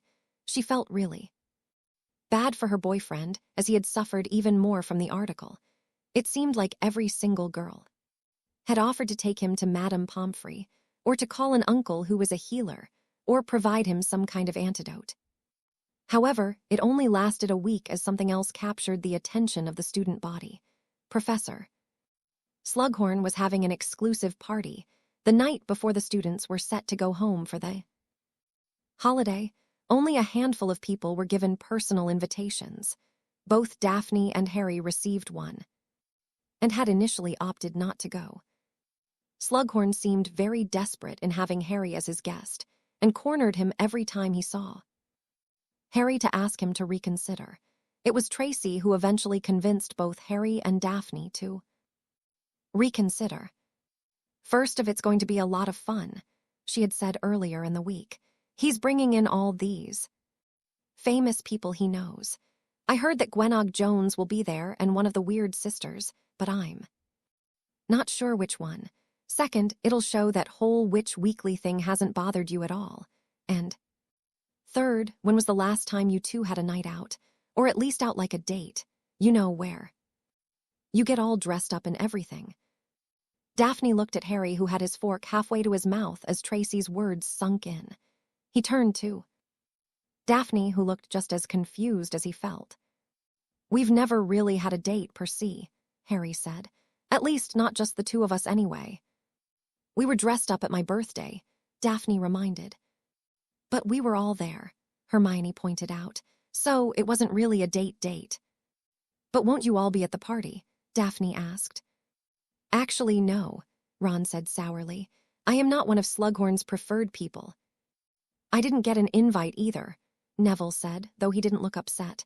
I don't think he was as impressed with me on the train. I heard he's shunned Belby as well. Harry turned to look at Hermione, who gave a nod. Yeah, I was invited. Who are you taking? Ron asked, looking very curious. Tracy, Hermione smirked. She promised to protect me from McLaggen. He's been getting very forward lately. Why don't you just tell him you're not interested? Neville asked. Some boys just won't get the hint no matter how you tell them, Ginny sighed. She has told him, but he thinks she's playing hard to get. We could hex him, Harry suggested. That's all right, we have a plan. Tracy smirked as she looked at Hermione, who snorted lightly. Daphne eyed them suspiciously, reminding herself that she really need to talk to Tracy soon. Come on, you two deserve a night of fun, Tracy said quickly. And if you don't say yes, I'm just going to keep bugging you until you change your minds. So damn it, just say you're going to come. Daphne sighed and dropped her head in defeat.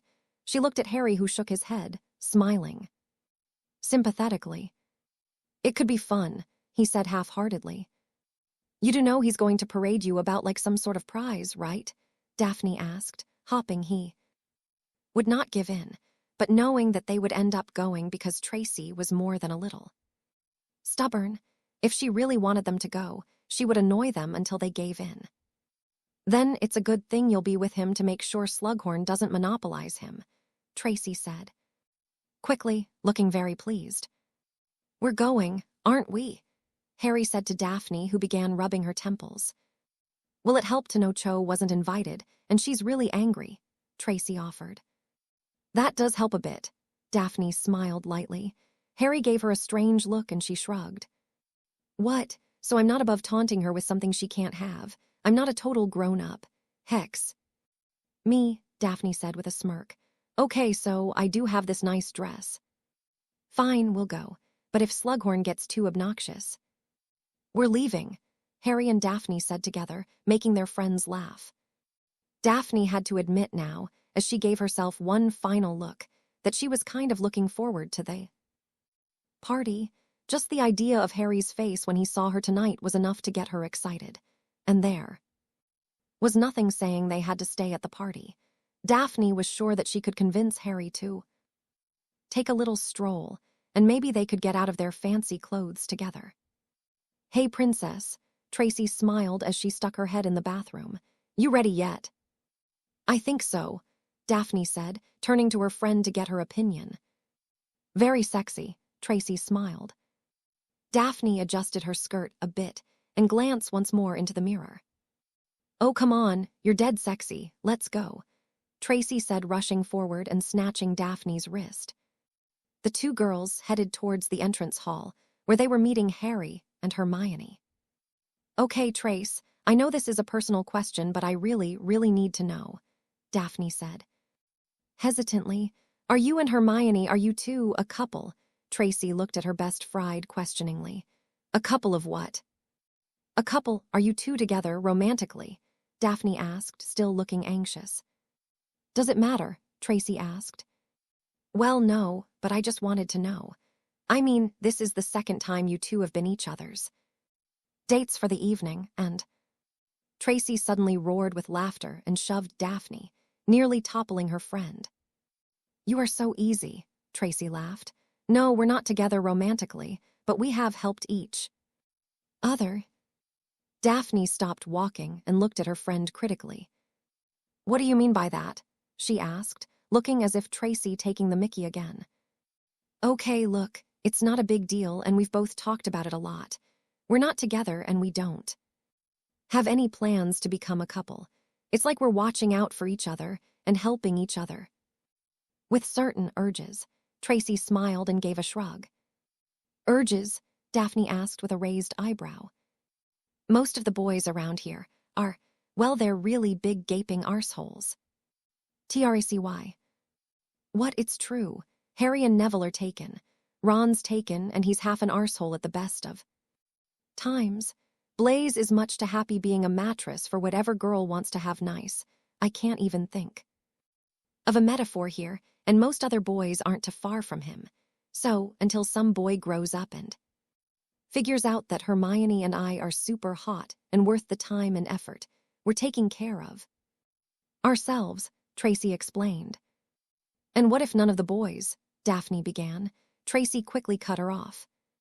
There's a whole wide world of men out there, Daph. We're not limited to the boys here at Hogwarts. Tracy began walking, and Daphne had to jog a bit to catch up, her high heels echoing through the hallway. Okay, Daphne said. I think I get it. Are you freaked out? Tracy asked, a little anxious. No, Daphne replied quickly. I just want you to be happy. I don't care who you end up with, guy or girl. I just noticed how much time you two have been spending together, and how close you have gotten, but you hadn't said anything about it. I thought you might have been worried what I thought or something. No, Tracy shook her head. We're just friends, I swear, but if it changed, you'd be the third to know. Tracy smiled. Third, Daphne quirked an eyebrow. Third, Tracy nodded. First me, then Hermione, then you. Daphne nodded. Got it. They emerged into the entrance hall to find their dates were waiting. Daphne gave Harry a charming smile, and even twirled a bit to show off her outfit. Harry just stared, looking like a fish out of the water, until she approached him and kissed him. Thank you, Harry. You look wow, Harry finally managed to utter. Daphne laughed lightly and took his hand in hers. Okay, who's ready to party? Tracy asked. You're not going to get crazy, are you? Hermione asked, though she was smiling. Probably, Tracy said with a grin. Come on, let's get this over with, Harry said, beginning to lead the group towards Slughorn's office. The walk was quiet, as most people were either finishing their packing in preparation to go home for the holiday or already at the party. Daphne watched Harry's face as they drew closer, and she could see the tension setting in. Slughorn had been quite a thorn in Harry's side. The man seemed hell-bent in making Harry a part of his so-called slug club. Harry knew the man just wanted to ride Harry's coat tails, knowing as she did that with a bit of coaching, Harry could one day become Minister for Magic. Daphne knew that was the very last thing he wanted.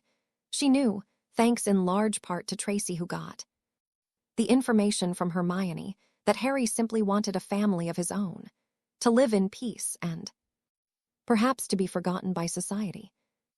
Daphne didn't want to disappoint him, but she knew that that was never going to happen. But she would be at his side so long as he wanted her there, and she would provide support and love to him every step of the way. It's not too late to beg this off, you know, Harry said softly. Potter, Tracy said from just behind them. I swear if you try and get out of this, I'm going to shove my wand up your... He's not going to back out. Daphne scowled at her friend over her shoulder. So you can keep your wand to yourself. Harry glanced over her shoulder as Tracy stuck out her tongue. Behave, Hermione said to them all. A moment later they had arrived, and Slughorn wearing a dark emerald smoking jacket and a festive-looking fez perched jauntily on his bald head, appeared to have materialized at Harry's side in the blink of an eye, and without so much as a hello to the three girls, began dragging Harry off with a beefy arm around his shoulders. I'd better go and try and save him, Daphne sighed. No, Tracy said, grabbing her friend's arm. Wait a few minutes and then go ask him for a dance. Slughorn, Daphne looked confused. Harry, you idiot, Tracy rolled her eyes. Slughorn won't dare let Harry refuse a girl a dance, then. Anytime Slughorn comes near, just ask Harry for something else. Food, drink, anything so you monopolize his time. That's good. Hey, I'm a Slytherin, Tracy smirked. Tracy's plan worked amazingly. Daphne waited 5 minutes, watching Harry being glad-handed by every notable witch or wizard who'd been invited. He looked absolutely miserable with Slughorn parading him about and making introductions. Slughorn kept him so tight against him that Harry couldn't even turn to try and find her. Taking a deep breath, Daphne straightened her dress a bit, and with a wink at Tracy went her rescue. Her boyfriend. Excuse me, she said, tapping Slughorn's shoulder. Ah, Miss Greengrass, so good of you to come, though I wonder why you didn't arrive with Mr. Potter. Word has it you are quite the couple. I did, actually, Daphne said with a very polite little smirk as she looked at Harry, who appeared as if he wanted to sink into the floor. You swept him away so quickly, I think you might have overlooked me. Horace, Gwenog Jones looked humorous. Is what this beautiful young woman's saying true? Did you overlook her? Well, that is IOH ho ho. Slughorn laughed, clearly feeling no pain if his breath was any indication. All is forgiven, Professor, Daphne said with a wave of her hand. But I am hoping that my sweet boyfriend would be so kind as to have a dance with me. I'd love to, Harry said quickly, slipping out of Slughorn's loosened grip and dragging Daphne away as quick as he could, making both Slughorn and Gwenog laugh, though likely for very different reasons. Oh, young love, there is no greater magic, Daphne heard Slughorn laugh. Oh, thank you, thank you, thank you, Harry whispered enthusiastically as her wrapped his arms around his waist. You're very welcome, my sweet, Daphne said with a wink, and I have a plan to protect you room. The big scary professor all night, so don't you worry. I think I didn't get you enough for Christmas now, Harry smiled. That reminds me, Daphne perked up. I forgot to ask you, my mum and dad want you to come over. For Christmas dinner, do you think you'd be able to come? I don't know, probably. I don't think there'd be a problem. Sirius hasn't said. He's invited too, Daphne said quickly. Dad wants to see him. Then I think it's likely we'll be there. Harry smiled, making Daphne's smile brighten a bit before she reached up to kiss him. Heads up, you two, Slughorn off the port bow, Tracy said as she and Hermione passed them on the way to the buffet. Are you hungry? Daphne asked innocently, taking Harry to the buffet as well. The rest of the evening went in pretty much the same way. Whenever Slughorn made to approach the couple, Daphne would guide Harry away to talk with other people on the other side of the room, get more punch, or her favored a nice, close, slow dance. It was working fantastically until Filch showed up, Frog marching a very angry-looking Draco Malfoy by the ear. He says he's got an invitation, Professor, Filch growled. All right, so I was crashing, Draco said, angrily shoving Filch off of him. And don't ever touch me again. Daphne turned to look quizzically at Draco, whom she'd barely seen in the last month. What's he doing here? Harry asked. I've no idea, but I don't think he was intending to crash the party, Daphne said, eyeing her housemate. I don't either, Harry said.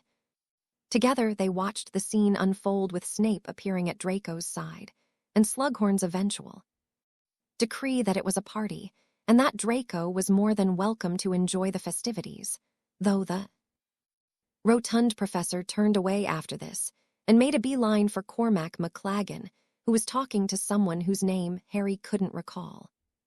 Snape grabbed Draco by the collar and began to lead him away. Harry grabbed Daphne's hand and began tugging something out of his robes. As soon as they were outside of the party, Harry draped his invisibility cloak over the two of them and held Daphne close to him as they began following Snape and Draco. Daphne tried twice to ask Harry why they were following Draco and the professor, but he just shushed her. Daphne expected Snape to take Draco back to the dungeons and was surprised when they turned into an empty classroom and shut the door. What is going on? Daphne asked. If you're quiet, we may find out, Harry said, taking a long flesh piece of string out of his pocket. Daphne gave him a questioning look, and Harry smiled. Extendable ear, he said, placing one end to his ear and letting go of the other end. Daphne watched in amazement as it slithered under the door, and Harry smiled lightly as he bent down and held the string between them. Madness, Snape was saying. I can help you if you just trust me. We are on the same side and so far, your ideas have been less than stellar. I don't need anyone's help, Draco replied sourly. I admit that my first plan didn't go exactly perfect. No one could have predicted Dumbledore finding the room of hidden things. But it's all right because I don't need that room anymore, and I don't need you taking my glory. He gave me this task, and I will see it through. And you can get the hell out of my head. You won't get anything from me. I see, Snape said flatly. Your uncle has been teaching you. Not just a clumancy either. She's shown me a lot of things, and I know who I can trust now. And what does that mean? Snape asked, his anger rising. It means that you've been in Dumbledore's pocket for far too long, and I think your loyalties are questionable at best. You may have everyone else fooled, but I see it all now. You're Dumbledore's dog. And soon, he'll know it too, and then you'll be made to pay. Your aunt thinks she knows, but it is his will I've followed. Keep telling yourself that, Draco said, his voice low. If you try to interfere with me again, I will kill you. Harry pulled Daphne aside as the door opened as Draco stormed out, nearly colliding with the couple. Daphne started to say something, but Harry covered her mouth with his hand. A few moments later, Snape left the class and stormed away down the hall. What the hell was that all about? Daphne asked when Harry finally took his hand away and removed the cloak. It means we didn't stop Draco. Well then, we have no choice, Daphne scowled. We have to expose him as a Death Eater like we did with Edgecombe. Harry turned to look incredulously at his girlfriend. We're going to get Tracy to pick a fight with him. It's so very good to see you again, Harry. Abigail Greengrass smiled as she embraced her daughters. Boyfriend as he and his godfather, Sirius Black stepped out of the flue. Harry felt a bit embarrassed, but returned the embrace. It's nice to see you too. Harry smiled as he pulled away when Abigail allowed him to move. She looked him over, much the same way Mrs. Weasley would look at him, as if making sure he was healthy. Harry! Daphne shouted as she entered the sitting room where Harry and his godfather were being greeted by her parents. She quickly wrapped her arms around his neck and kissed him. It had only been a couple of days since they had said goodbye at King's Cross Station, but Daphne had felt like it had been a lifetime. I missed you, she whispered in his ear. It's only been a day or two. He chuckled, nuzzling her neck a bit and making her squirm in his arms. And it was too long, Daphne replied, finally pulling back. She looked over Harry's shoulder, realizing her parents and Sirius were looking at them, smiling knowingly. So, who's hungry? Daphne asked, feeling her face heat up. She grabbed Harry's hand and dragged him out of the sitting room as quickly as she could. The three adults remained where they were for a silent moment before they each began chuckling softly. It is such a relief to see them together, Anton said after he calmed himself. Abigail had to hide a smile at her husband's statement, remembering how opposed he was to his firstborn daughter having a boyfriend at all. And how are you, Sirius? Anton said, noticing the look his wife was giving him. Sirius just barked with laughter, having noticed the look on Mrs. Greengrass' face, and shook Anton's hand firmly. As relieved as you to see those two together again. I was incredibly relieved when Harry wrote to me and let me know they were trying again. Sirius chuckled. We were too, Abigail said, looping her arm through Sirius and leading him and her husband into the dining room where dinner would be served. Sirius had the wind knocked out of him as Astoria slammed into him. Astoria had become enchanted by Sirius at Harry's birthday party. She had written him a couple of times to get helpful pranking tips. A few Slytherin boys were now steering very clear of the youngest Greengrass, thanks to Sirius.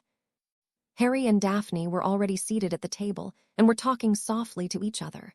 Sirius thought it was likely they were thanking each other for their Christmas gifts.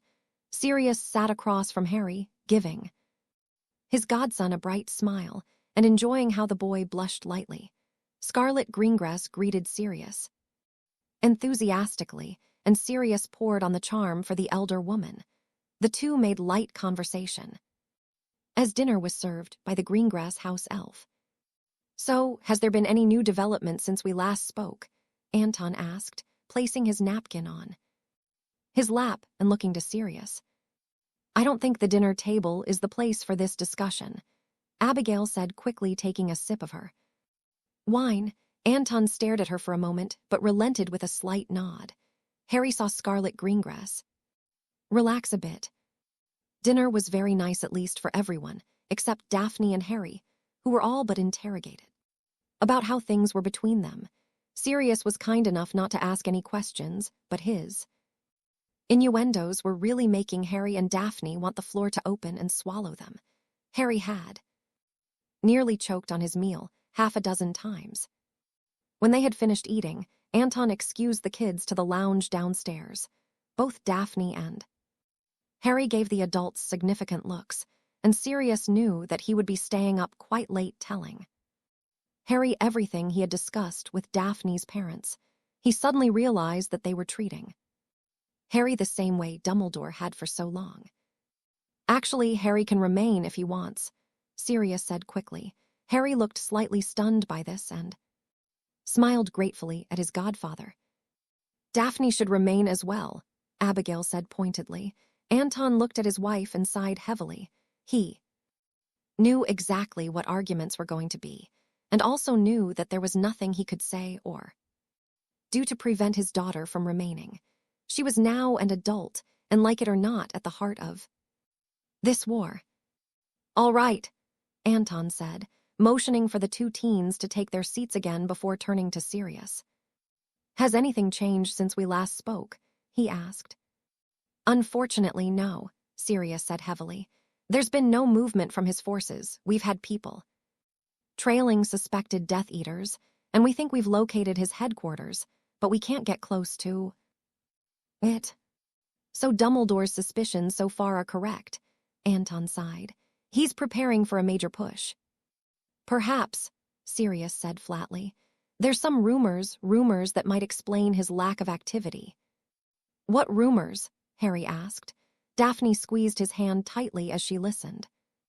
Harry, when you were held captive, how often did you see Voldemort? Sirius asked. Harry hissed a bit. Sirius had never asked him about his time in Voldemort's possession. Harry had suppressed the memories as deep as he could, not wishing to relive what he had endured while locked in that dark room, the despair he'd felt.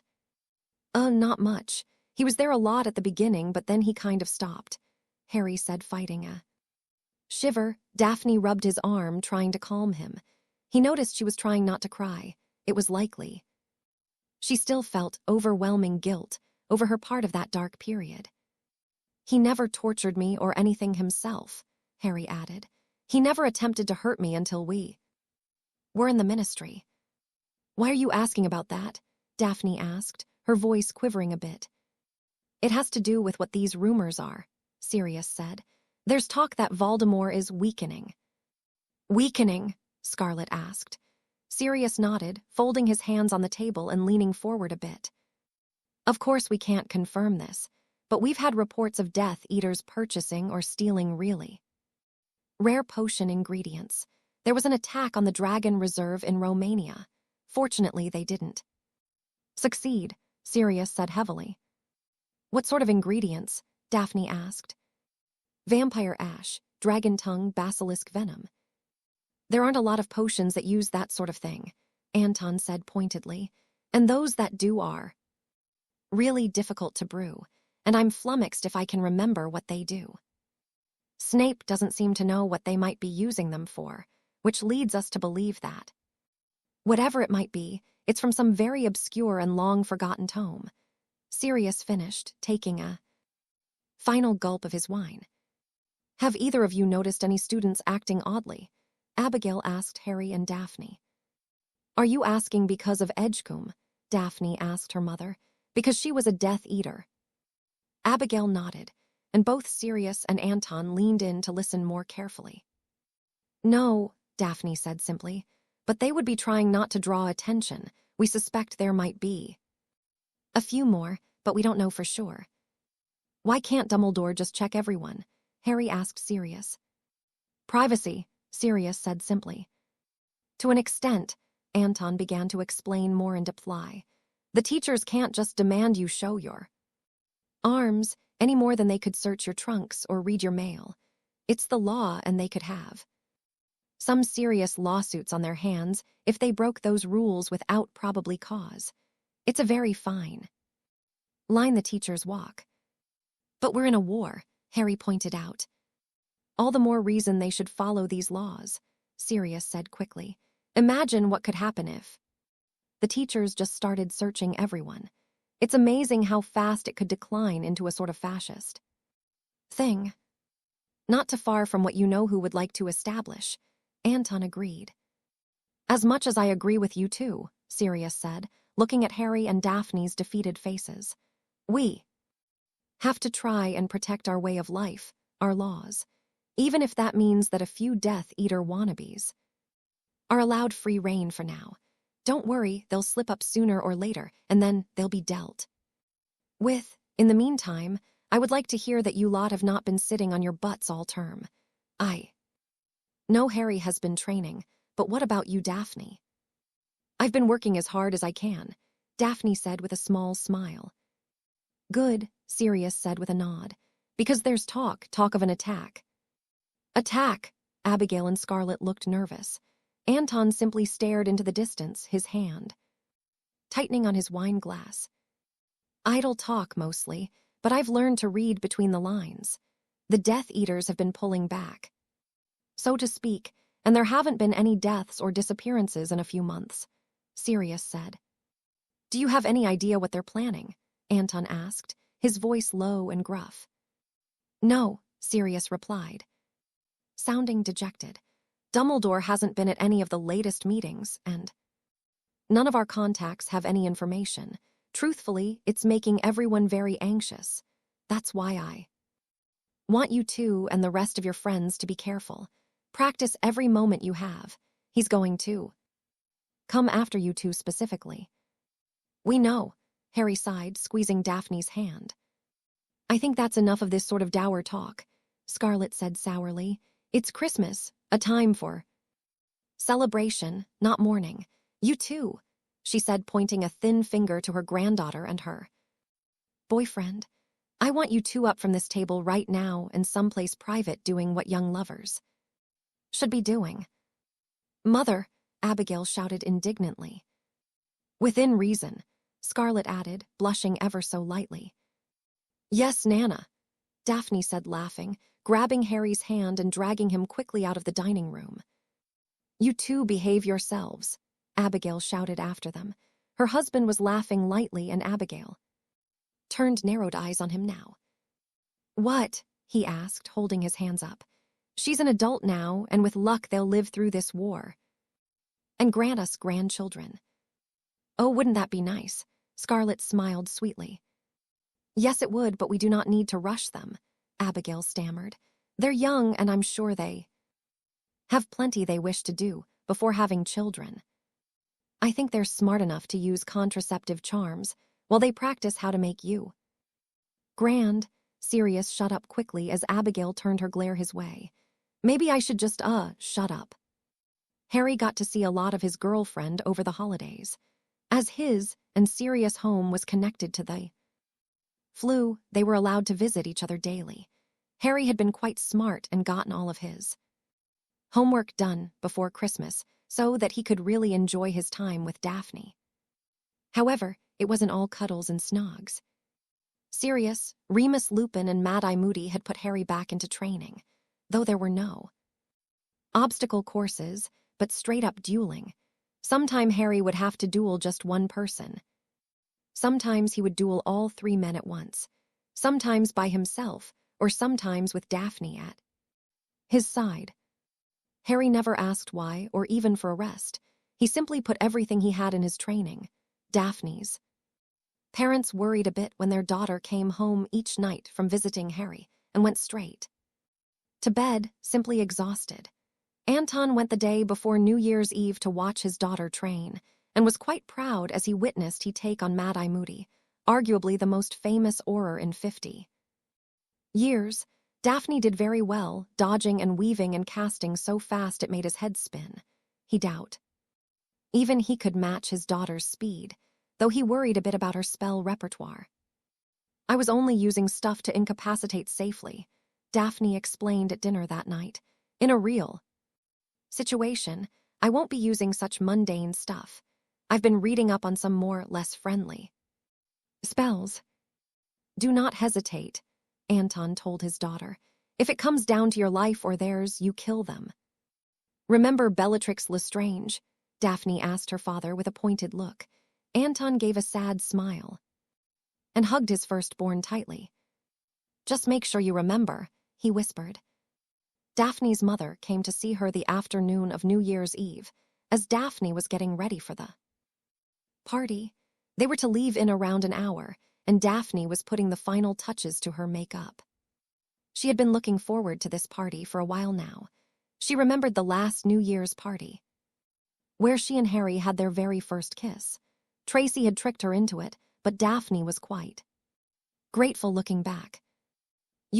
My gods, you look so grown up, Abigail said, covering her mouth to prevent from bursting out in tears. Daphne turned around and stood up from her vanity and gave a turn so her mother could get a good look at her outfit. It was nothing more than a simple yet elegant black cocktail dress with black pumps. Her honey blonde hair was put together in a half-up, half-down style, falling over her left shoulder. Beautiful, Abigail said. Simply beautiful. You're going to make Harry's mind melt out of his ears. Which is part of the reason I came to talk to you. What about? Daphne asked as her mother crossed the room and sat on her bed, patting a spot beside her. I know that you are now an adult, and I know that you love Harry very much, but I just want to remind you that you shouldn't be in any sort of rush. Oh, Mum, Daphne stood up quickly. Really, the sex talk again. Oh, come on, Daphne, I know you felt. No, Daphne said, clapping her hands to her ears. Just please stop talking. Okay, look. Daphne dropped her hands and took a calming breath. Yes, all right, I do feel things when I'm with Harry, and yes, I have thought a lot about doing things with him, but the fact of the matter is that I'm afraid. It's perfectly normal to feel afraid, Abigail replied. It's a big step to become intimate. Why are we talking about this anyway? Because of the fact that you're an adult now, and we will be staying overnight at Harry's home. Tonight, if it were me, I would sneak into his bedroom at some point. Mum, Daphne looked scandalized. Look, how about I just get to the point? After tonight, you have 2 days until you go back to school. Your father and I have discussed it, and Abigail gave a great sigh. We felt that it would be all right if you chose to remain there for training and spending time with Harry. Are you serious? Daphne's eyes looked ready to pop out of her head. I just ask that you remember that you're young and still have another year of school and… Mum, thank you. Daphne hugged her mother tightly. I promise I won't embarrass you or anything. I'm not worried about that. Abigail smiled, holding her daughter. And don't worry about that. I'm not ready to be a mother yet either. Abigail began laughing and crying at the same time, making Daphne hold her tighter. Just please do all you can to make sure that you survive this war and get the chance to be a mother. One day, all right. I promise. Besides, there's no way Harry would let anything happen to me. Ladies, Anton's voice made them jump slightly. Are you ready? Daphne just needs to pack a few things and will be down in a moment. Abigail smiled at her husband, who nodded and gave his eldest daughter a long, stern look that didn't reach his eyes. Daphne smiled back, making the corners of his mouth twitch. Daphne went and grabbed clothing for 2 days and packed them in a knapsack, making sure to include the bit of lingerie she'd gotten for her birthday, though she made sure to hide it from her mother. When she finished, Daphne went to her chair to grab the jacket that went with her dress and her cloak. She and her mother went downstairs together, and Abigail informed her daughter that they would send her things with Astoria on the train back to Hogwarts. The Greengrasses gathered in the sitting room, and with a bit of flu powder, headed to Sirius Black's New Year's Eve party. Daph, Hermione Granger said as she wrapped Daphne in a warm, welcoming hug. It's nice to see you. Wow, you look fantastic. Thank you, Daphne said as she got a look at Hermione's stunning red dress. You're quite beautiful. Tonight as well. Thank you. Come on, Harry's with the boys in the lounge, but we girls are all gathering in the dining room, Hermione said, taking Daphne by the arm and leading her and Astoria into the dining room, where Lavender Brown, Ginny Weasley, Tracy Davis, and a woman that Daphne had never seen before were talking and laughing. Watch her, Daphne, the woman said with a bright smile. I'm sorry, do I know? Daphne, this is Tonks, Professor Lupin's date, Hermione said by way of introduction. Didn't you meet her last summer? I don't recall, Daphne admitted. Not officially, Tonks said, though I did hear a lot about you. Well, as all of you girls are here, I don't think you should keep your boys waiting, especially when you all look so delectable. Tonks grinned and winked, making the girls laugh. They're downstairs in the lounge. Have some fun in Macon. Entrance, have fun. There's only 3 boys down there, Tracy smirked. Actually, there's 5, Hermione corrected. Harry, Ron, and Neville, plus Dean Thomas and Seamus Finnegan. Harry invited them as well. Oh, now I have to decide who to kiss at midnight, Tracy smirked, giving Hermione a wink. Why choose? Daphne asked. Tracy and Hermione turned and laughed at her humorous expression. Shall we?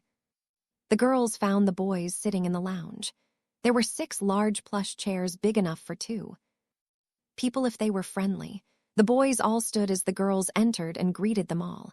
Harry took Daphne's hand and gave her a very long inspection, and Daphne had to smile when his eyes finally made it to hers.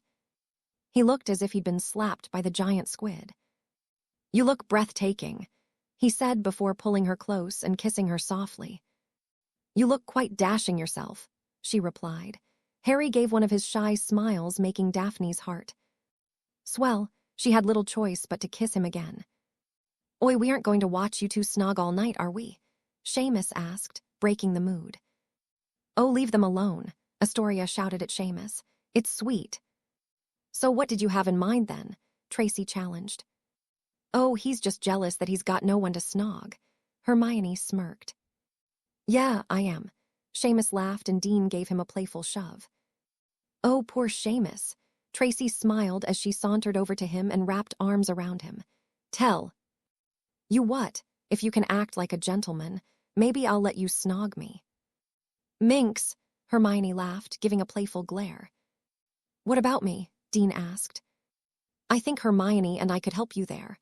Astoria grinned. Astoria, Daphne looked shocked. Oh, shut up. I'm nearly 15 now and Dean's quite fancyable.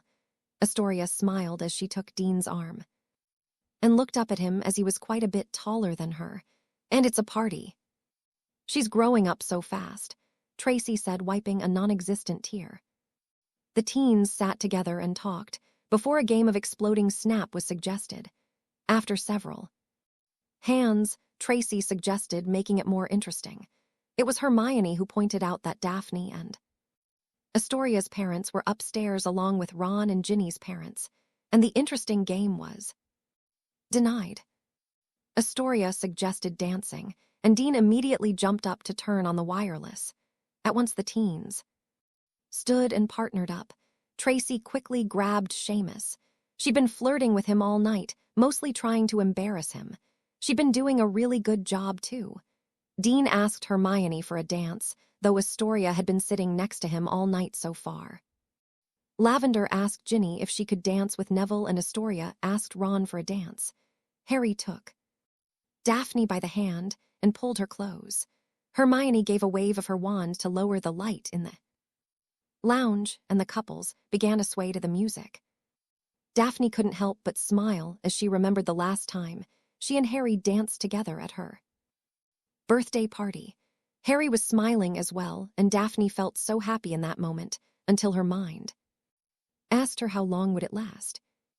The conversation from Christmas came back to her, as well as several talks she had had with her boyfriend. The war was upon them, and like it or not, Harry was at the center of it. He would have to face Voldemort someday sooner than she would like, and he was not expecting to live through it. Her smile melted away as she gazed into his deep emerald eyes, and she pulled closer to him, resting her head in the crook of his neck as they danced.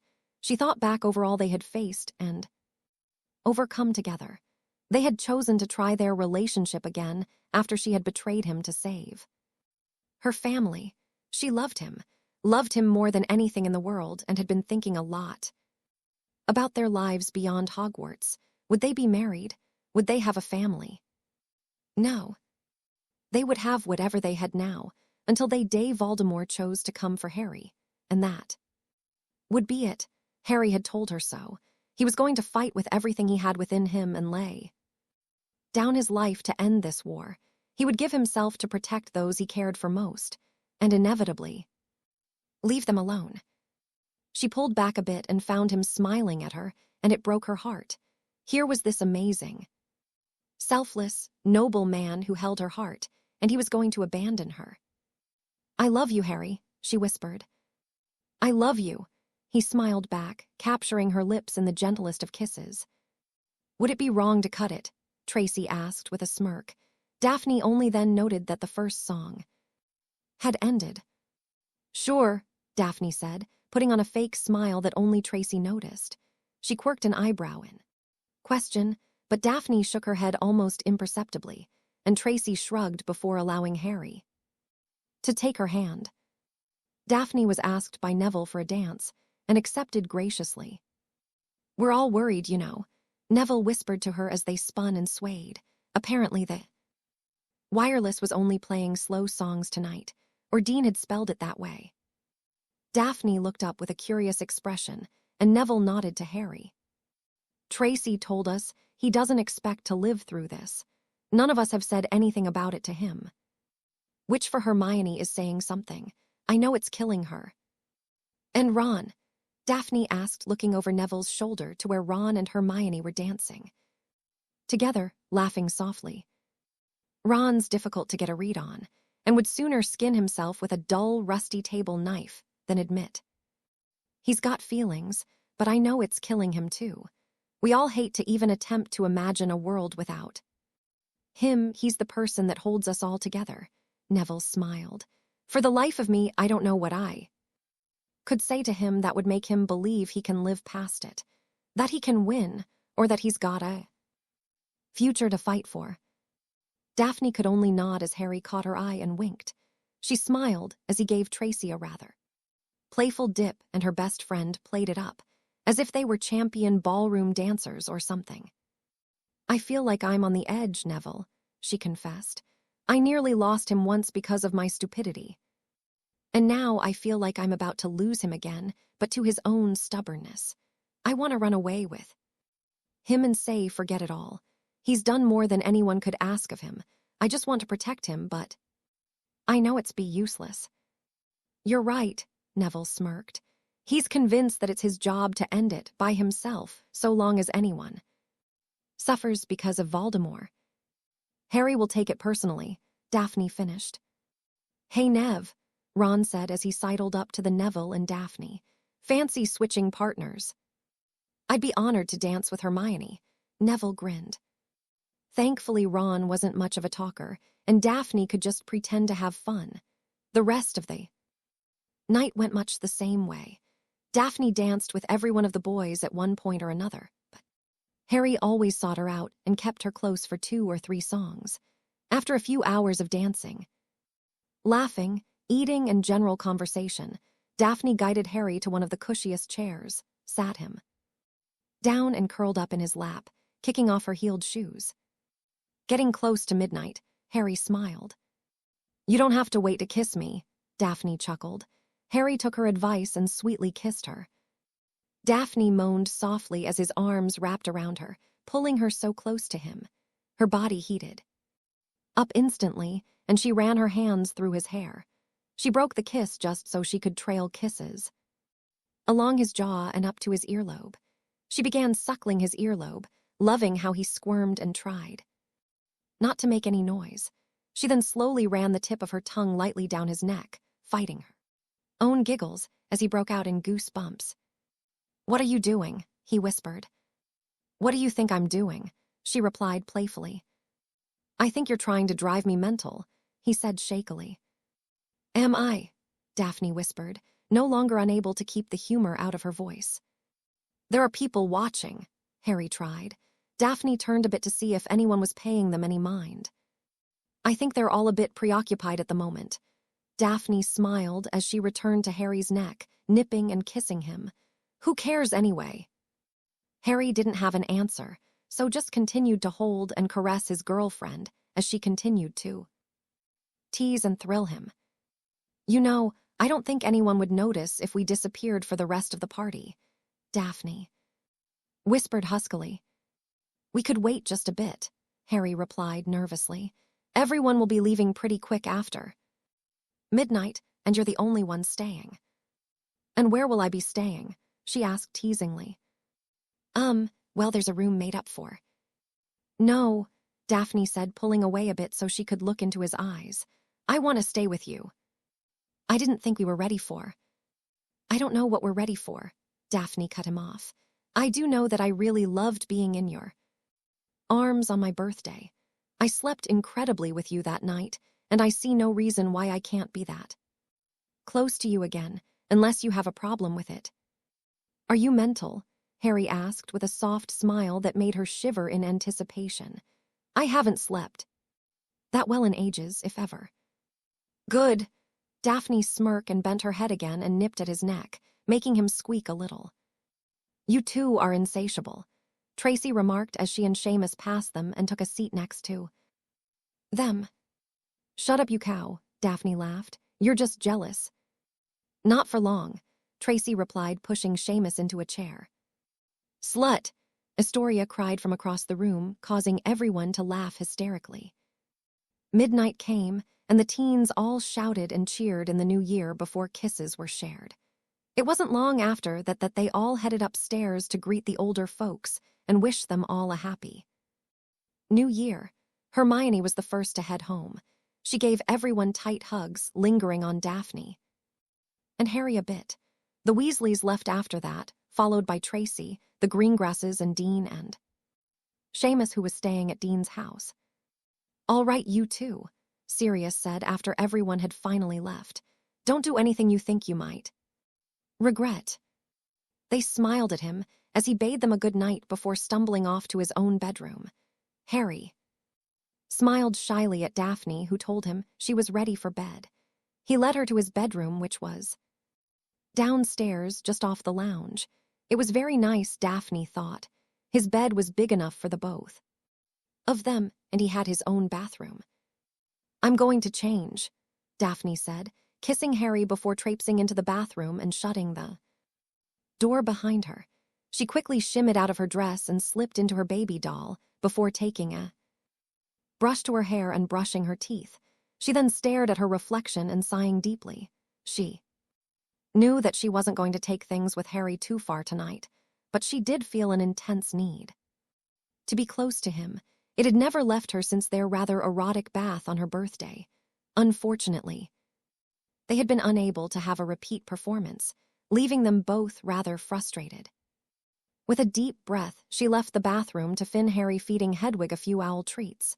He'd gotten undressed for the most part, and the moment she saw him without a shirt, she practically lunged at him, making him laugh. "I missed you too," he joked, but Daphne didn't pay it any attention. She flicked her wand, putting out the lights, and dragged him into bed, pulling him on top of her and kissing him while wrapping her legs around him. Harry turned things around on her and began to kiss and nibble her neck, while his hands roamed quite freely up and down her body. When they reached her breasts, she sucked in a long, hissing breath and grabbed his head, pulling him into a searing kiss. It was like 1,000 flames dancing across her skin, despite the fact there was still a layer of silk between her bare breasts and his hands. Harry seemed to realize this as well, as his hands slipped up and slid the strap of her baby doll down. Daphne's body reacted of its own accord, it seemed, and her arm came up and out of the strap as the offending garment was slipped further away from her until her breast was now exposed. Daphne's back arched when Harry's hand slipped back up her ribcage and cupped her chest lovingly, his fingers ghosting over her very erect nipple. She had to bite her lip to keep from screaming out as he softly touched her, all the while suckling her collarbone. "Harry," she gasped, holding him so tightly to her she feared she might smother him. Her own hands were now roaming over him, and soon she was fumbling with his trousers. She could feel his excitement pressing into her, and she desperately wanted to hold him in her hands once again. It wasn't long before she managed to get her hand on him, and she felt him suck in a breath as her very soft feminine hands encompassed him and began to softly stroke. Their kisses became, if at all possible, more needy and heated. "I love you, Harry." She panted in his ear as his hands slid down her body and began caressing her bare thighs. She felt like she was going to burn up from the heat coming from her womanhood. "I love you. And I need you." Harry responded with another long, hot kiss, his tongue massaging hers and making her breath come in. Gasps, her ministrations on his manhood making him shake a bit. She felt his hand sliding up the inside of her thigh and she moaned weakly, pleadingly. "Touch me, please touch me," she whispered.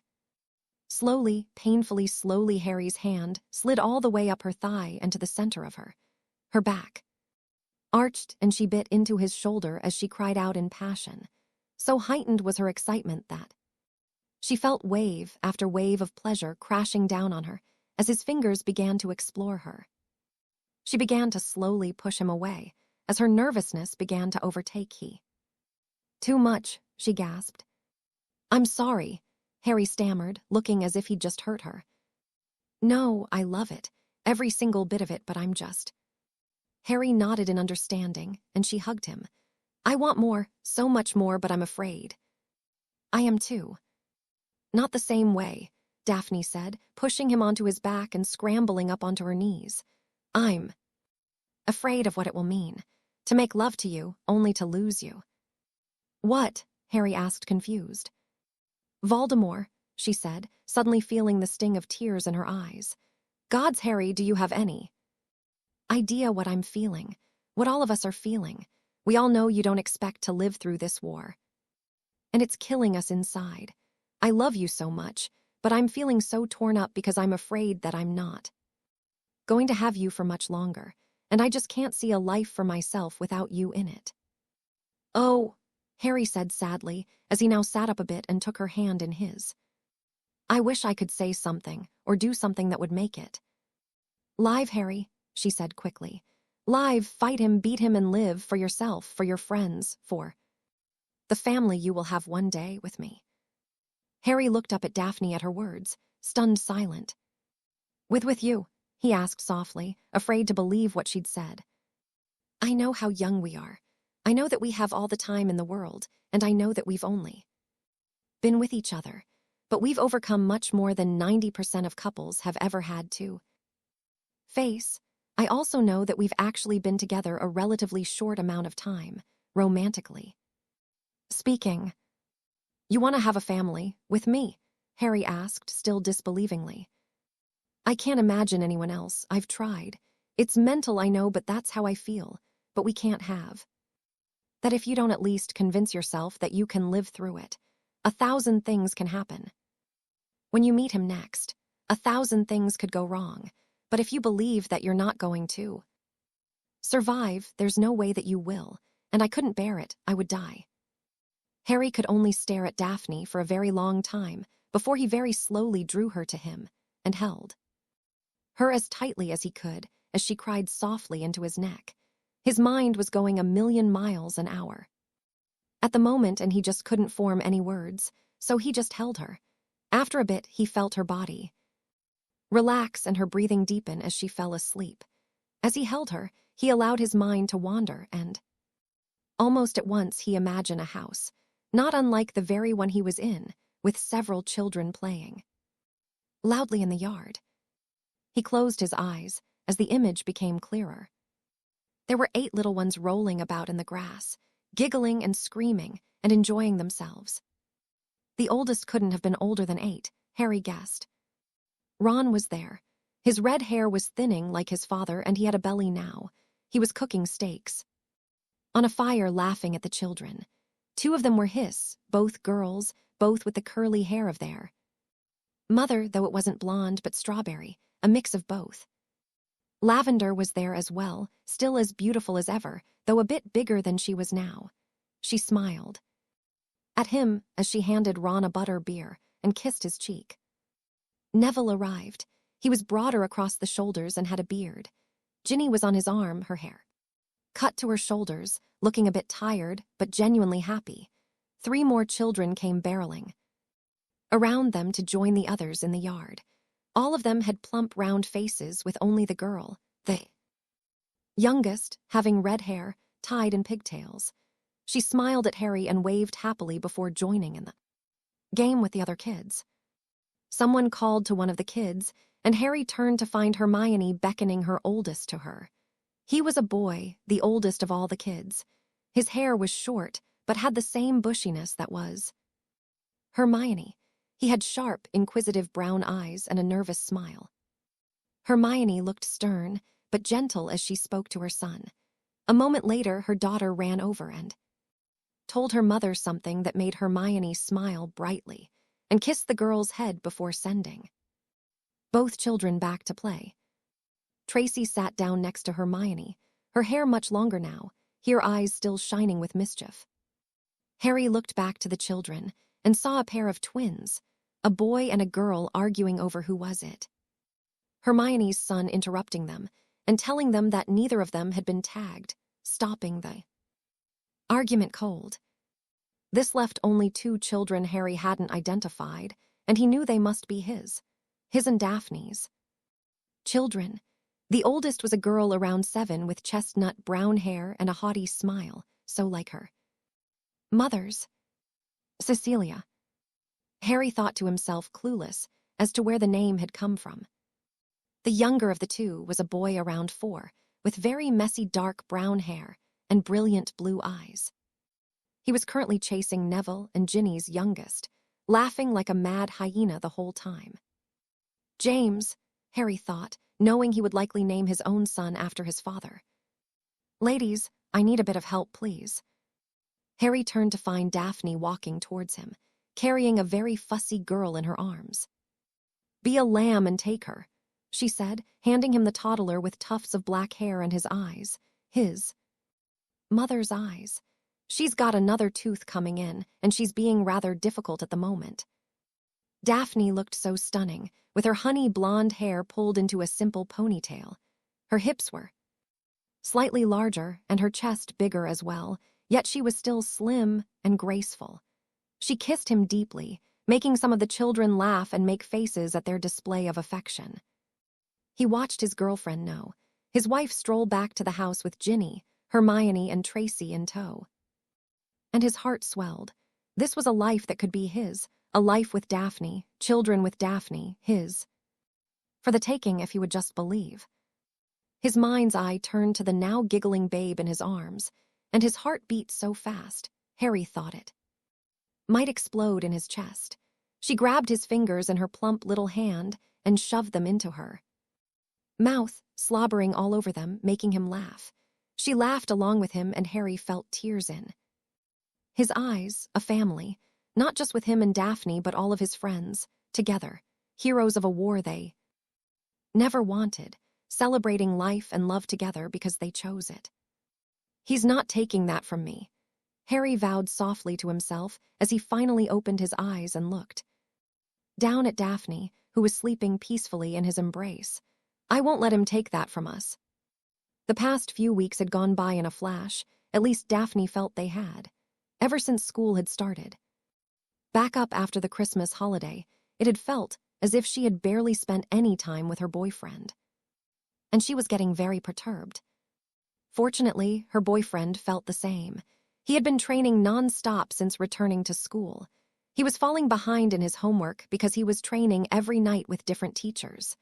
Along with his classes and his Quidditch practices, Harry was barely even getting time to sleep. But it was a Hogsmeade weekend, and Valentine's on top of that. Harry and Daphne were planning on spending the entire day together. Now, Daphne knew it wouldn't end the way she really wanted it to, with the 2 of them lying in bed together, panting hard after a long night of kissing, touching, and perhaps more. She had really, really enjoyed her time with Harry in the last 2 days of the holiday, when she'd got to stay at his house. They'd shared a bed and had gotten much more intimate in that short period of time than they had in 3 months at school. Daphne sighed wistfully as she remembered their talks, their kisses, and most invigorating, their touches. Daphne now fully understood why Tracy raved about being intimate with a boy. It was so amazing. She could barely look at Harry anymore without wanting to jump on him, tear his clothes off, and make him ravish her body. She wanted him in the worst way. She was still afraid, terribly afraid of what would happen should they cross that line, but she felt her resolve weakening. She loved him. There was no question. She loved him and she wanted to show him. She knew what was at risk, and more she felt herself feeling that it was all worth it. To give herself to him and lose him in his final confrontation would be horrible, but Daphne was beginning to believe it might be worse if she missed the chance to solidify her love for Harry in one beautiful act. "Hey, you still in La La Land, or are you coming to breakfast?" Tracy asked, breaking Daphne out of her reverie. "I'm ready," she said, standing up. "You look great," Tracy smiled, giving Daphne's outfit of tight dark jeans and emerald jumper a once over. She finished the outfit with a pair of flats and a silver gray scarf. "Rocking the house colors. I love it." "Slytherin pride," Daphne smirked. "Besides, it's cold and all my jumpers are green." "I don't think you'll be cold very long," Tracy smirked. "Where are you two going?" Daphne shrugged. "I don't think we have a real plan except that we're going to be together." "What about you?" "Me and Hermione are going to wander. Probably end up in the bookstore. Maybe a snog in the stacks." Daphne's head whipped around as she looked at her best friend. "What?" "Can we talk about something?" Tracy asked, grabbing Daphne's wrist as her best friend was nearly at the door. The two girls took a seat on Tracy's bed, and Daphne shivered at Tracy's anxiety. In all the years they had known each other, Daphne had never seen her best friend looking so nervous. "What's going on with you?" she asked. "Okay, you remember how I told you that Hermione and I were more or less helping each other out?" Tracy asked. "As I recall, you said that you helped each other with your urges," Daphne said, eyebrows raised in question. "That was a lie," Tracy said. "The fact is, we've just protected each other. The only thing we've done is dance together, nothing more. But the thing is, I want to do more." "Okay, just so I'm clear here. You and Hermione have never snogged." Tracy nodded. "We've talked a lot, and we've hung out and we've even flirted, but in truth, nothing more. The thing is, I've been having feelings for her that I've only had for boys before, but there's more. I get all twisted inside when I'm about to see her, and she makes me feel so, gods, I can't even describe it. Safe, warm, whole, powerful, like nothing can hurt you or that you can do anything," Daphne offered, knowing just what Tracy was talking about. Tracy only nodded. "So what's the problem?" Daphne asked. "It doesn't bother you that I want to be with a girl." "Why would it bother me?" Daphne asked, looking startled.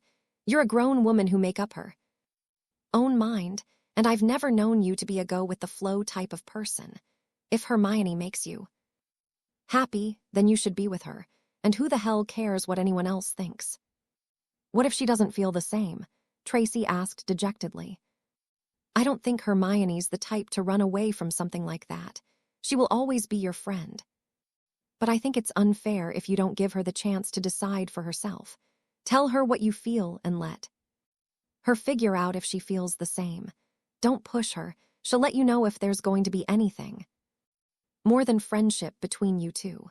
Besides, it might help to let her know on Valentine's Day, eh?" Daphne said, nudging Tracy playfully, making her friend chuckle. "Now let's get going, I'm starved," Daphne said, getting up. "For a bit of Harry, right?" Tracy asked, waggling her eyebrows suggestively.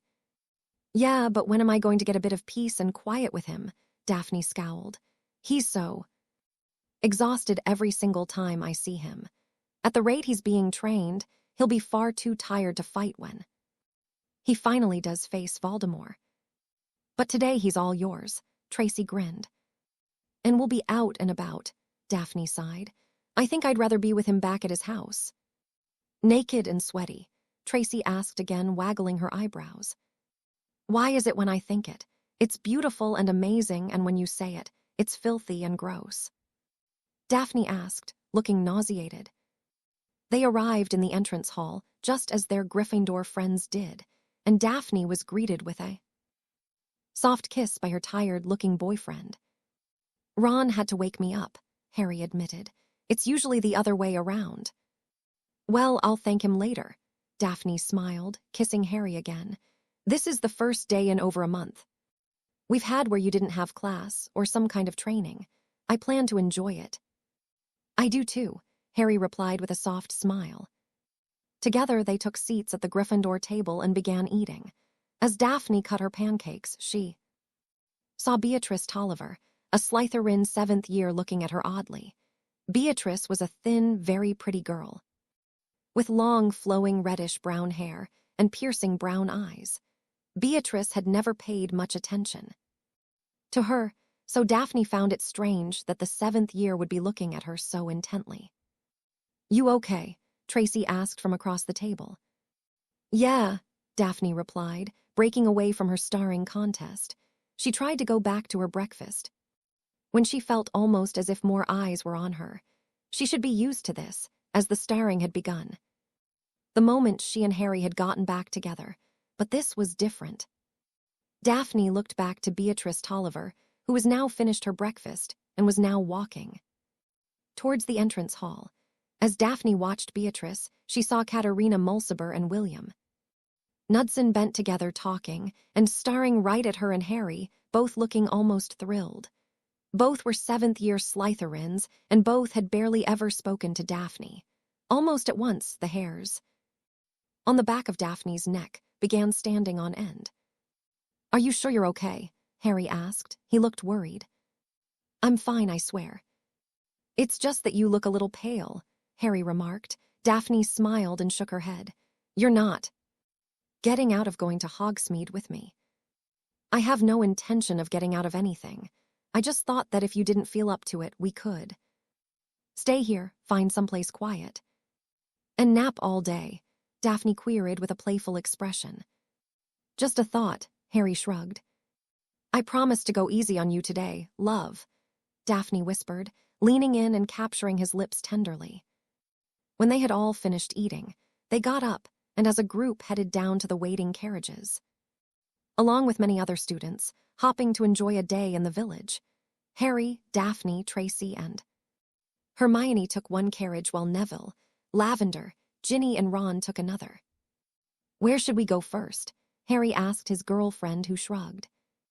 Why don't we just stroll up the street and see what catches our fancy, instead of planning where to go, Daphne suggested with a light smile. I like that idea, Harry nodded. We're going to Dervish and Banges, Hermione said simply. There's a book I need to pick up, and we might wander a bit ourselves. Are we all going to meet for lunch? Tracy asked. If you wouldn't mind, I think I'd like to have my boyfriend all to myself today, Daphne said, looking pointedly at the two girls, who nodded their agreement. We'll just have to see you at dinner tonight then, Hermione said with a soft smile at the couple. The carriages stopped, and everyone got out and said farewell before going off in separate directions. Apparently Ron and Lavender wished for a bit of alone time, as well as Ginny and Neville. Daphne looked over her shoulder and caught Tracy taking Hermione's hand in hers before the two raced for the bookstore. Good luck, Trace, Daphne said softly. What? Harry asked, having missed what his girlfriend had uttered. Nothing, Daphne smiled, feeling a wave of warmth wash over her as she looked into his eyes. They walked in comfortable silence up one side of the high street, peering into the shop windows as they passed. They stopped into the magical pet store, as Harry was dangerously low on owl treats. They played with a few of the kittens who just arrived according to the shopkeeper, and enjoyed a show put on by some of the white rabbits who were clearly trying to get bought. The next shop they stopped in was a clothing store, but they only stayed long enough for Daphne to speak with the attendant and get a new catalog.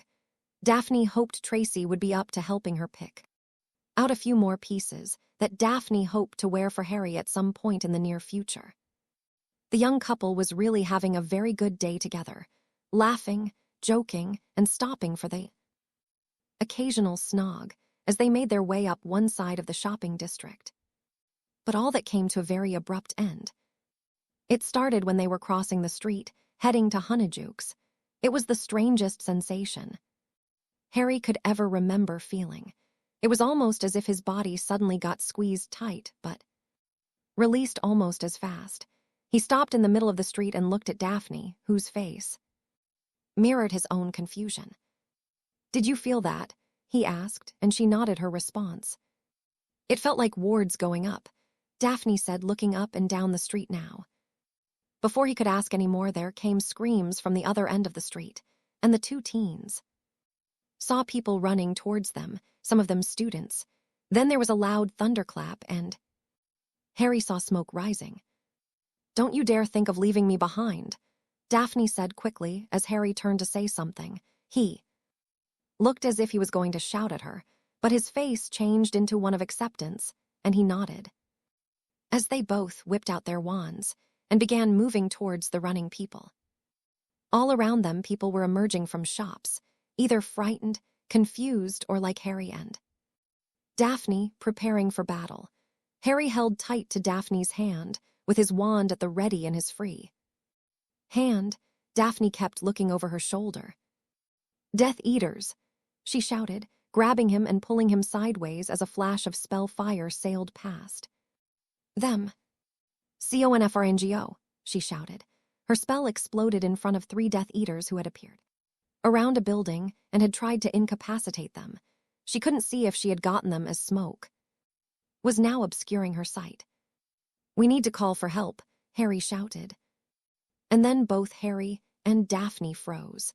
It was like someone had cast an impedimenta on the entire village. Everything was moving so slowly. Daphne was sure she'd be able to see a hummingbird's wings beat. This was followed by a high, cruel, sickening voice inside of their heads. Harry knew the voice immediately, as he'd been plagued by it for too many years. "Harry Potter, your end is finally at hand," Lord Voldemort's voice said. "I know that you are here in the village. Prostrate yourself before me, or I will burn down every building and kill every person until there is no one left. Those who are your friends will suffer the worst, as I will take great enjoyment in their pain before I take their lives. Any who try and hide you from me will suffer even more." "Don't do it," Daphne whispered. "Why not?" Harry asked, looking hard. "Let's end this." "But," Daphne started to say when Harry grabbed her and pulled her into a hard, impassioned kiss. It didn't last a long time, but Daphne could feel all of his love for her in that small moment. "I don't plan on dying today," he said with more confidence than she had ever known to come from him. Her heart pounded in her chest as Harry stepped into the street and shouted, "I'm waiting for you, Tom." "It's finally finished," panted Dumbledore as he stared at the smoldering ruin that had once been the cup of Helga Hufflepuff. Smoke was still clouding the room, and felt his legs weaken from the strain of destroying the final hidden Horcrux. It had taken a great deal of effort, finesse, and treasure to get hold of the goblet that had once belonged to Helga Hufflepuff, but in the end, the goblins had proven most cooperative. "Not quite," Severus Snape remarked, going to the singed cabinet that held a large snifter of brandy. "There is still the serpent, and the Dark Lord himself." "Yes, but we know where they are, or rather where they'll be." Dumbledore sighed heavily as he took his seat.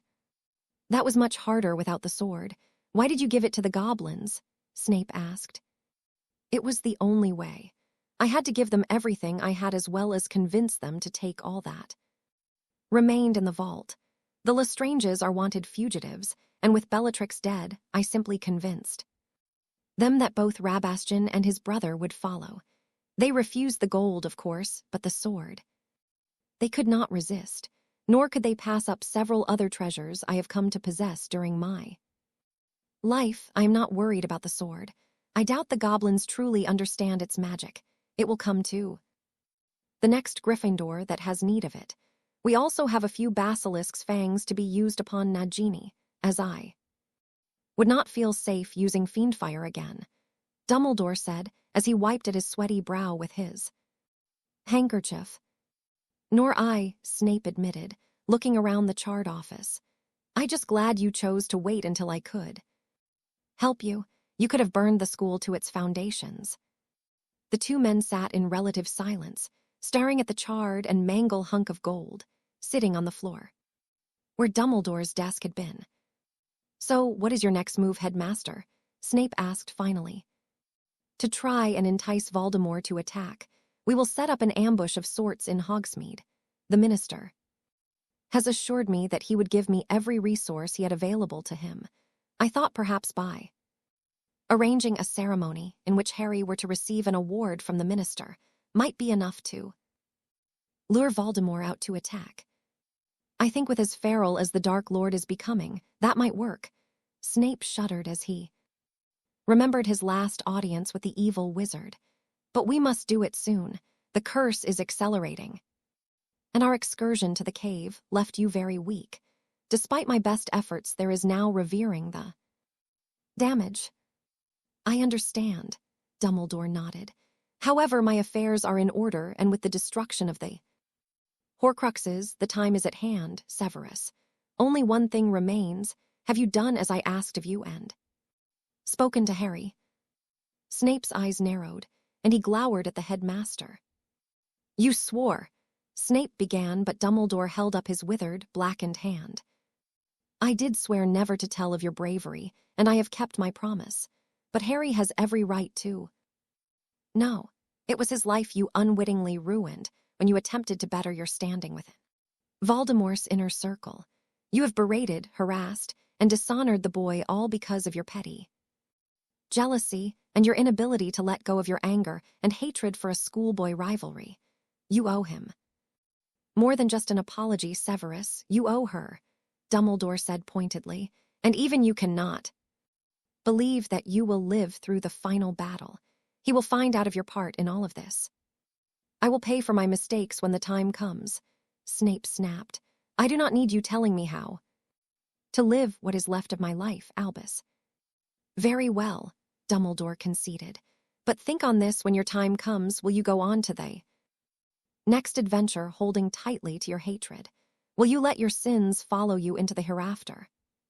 Snape was about to respond when the flue flared to life, and Aberforth Dumbledore's face appeared in the flames. Snape knew the man as the owner of the Hog's Head Pub, the seediest of the social gathering places in Hogsmeade. Albus, they're attacking. The Death Eaters are attacking, and the boy is facing him right now. Dumbledore got to his feet at once, belying the fact he was weak and dying. Snape was already heading out the door to get word to the other professors and rally all who could fight. Dumbledore told his brother to inform the ministry and to call for every Auror they could spare before he himself marched out of his office to head to Hogsmeade to confront Lord Voldemort one last time. As he left his office, he failed to notice a tapestry being pushed aside and a young man slip out form. Behind it, wand raised. For 5 months he had waited, watched, and plotted. 5 long months he'd had to endure, and finally, he was about to finish the task set before him by the greatest wizard who'd ever lived. And very soon, he would kneel respectfully before his master and receive his praise and his reward. Dumbledore, he shouted. At the same time, he leveled his wand and with every bit of hatred he had ever felt, cast the spell. Albus Percival Wulfric Brian Dumbledore turned around, his heart breaking as he faced the young man. He had known for a long time that there was no redemption for this particular young man. Dumbledore's only hope was that in the end, perhaps the weight of taking a life would be too much for his young soul. Once again, he had been proven wrong. Instinctually, Dumbledore raised his wand. but he knew in the last blink of his twinkling blue eyes that he was too late, and that death had finally found him at last. The green spell enveloped him, and he felt his body being lifted up at the same time he felt himself being separated from it. Time slowed to a standstill, and Dumbledore saw his whole life, 155 years, flash in front of him, and the weight of every mistake he'd made came crashing. Around him, there was no question of his brilliance, and he would be hailed for centuries as one of the greatest wizards of all time. Yet the last 20 years had been a haze of wrong decisions and mistrust. His final conscious thought before he felt himself being pulled towards that enticing, warm, beautiful light was a plea for forgiveness. The screaming and shouting had stopped. People still seemed frozen in place as Harry stepped out into the open, arms out, eyes narrowed. Harry saw Hermione standing in a crowd, looking as if she were fighting to get to him. He saw Neville and Ginny. They both had their wands out and looked to be moving away from the rest of the gathering crowds. Harry tried to see if Ron or Lavender was nearby, but couldn't find them in the crowds. More and more Death Eaters were appearing now, forming a sort of circle. Harry grimaced. Of course Voldemort would ant to make this some kind of show. "Who's hiding now, Tom?" Harry shouted. A black smoke appeared in the sky and headed right for the street, feet from where Harry stood. It impacted the street and began to coalesce into the most feared dark wizard in a century. Harry felt a shock of fear pass through him as he beheld the monstrosity before him. Lord Voldemort was still tall, with a false air of regality, but he was now maimed. That was the only word for it now. His once pearlescent skin had the look of charred wood. His red eyes glowed far more maniacally as he began to circle Harry, and there was an odor of sulfur about the man. As he smiled, his pointed teeth looked rotted and broken now. "Harry Potter," Voldemort said with an arrogant smile. "The boy who lived, the luckiest wizard in all of eternity. You have slipped through my fingers far too many times, but not today. Today you will finally face your destiny, and no one will be able to help you escape this time. And after I kill you at last, the ministry will fall, and then the magical world will bow before me, as is their place." "You said this to me countless times," Harry said with far more confidence than he felt. He just wanted to get to the fighting now and be done with it. He was gripping his wand tightly as he began to ready himself for the fight. "Yes, it seems I have. Very well," Voldemort smiled. "ACCIO." Voldemort's wand flashed, but not at Harry.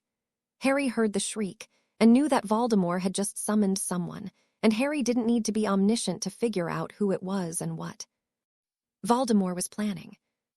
"Aki Camus," Harry snapped, his wand flicking.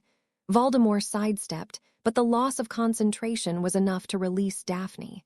She fell to the ground and skidded to a halt just beside Harry. "Pathetic Tom," Harry said, helping Daphne to her feet as Voldemort hissed at him. Daphne stood up defiantly as Voldemort appraised her. She stared back at him, her eyes colder than they had ever been as she raised her own wand, readying herself for the next strike. "Do nothing," Voldemort shouted, and Harry noticed that a few Death Eaters looked as if they'd been readying themselves to strike. "They are mine." The ground shook suddenly, and people screamed. Voldemort turned as the explosion came from behind him. Harry took advantage and snapped off several curses. If not for the shouts of warning, Harry might have ended the war right then. As it was, Voldemort's body became like smoke again. The spells passed through. He turned back to Harry, his scarred and burned face deforming into a hideously cruel smile. Harry was then thrown into the air as the ground in front of him exploded. He landed hard on his back, but rolled onto his feet instantly. He heard Voldemort cast a killing curse and more screams. There were more explosions, and Harry could hear people running all around him. Harry flicked his wand, and the smoke dissipated in time for him to see a brilliant flash of blue heading in his direction. "PROTGO." The spell hit his shield hard and knocked him back. There were more shouts and spells began to flash. All about him, the battle had truly begun now. Harry got to his feet and shook his shoulder just as Voldemort hunched his own. The two combatants stared at each other as if there was no one else in the world save the two of them. As if on cue, both of them snapped their wands up. No more games. No more taunts. It was finally time for destiny to be fulfilled. Neville guided Ginny around the back of the shops. "Where are we going?" Ginny hissed. "To try and give Harry an edge," Neville replied. He was suddenly tackled to the ground. There was a shriek that was muffled almost immediately. Neville scrambled under the weight of his attacker and was preparing to kick out when the struggling ceased. "Neville." "Ron." "Sorry, mate. I thought you were one of those wankers." Ron Weasley smiled, helping his roommate and friend to his feet. "What are you doing?" "We're going to circle around and try and take out some of those tossers with a very loud explosion. Hopefully, it'll give Harry a moment where he might kill that."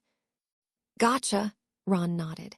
He turned to Lavender, who was still holding her hand over Ginny's mouth. Though Ginny had stopped struggling, "We'll come with you." The four started off, keeping low and walking as quickly and quietly as they could. They heard shouts and laughter followed by a loud "Akio." "Can we hurry this up?" Ginny hissed. Neville stopped at the corner of a building and peered around before signaling the others to follow him. In seconds, they were behind the gathered. Neville saw hundreds of Hogwarts students and Hogsmeade residents. It was almost as if they were watching a schoolyard fight the way they had gathered. "This is odd," Neville said. "This can't be all his forces." "It's not," Ginny said point behind them. The street rose a bit as it headed out of town and towards the mountain. There, just visible, were hundreds of black-robed figures waiting to be called to their master. "Blasting hexes," Neville said. "Neville." The four turned to see Seamus Finnegan and Dean Thomas, along with Parvati Patil, hurriedly coming towards them. "We need to get people out of here," Parvati said. "To where?" Lavender countered. "If we don't start fighting, we all may as well go fall to our knees now." "Fuck that," Dean shook his head. "All of us," Neville said quickly. "Blasting hexes there, as powerful as you can make them." He pointed to where the mass of black robes was. Neville thought they had seen the tens and were no coming. "Forwards, now." 7 bright orange streams of light shot off, and the impacts shook the very ground. Neville beamed as dirt and rock shot into the air as well as several black robes figures. "We have to move now. Take out as many of those dicks as you can," Ron shouted. "Stay low and watch each other's backs." "See you on the other side," Ginny said, hugging her brother quickly before taking Neville's hand and running back the way they came. "We got this." Seamus nodded towards the street where a sea of black robes was now coming through the clearing smoke. "First rounds on me." Ron smirked, slipping Lavender's hand in his own before leading her off towards the forest that surrounded the village. "I love you, Parvati," Dean said, looking to the slim Indian girl, who gasped in surprise. "Is this the time?" Seamus scowled as he raised his wand. "Might not get a chance later," Dean shrugged.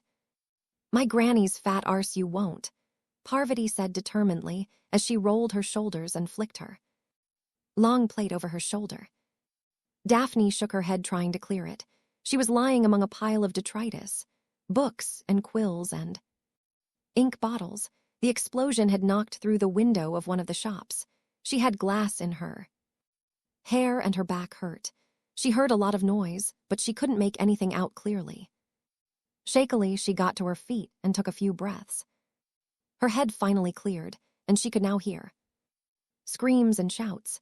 She looked up and saw spells flashing. At once everything came rushing back to her. The battle had begun, and Harry was alone. "Oh no," she said as anger began to boil within her.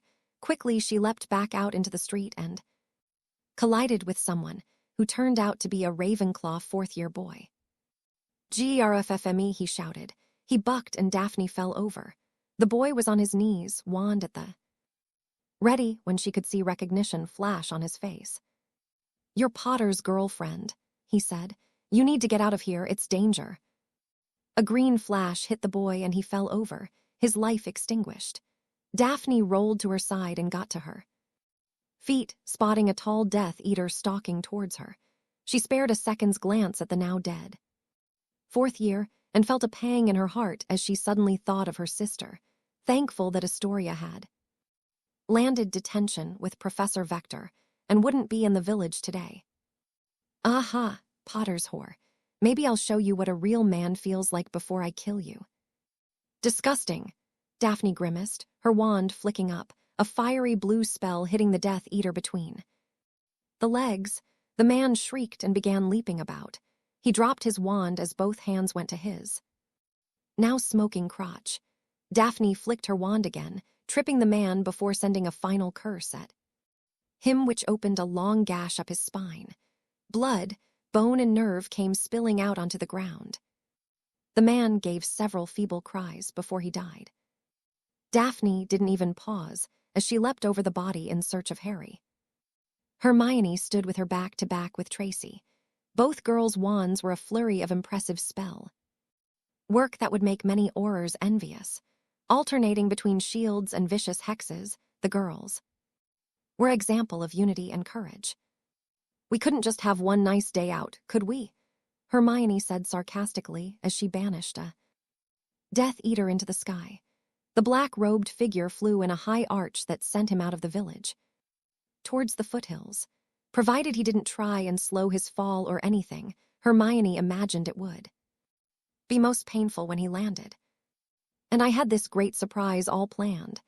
Tracy grimaced as her shield took another impact. "You've been rather strange all week. Did your surprise have something to do with that?" "Not really," Tracy replied, using a leg locker curse on 2 approaching Death Eaters before sending bludgeoning hexes. "I kind of was gathering my courage to tell you something." "Tell me what?" Hermione said, spinning them so they were now facing opposite directions.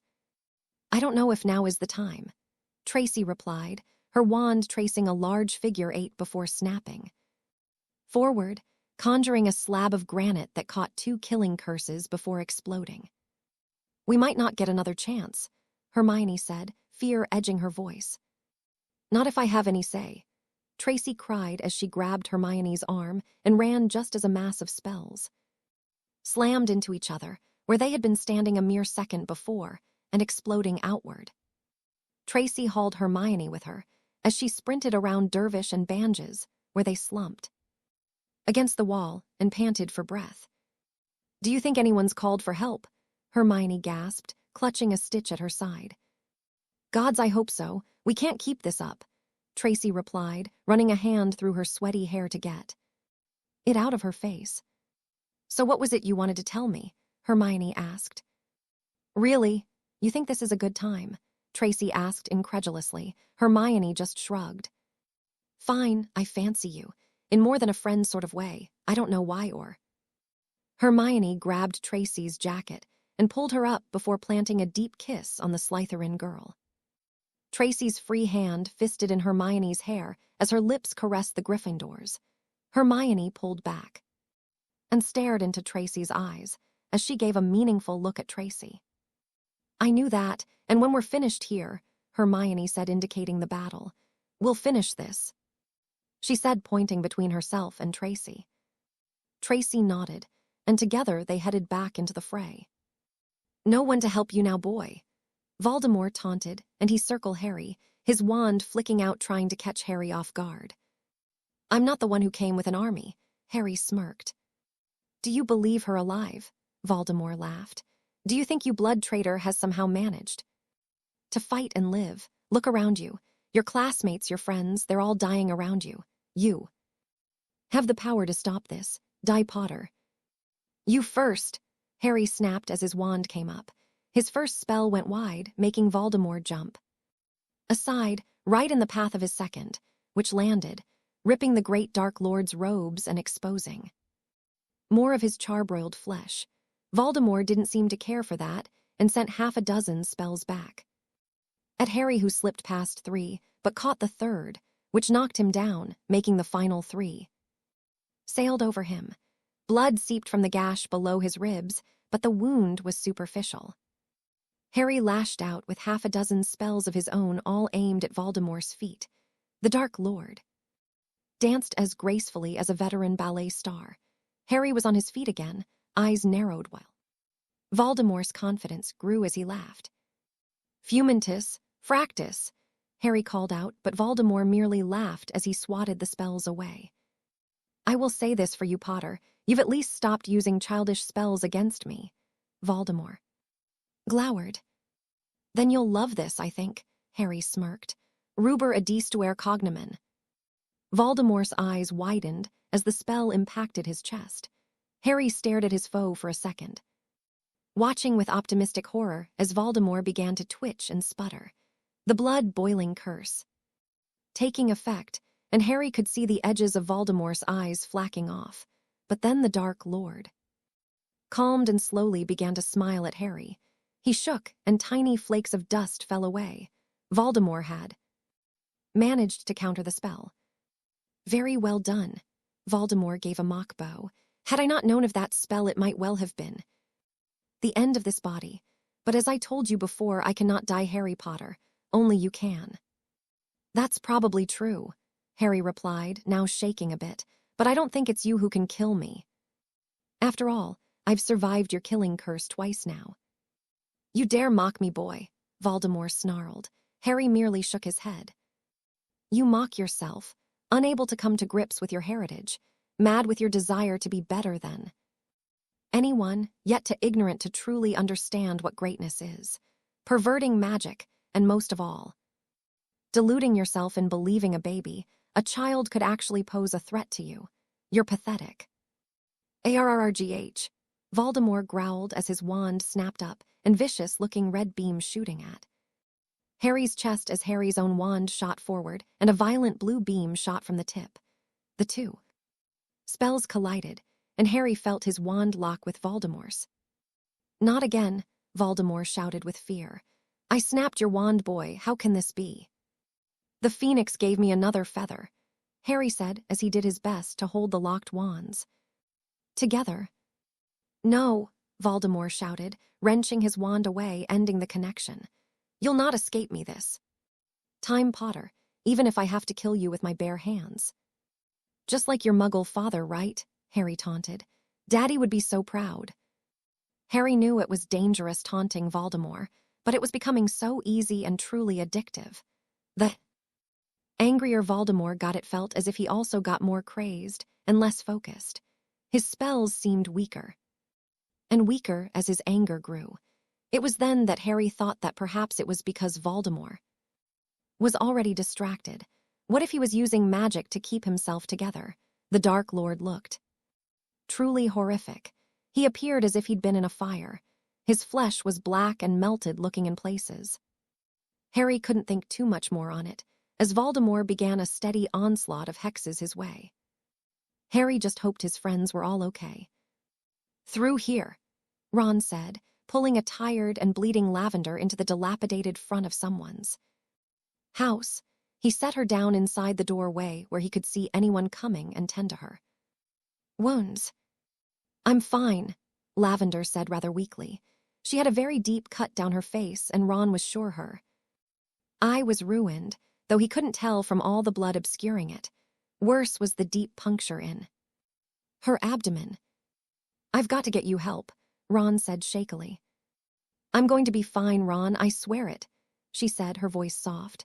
Her breathing was shallow and her face was getting paler. Why did you jump in front of me like that, you stupid? Ron began, his hand fisting in her hair as he leaned his forehead against hers, as tears stung his eyes.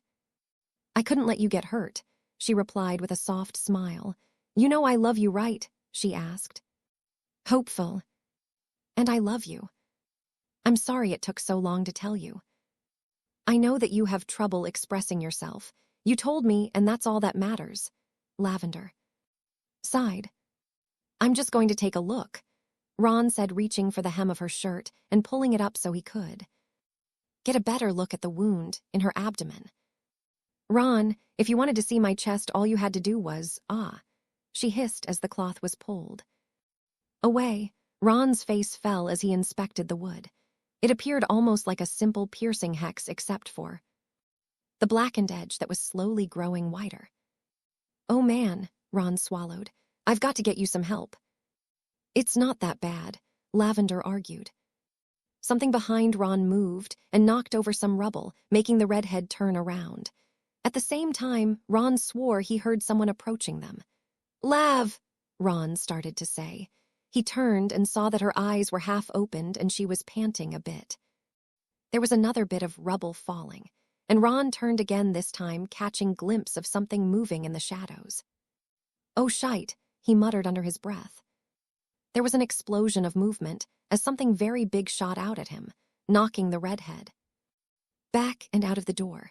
Ron lost his wand as something powerful began to wrap around him, squeezing him so tight that all the air was pushed right out of his lungs. His left arm was trapped at his side as he felt himself turning, and more of his body was squeezed. Stars began popping in his eyes, and he opened his mouth, trying in vain to get any air into his lungs. Slowly, his vision began to darken, and his mind went to Lavender, who was dying just inside that broken down house with no one around to help. Ron found himself looking towards the sky as he tried to beat whatever it was off with his free arm, but could barely move it. Ron wondered what would be waiting for him and if he would see Lavender there. And then the squeezing relaxed, and his ears filled with sound as his lungs expanded, taking in gulps of air. A hand grasped his wrist and pulled him free of the now relaxing coils. Wah, who? Ron sputtered when he fell against someone who was also gasping. This is not the time for laziness, Weasley. Professor Snape. Ron goggled as he panted, his vision clearing, and the fatting sound of the most horrific, nightmarish scream filled his ears. Thank you for finding that beast for me, Snape said, helping Ron sit up. Ron stared at the tangle of what had been the largest snake he'd ever seen turning to ash. There was a broke white something sticking out of the serpent's head. What the hell was that? Ron asked. Nagini, Snape said, now pulling his wand out from his sleeve. Now we need to get back. Professor, Ron said suddenly, grabbing Snape's wrist. Lavender, you have to help her. Ron scrambled to his feet and led Snape to where Lavender was still slumped inside the door of the crumpled and shattered house.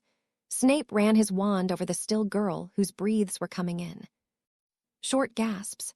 Ron clutched his girlfriend's hand as Snape began to speak softly, passing his wand over and over the wound. Ron's eyes widened in hope as her breathing evened out and her eyes flickered open. She'll be all right, but she needs to get to the hospital wing, Snape said. Take her into the forest and go straight that way. You'll come out by Hagrid's hut. Do not dally and do not deviate. Straight in that direction. Do you understand, Weasley?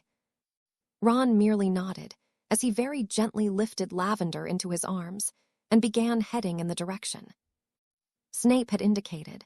Snape watched him go for a few seconds until he could no longer see the boy, before he turned and dove into battle, swelling with the knowledge that nothing was keeping that abomination, known as Voldemort, anchored to this world any longer. Daphne had defeated 7 Death Eaters by her count. Granted, she'd only had to kill 2 of them, but the other 5 weren't going to be much good to anyone. Currently, she was trying to catch her breath. The Aurors had arrived just a few moments ago, and many Hogwarts children were heading back to the school. Daphne had seen both Professors McGonagall and Flitwick fighting a while ago while Sprout, Vector, and Sinistra were herding students back to school. Still, there were a lot of Death Eaters still fighting, and she had not seen Harry or Voldemort in a while. She couldn't even get close to the center of town as there were so many battles going on, and the smoke was so thick she could barely see anything. She had no idea if Harry was still alive, but she kept telling herself that if one or the other fell, the battle would be over. Daphne got to her feet and wiped at her brow, wincing as her sleeve brushed several cuts she'd received. She was so tired from fighting and running. All she wanted was something to drink and a few days in bed, with Harry at her side. She started to walk out of the little alley she'd taken cover in when someone grabbed her roughly and shoved her backwards. Daphne stumbled but managed to stay upright. "Oh, I was hoping I'd find you, Greengrass." "I knew it," Daphne said as she stared at Theodore Knott. He was smirking at her, his wand pointed directly at her chest. He was wearing black from head to foot, and his shirt had been torn. She could see the dark mark on his left wrist, which was holding his wand. "I knew it," she repeated. "You must have shown him something really special to get the mark, Theo." Knott simply gave a non-committal shrug. He was impressed. "Now, do you want it quick, or do you think you can handle something more drawn out? Truth be told, I've always wondered what it would be like to hear you scream my name." "Like you'll ever know," Daphne replied, her wand gripped so tight she thought it might snap. Knott smiled as his wand flicked slightly, and Daphne's jumper ripped open, exposing her bra-clad chest. "Marvelous." Daphne scowled and jutted her wand, but Knott flicked his wand again. Daphne's spell was slapped away. "Neat trick, huh?" Knott smirked. "I think you'll like a lot of my tricks, bitch." "Keep dreaming," Daphne said, sliding to her right and snapping her wand out. Knott was ready for the first spell, but as he'd never seen Daphne really fight, was not ready for the second, third, and fourth spells. He was caught in the chest with a bone breaker that shattered his ribs, which was followed by a banishing charm and an incendio spell which ignited his torn clothing and his hair. He was forcibly shoved through a storefront on the other side of the street, across from the alleyway. Daphne had barely a moment to rest before she heard the one voice she had been hopping to hear. "Well done." Daphne looked up into the arrogant face of Draco Malfoy, who was now entering the alley, wand leveled. "I mean, a first year could have beaten Knott, but still, you have such style." Daphne didn't waste words, but simply attacked. Draco anticipated her and dodged and shielded himself from her curses. He let her unload for a few moments, simply smirking at her as she used more and more powerful hexes. Finally, he seemed to grow bored and tripped her, laughing as he then disarmed. "Sir, you should have tried to get me talking or something so you could rest. Exhaustion makes you lose focus, and that's when you make mistakes," Malfoy said as he kicked her, making her scream. "You've been a right pain in my arse. Think you're better than me." He kicked her again, and she felt and heard something crack. He then stepped on her hand, crushing it into the ground. "We should have been together, your beauty and my brains. We could have had everything we ever wanted. But no, you had to blow me off like I was dirt. Well, look who's crawling in the dirt now." Daphne was panting hard. Her lungs burned, and she knew she had at least on broken rib. Draco was putting all his weight on her hand now, and she was sure it was going to shatter soon. "It's too bad, really. You're going to miss out on so much. Soon, the Dark Lord will finish off your pathetic boyfriend, and then he's going to reward me for killing that old fool Dumbledore. Gods, it was so easy, Greengrass. He never saw it coming. Of course, I wasn't about to give him the chance to protect himself. I mean, sure, you ruined my original plan. I was going to let the Death Eaters into the school, but you had to show Dumbledore the room of hidden things, and then he had fucking horrors there the rest of the year. I couldn't get back in there, so I had to resort to skulking around the school like a common." Draco kicked her ribs again. "Fucking." Another hard kick. "Rat." A final kick, and Draco stepped back, finally getting off of her hand. Daphne rolled over painfully, tears streaming from her eyes. She coughed hard, and blood spilled out of her mouth, making Draco smile superiorly down at her. "Oh, the things I could do to you right now." Draco smiled, kneeling down so he was closer to her. She tried to squirm away, but he grabbed her leg as he aimed his wand at her. Her heart was pounding in her burning chest. Every breath felt like someone was holding a red-hot iron band around her chest. But it was nothing compared to the disgust she felt as Draco's wand tip slid up her bare stomach and between her breasts as he leered at her, lust shimmering out of his steel-gray eyes. "I've wanted to taste you for ages," he spoke softly, almost lovingly, "but I don't think I can bear to use you after Potter. That would be just too vile. Or maybe it's because you can't hope to compare to Harry, afraid he'll be better than you at everything then, magic, Quidditch, and pleasing a woman," Daphne spat. "I don't think your fragile ego could handle the disappointment." Draco's eyes hardened and he stood up again. He snarled as stomped on her face, breaking her nose. With a sickening crunch, he raised his foot again to stomp on her but thought better of it. He smiled softly and began to laugh. "I just want you to know that I intend to find out just how sweet your sister really is. You know, they told me how she fought at first, but then she really got into it. You think she'll be good with just me, or do you think I'll need to get a few others to satisfy her appetites?" "You son of a—" Daphne tried to sit up, but Draco slashed his wand, and Daphne screamed as she felt the torture curse. Thousands of white-hot knives stabbed her nerved endings, and her body twisted up in pain, veins pulsing, tendons snapping, and muscles spasming violently. When Draco finally lifted the curse, Daphne couldn't see straight, and her throat was raw from screaming. She could only stare up at Draco, who looked more than a little impressed with himself. "It's been fun, Greengrass," Draco said, panting with delight. "But I'm tired now, and your sister is waiting, but don't worry. You'll be with Potter in just a few minutes, I'm sure." Draco leveled his wand at Daphne, pointing it right between her eyes. Daphne took several breaths before closing her eyes tight.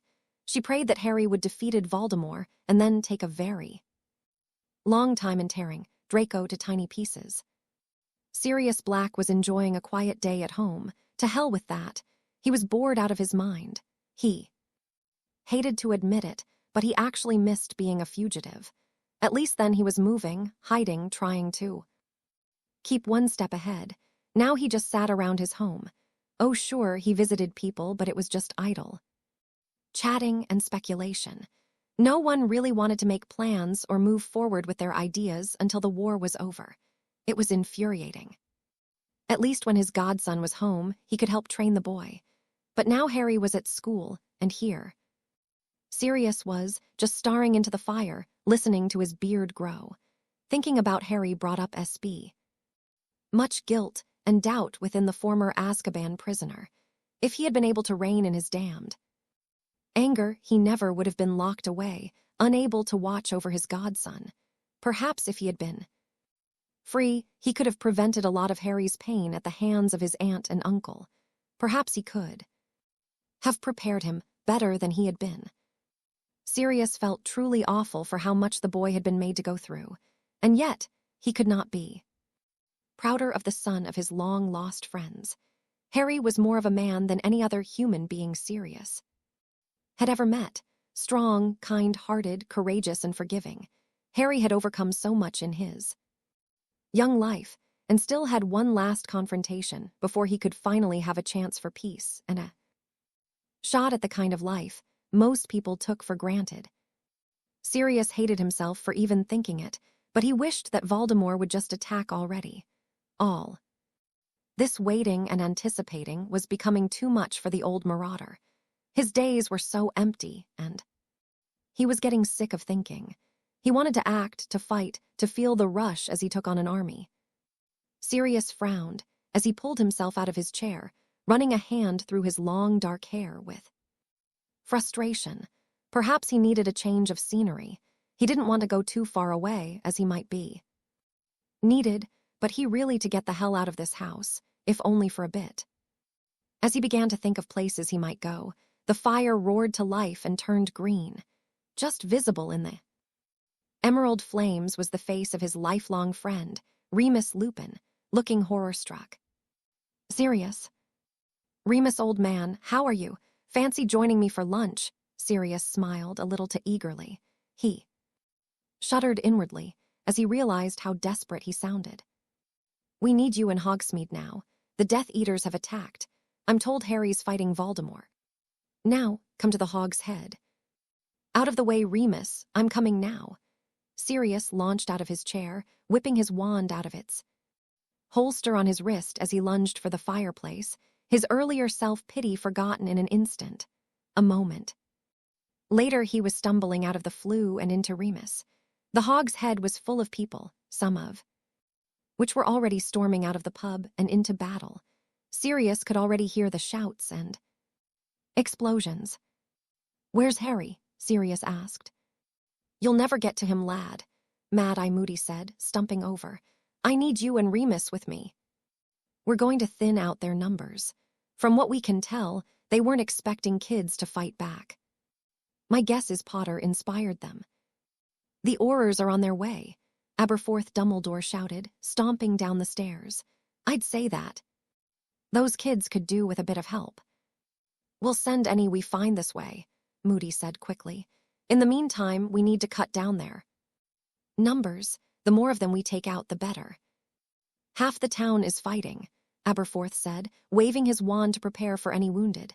They weren't expecting any sort of resistance at all. "Right," Moody snarled. "You two marauders are with me."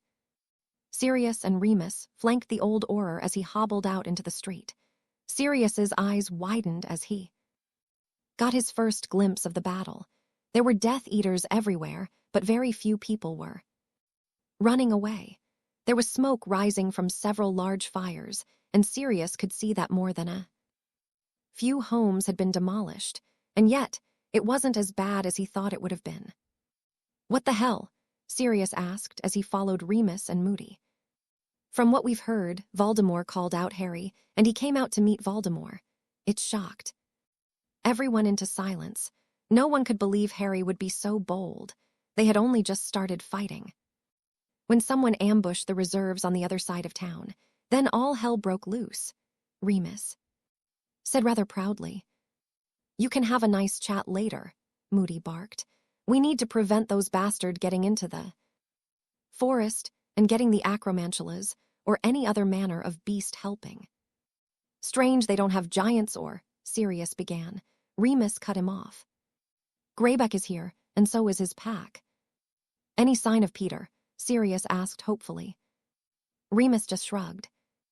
"On the left, boys," Moody shouted, and Sirius felt a rush of adrenaline as he raised his wand and engaged his first Death Eater. For the next 30 minutes, Remus, Moody, and Sirius fought alongside several residents of Hogsmeade and a few junior Aurors against a seemingly never-ending wave of Death Eaters, and to their displeasure, acromantulas. The Death Eaters had gotten their reinforcements, but it wasn't exactly working out for them. The spiders were clearly hungrier than they were loyal and kept running off with any fallen bodies they could get a hold of. Fortunately, it seemed to be mostly Death Eaters who were falling prey. Arthur Weasley and his eldest, Bill, soon arrived. Nymphadora Tonks arrived along with 4 or 5 senior Aurors. It wasn't long before they managed to secure the area, and with the spiders quite happy with their meals, there wasn't a strong concern the spiders would return. "Can't leave you alone for a minute, can I?" Tonks asked, grabbing Remus by the collar and kissing him. "Can you two control yourselves until we can find out and my godson is all right?" Sirius asked impatiently. "I think we should start trying to help anyone trapped or hurt," Bill suggested. Professor Sprout said they were trying to get the younger kids back to the school. "All right," Moody said, already starting towards the center of town. "You lot start looking for survivors. Sirius, you and I have a few more Death Eaters to have a word with." "Ha, now you're talking." "How's your leg?" Neville asked, panting heavily as he looked at Ginny. Both were covered in dirt and minor cuts. Neville's left arm hung limply at his side, having taken a bone-breaker hex. He was just thankful it had only been his arm. If he hadn't tripped over himself, he might have taken the hex to his skull. "I'll be fine," Ginny winced, trying to look at her leg without feeling sick. Her left leg had been burned very badly, and Ginny swore it was still burning inside.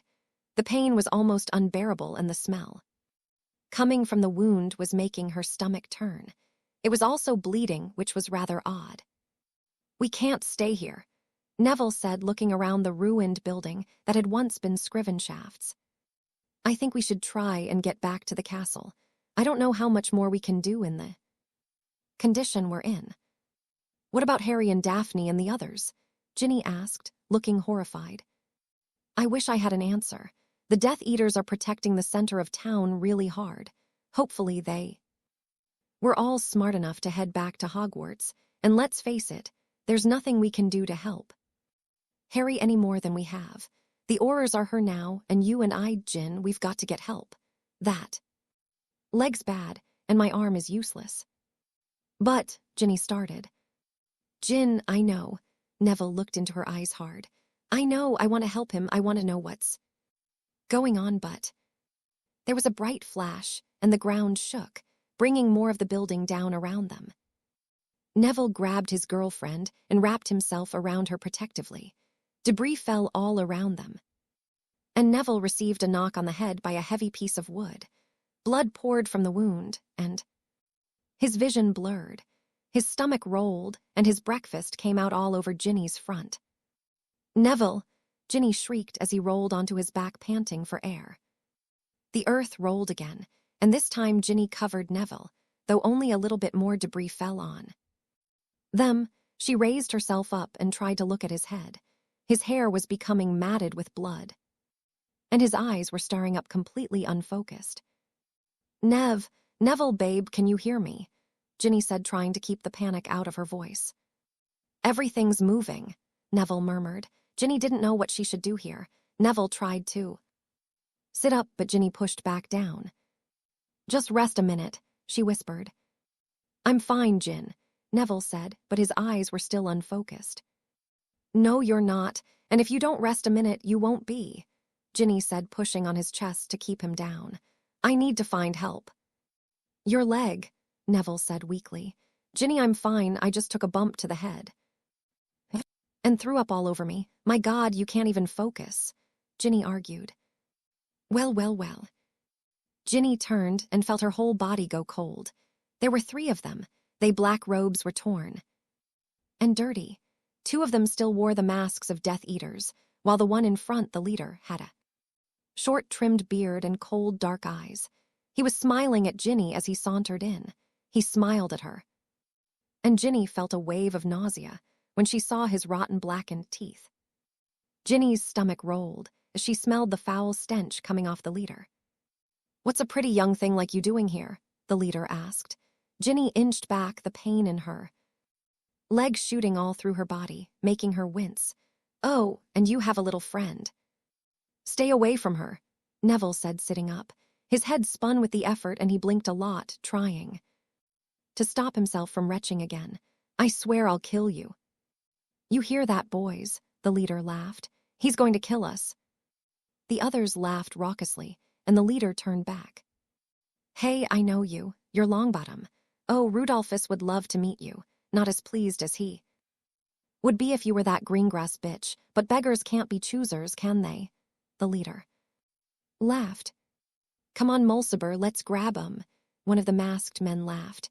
They'll make nice sport for when the Dark Lord finishes with the Potter whelp. I'm taking the bitch, the other Death Eater said as he strode forward and grabbed Ginny by her hair, dragging her kicking and screaming to her feet. Artiopnitus, Neville said, waving his wand. The spell passed harmlessly past the 3 Death Eaters, and they all roared with laughter, and that was all the distraction Ginny needed. Ginny stabbed her wand right into the eye hole of the Death Eater's mask who was holding her. He released her immediately, and Ginny wrenched her wand out of his eye socket before kicking him in the groin and dropping to the ground.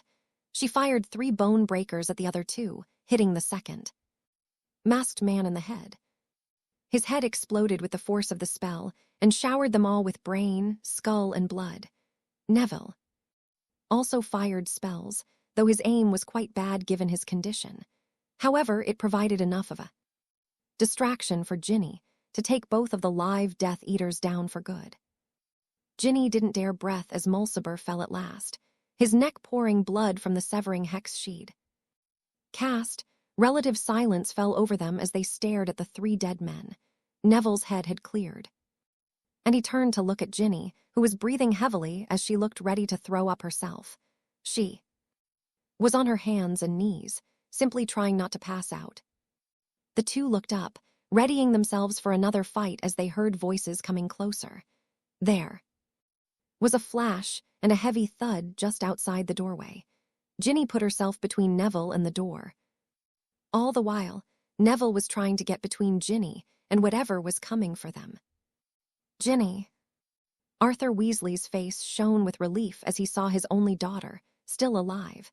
He ran inside the broken down building and embraced her tightly. She winced with pain as her burned leg was bumped.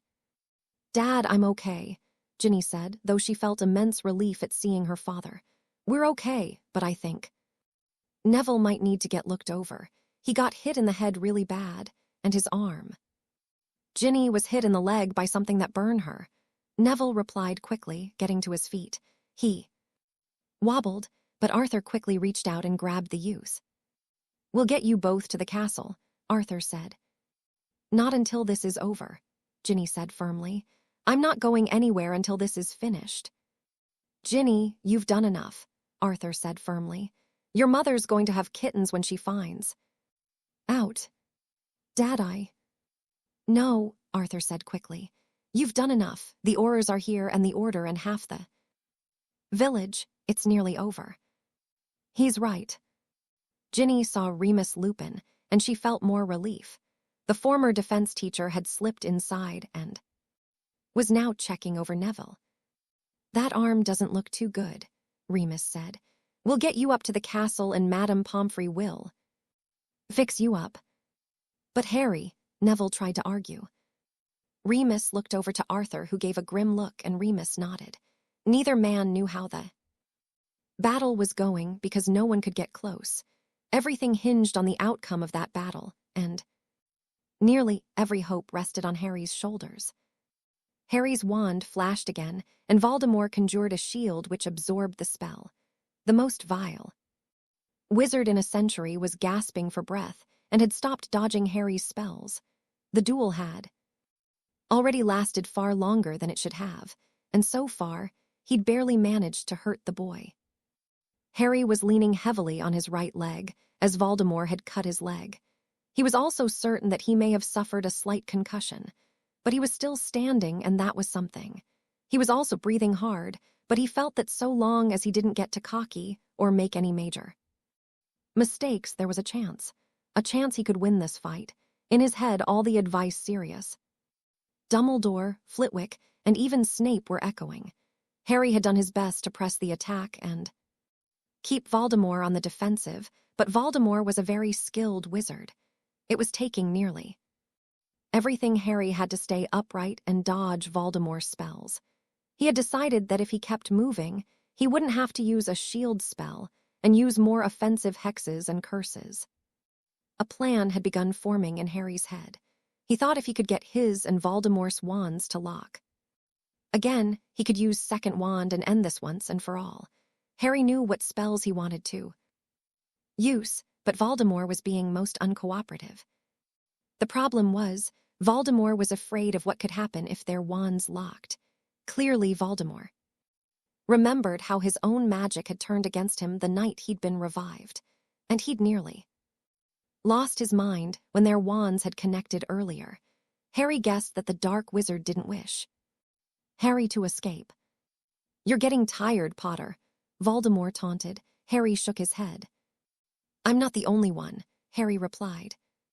"Why won't you just die?" Voldemort shouted angrily. "You ever think that you had it wrong all this time?" Harry posed the question. "That maybe it wasn't you who was meant to kill me, and that's why you've been unable to do it. And maybe you're not as all powerful as you think. Or that perhaps maybe you're no longer immortal." Both Harry and Voldemort turned to see Severus Snape. Behind him, the battle was coming to an end. There were only a handful of Death Eaters that Harry could see now, and he wondered just how many were dead. He then wondered what had become of Daphne, and if she was still alive. "Focus now," he told himself. You can't lose your focus now or you'll be dead. It's over, my lord, Snape said, though he didn't sound subservient. In fact, he sounded downright ferocious. Harry turned back to Voldemort, feeling very confused as he saw Voldemort staring at Snape. Master, Snape said, his voice dripping with venom that seemed to confuse Voldemort. Use your power and see into my mind. You need to know what has happened. Look into my mind and see your downfall. Voldemort stood stunned by his servant's request, before narrowing his eyes a bit and staring into Snape's eyes. A second later, Voldemort reeled with horror and rage. You can see it, can't you? Snape said, his voice rising. I've let my occlumency shields down so you could see the truth. They're gone, all of them. Dumbledore found them all and destroyed them except your pet. I killed her moments ago. You're mortal now. Voldemort's face twisted from one of confusion to one of purest rage. Snape simply smiled superiorly. You, Voldemort said, his voice cold and shocked. My most trusted, you dare betray me. You betrayed me, Snape snarled. I begged you not to kill her. Snape's wand was raised high at his former master. Voldemort was still standing in awe of his servants' boldness, while Harry could only watch in confusion. You, Voldemort began screaming, his wand flashing as Snape moved as well, firing hex after hex. After hex, Harry could only watch in astonishment. He knew that Snape was supposed to be on the good side, though he'd always had his doubts. He had always thought that given the choice, Snape would simply rejoin Voldemort and laugh as his master tortured Harry. Never in his wildest dreams could he have ever pictured Snape fighting against Voldemort. Something in Harry's brain screamed at him to act. Reaching into his right sleeve, Harry took out his second wand and took a deep breath. He had practiced fighting with two wands, but he had wanted it to be a surprise for Voldemort. But he was getting tired, and he wanted this to be over. As Harry dropped into a fighting stance, he realized that this was it. This was the end. All his questions could wait. All of his worries could wait. Everything had been leading him to this, and Harry knew in his heart of hearts that the war was about to end, one way or another. Harry lunged, firing off spells from both wands. The first hit Voldemort, who'd forgotten about Harry, and a large chunk of flesh and bone was ripped away from the Dark Lord's shoulder. Voldemort shrieked in rage, and Harry smiled inwardly. This was what he'd been hoping for. Anger clouded your judgment and made you act rashly. Voldemort was like a crazed animal now. He fired spells wildly, which Harry easily dodged, as Voldemort wasn't even aiming. He was simply pouring power into his hexes, which was Voldemort's second mistake. The Dark Lord knew that he only had one real threat. Snape was a master duelist, and his knowledge of spells was only surpassed by Voldemort's own. However, the Dark Lord didn't have the time, nor did he have the patience for dragging the fight out. His duel with Potter had made him tired. It was taking a great effort to prevent his body from falling apart completely. Ever since he'd attempted to kill Potter a year ago, his body had begun to decay, and there was no other explanation for it. It was why Voldemort was not using the killing curse on the boy now. The first time, he'd lost his body. In a flash, were it not for his Horcruxes, he would have surely died that night. The second time, the boy had fought back and their wands had locked. That night, specters of past victims had emerged from his wand and protected the boy, allowing him to escape.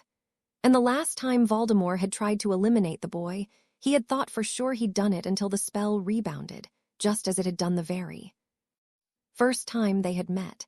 He was sure that the reason he'd not lost his body for a second time was that he'd used Potter's blood to resurrect himself. Now, however, there was nothing keeping him here. If he didn't finish this, he would be killed, and Voldemort feared nothing except his own death. Voldemort began attacking, giving neither Snape nor Harry a chance to press the advantage. Snape was keeping the fight close, while Potter stayed his distance, making it much harder to hit him with anything. Voldemort countered as much as he could, but he felt weaker and weaker. His magical core was being drained due to the amount of power he was using to keep his body from falling apart and the power he was pushing into his spell work. It was then he saw Potter now had 2 wands. He sneered. As if a second wand was going to be of any help to the boy. He was going to die, slowly, right after. Snape. Snape had so far avoided 3 killing curses from the Dark Lord. He was now trying to keep himself. Between Harry and the Dark Lord, he wanted to be the one to kill Voldemort. He wanted to make his former master pay for his betrayal, and for killing the one person in the whole world who'd ever cared. For him, Lily Evans. His wand moved faster than he'd ever managed before. His mind had never been so focused. Snape's righteous anger flared as he cast one of his most favorite spells, Sectum Sempra. A large gash opened on the front of Voldemort's chest, who was no longer trying to shield himself. The Dark Lord roared and his wand flashed. Snape swatted and shielded himself, but the tide had turned and Snape found himself backing up. There was a flash so bright that Snape had to shield his eyes, as did Voldemort. Harry had gotten sick of Snape blocking his way. He'd cast a powerful Lumos spell and shot it toward the 2 combatants, momentarily blinding them. Voldemort turned, firing at Harry, who was banished by Snape. Voldemort flicked his wand and lit Snape's robes on fire. Snape scrambled back and tripped over his burning robes. He rolled on the dirt as Voldemort stalked towards him. I wish I had the time to properly teach you what it means to betray me. Goodbye, Severus. Snape's eyes widened as Voldemort's eyes grew wide with unbridled ecstasy, his wand tip glowing green, and then the Dark Lord was gone. Harry got to his knees and saw that Snape was on the ground, his robes smoking. Voldemort was stalking the defense teacher as if he were prey, his wand lifting, its tip beginning to glow the unmistakable green of the killing curse. Without thinking, Harry brought both his wands up and sent a curse. He pushed every ounce of power he could into the spell, both his wands lighting with a deep purple light. Harry's arms actually recoiled with the force of the spells.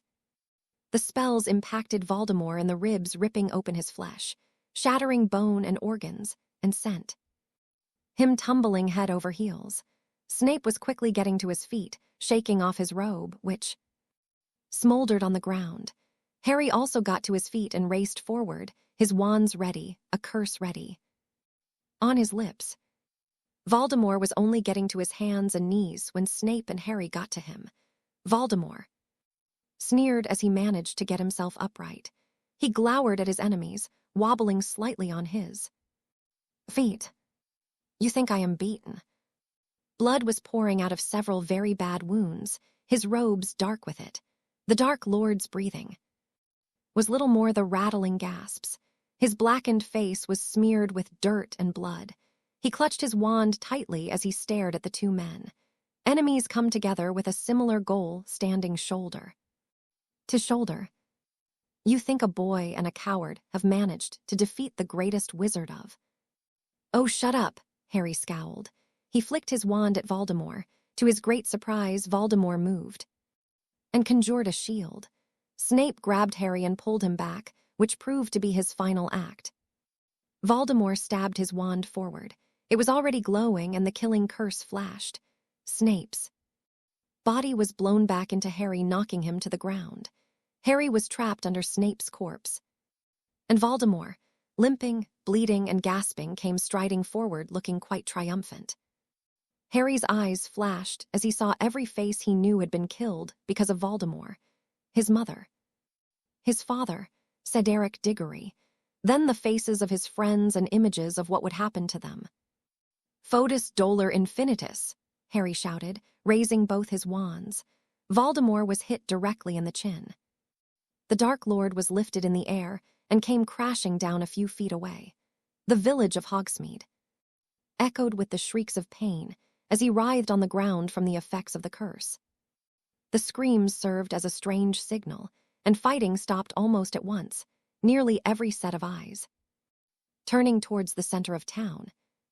It took a bit of effort, but Harry managed to get himself free from under Snape's body and went to see what had become of his enemy.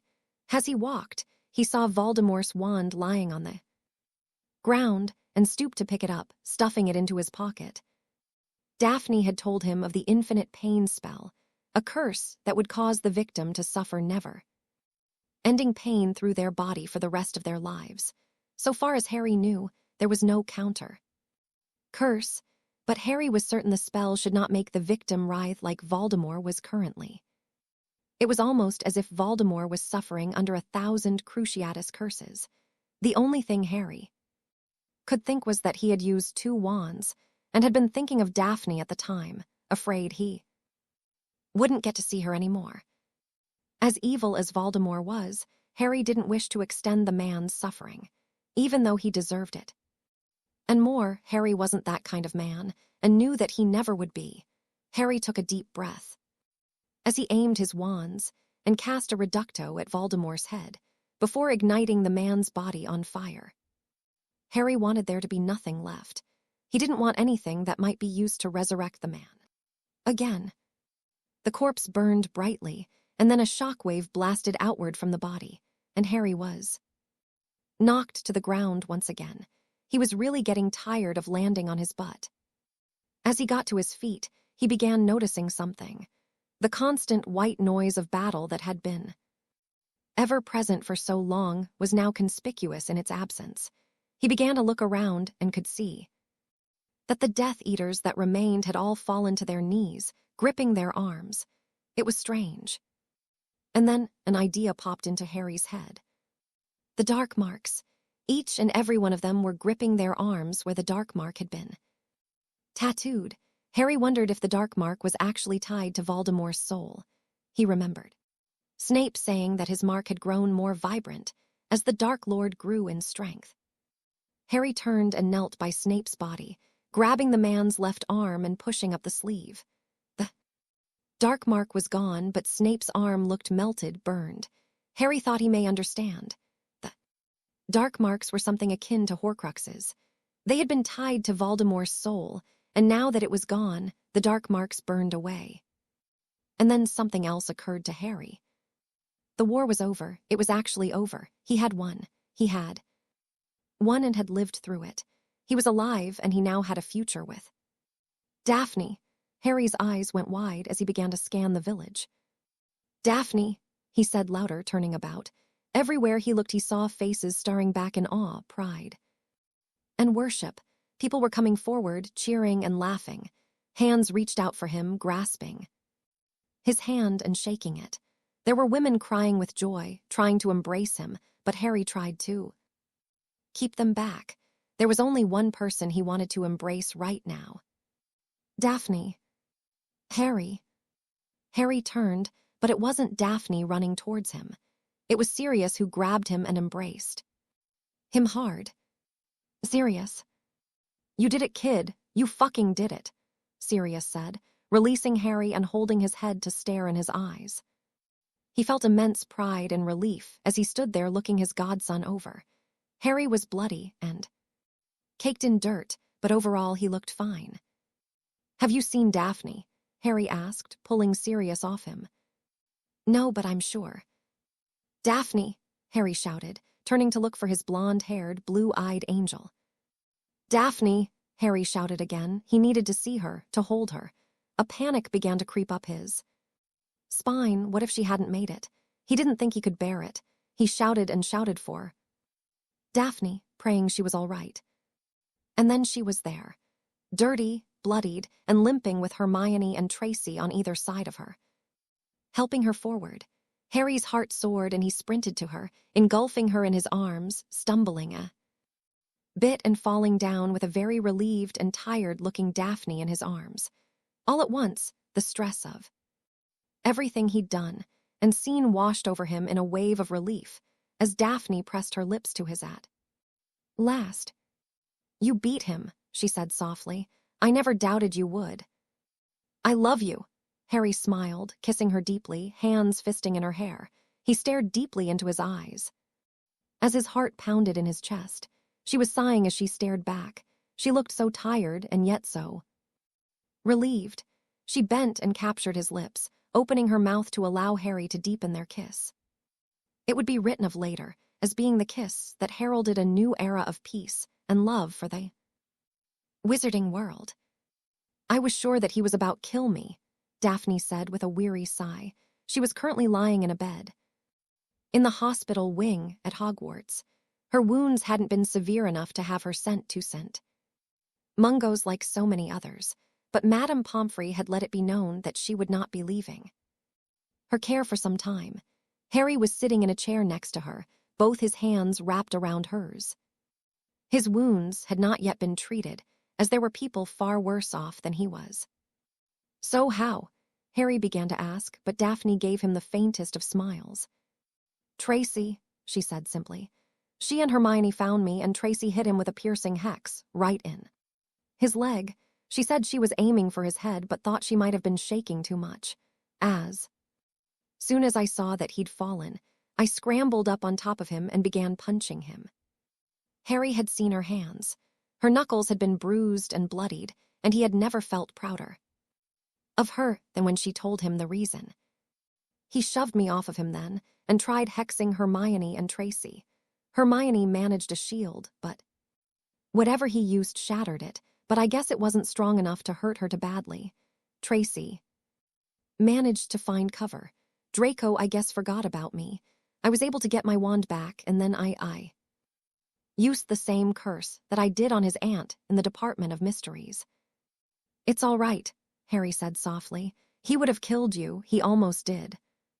I know, Daphne said, tears in her eyes. All I could think of before Tracy and Hermione found me was you. I was so afraid, Harry. I thought for sure that I wouldn't get to be with you anymore, that I'd failed you. But you didn't, Harry smiled gently. Funny thing is that I had something similar happen, I thought. That he had one, but I thought of you, and I just wasn't ready to leave you, and I used that curse you told me about, the eternal pain curse. It saved me. You saved me. I think maybe we saved each other, Daphne whispered. Mr. Potter. Madame Pomfrey was there now, looking very tired now. She had been treating all sorts of wounds and it was taking a lot out of her. Harry felt sympathetic to her, but she had a strange smile on her face as she looked on him. I can take a look at you now, if you'll come with me. I'm really okay. Mr. Potter, how many times must we have this argument? Pomfrey looked at him, a playful scowl on her face. You'd better go, Daphne suggested. I don't think she's above hexing you to get you to cooperate. A very intelligent young woman, Mr. Potter. I would listen to her, were I you. Harry's head fell as a smile played at his lips. He stood and bent down to kiss Daphne gently. I'll be back, he whispered. He turned to go when Daphne asked him. What's that? Harry turned, looking confused. In your pocket. Harry reached back and felt the wand he had stuffed there just before he had ended the war once and, for all, Voldemort's bone-white wand. It's his. I took it and shoved it into my pocket. I guess I forgot about it, Harry said, pulling the wand out and staring at it with disgust. What do you intend to do with it? Madame Pomfrey asked, a slight quiver in her voice. Harry looked at the matron, and then to Daphne, who looked a bit apprehensive as well. His face broke into a wide smile as he snapped the wand in his hands. He heard Pomfrey give a soft sigh, and Daphne laughed lightly. I'll burn it later tonight, Harry said as he turned to follow Madame Pomfrey. The body count had been high. Of the 250 Death Eaters who had followed their master to Hogsmeade, only around 80 remained, all awaiting trial in Azkaban. The Ministry had decided that all who were found guilty were to be executed. They would all be sent through the veil. Of the nearly 1,000 residents of Hogsmeade, around 100 adults and 25 children lost their lives. 75 Hogwarts students also died, fighting against the Death Eaters. 100 children who would never grow up, never fall in love, never have children of their own. The Daily Prophet reported on barely anything else save the funerals for those who had fought. There was a very long article on both Albus Dumbledore, and a few days later, an article about Severus Snape. Appeared. Harry couldn't explain why, but he felt the need to save that article. He had never cared for the former potions professor, but the man had given his life to save Harry's. It left Harry with a million questions that no one could answer, until the letter arrived. Harry was sitting down for breakfast in the Great Hall. Daphne was still in the hospital wing, but Tracy and Hermione were there and greeted him with smiles. Harry had noticed the two girls had gotten very close since the war ended, and Daphne explained it all to him. Harry was quite happy for the two girls and, out of respect, said nothing to either of them. If and when they wished to talk about their relationship, he'd listen. Ron had only returned to school a few days ago, once the Lavender's prognosis turned for the better. Ron was still visiting her every afternoon with permission from the new headmistress, but he was not staying with her all the time now. Neville and Ginny were both still in the hospital wing, but they were both due to be released in the next 2 or 3 days. Harry filled his plate, anxious to finish breakfast so he could see Daphne before classes. She was getting better, and like Harry had been so many times before, was itching to get out of there. Harry and Ron began chatting idly about the possibility of a pickup game of Quidditch that weekend, when the large brown owl landed before him, presenting an official-looking letter. Harry took it, expecting another invitation to attend some sort of award ceremony from the ministry. Minister Scrimgeour was most anxious to get Harry to come and speak before the Wisengamot or the press and accept the Order of Merlin First Class. Harry wasn't interested. He just wanted to be left alone at last. Daphne and her parents had spoken to him a few days ago and suggested that it would be a good idea for him to accept the award. Sirius also felt it was a good idea. They had all convinced him to finally accept Scrimgeour's invitation, but he refused to attend anything until Daphne was well enough to attend with him. Harry opened the letter and was immediately stunned by the contents.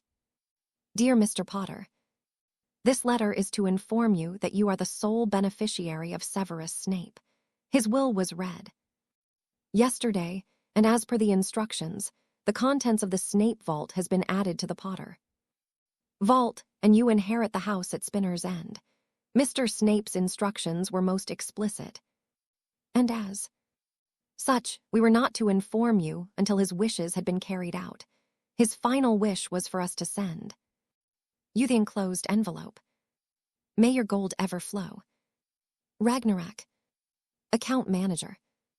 Gringotts. Harry stared wide-eyed at the envelope, which was addressed to him in the somewhat tight sloppy scrawl he'd seen on so many of his potion essays. He couldn't believe what he'd just read.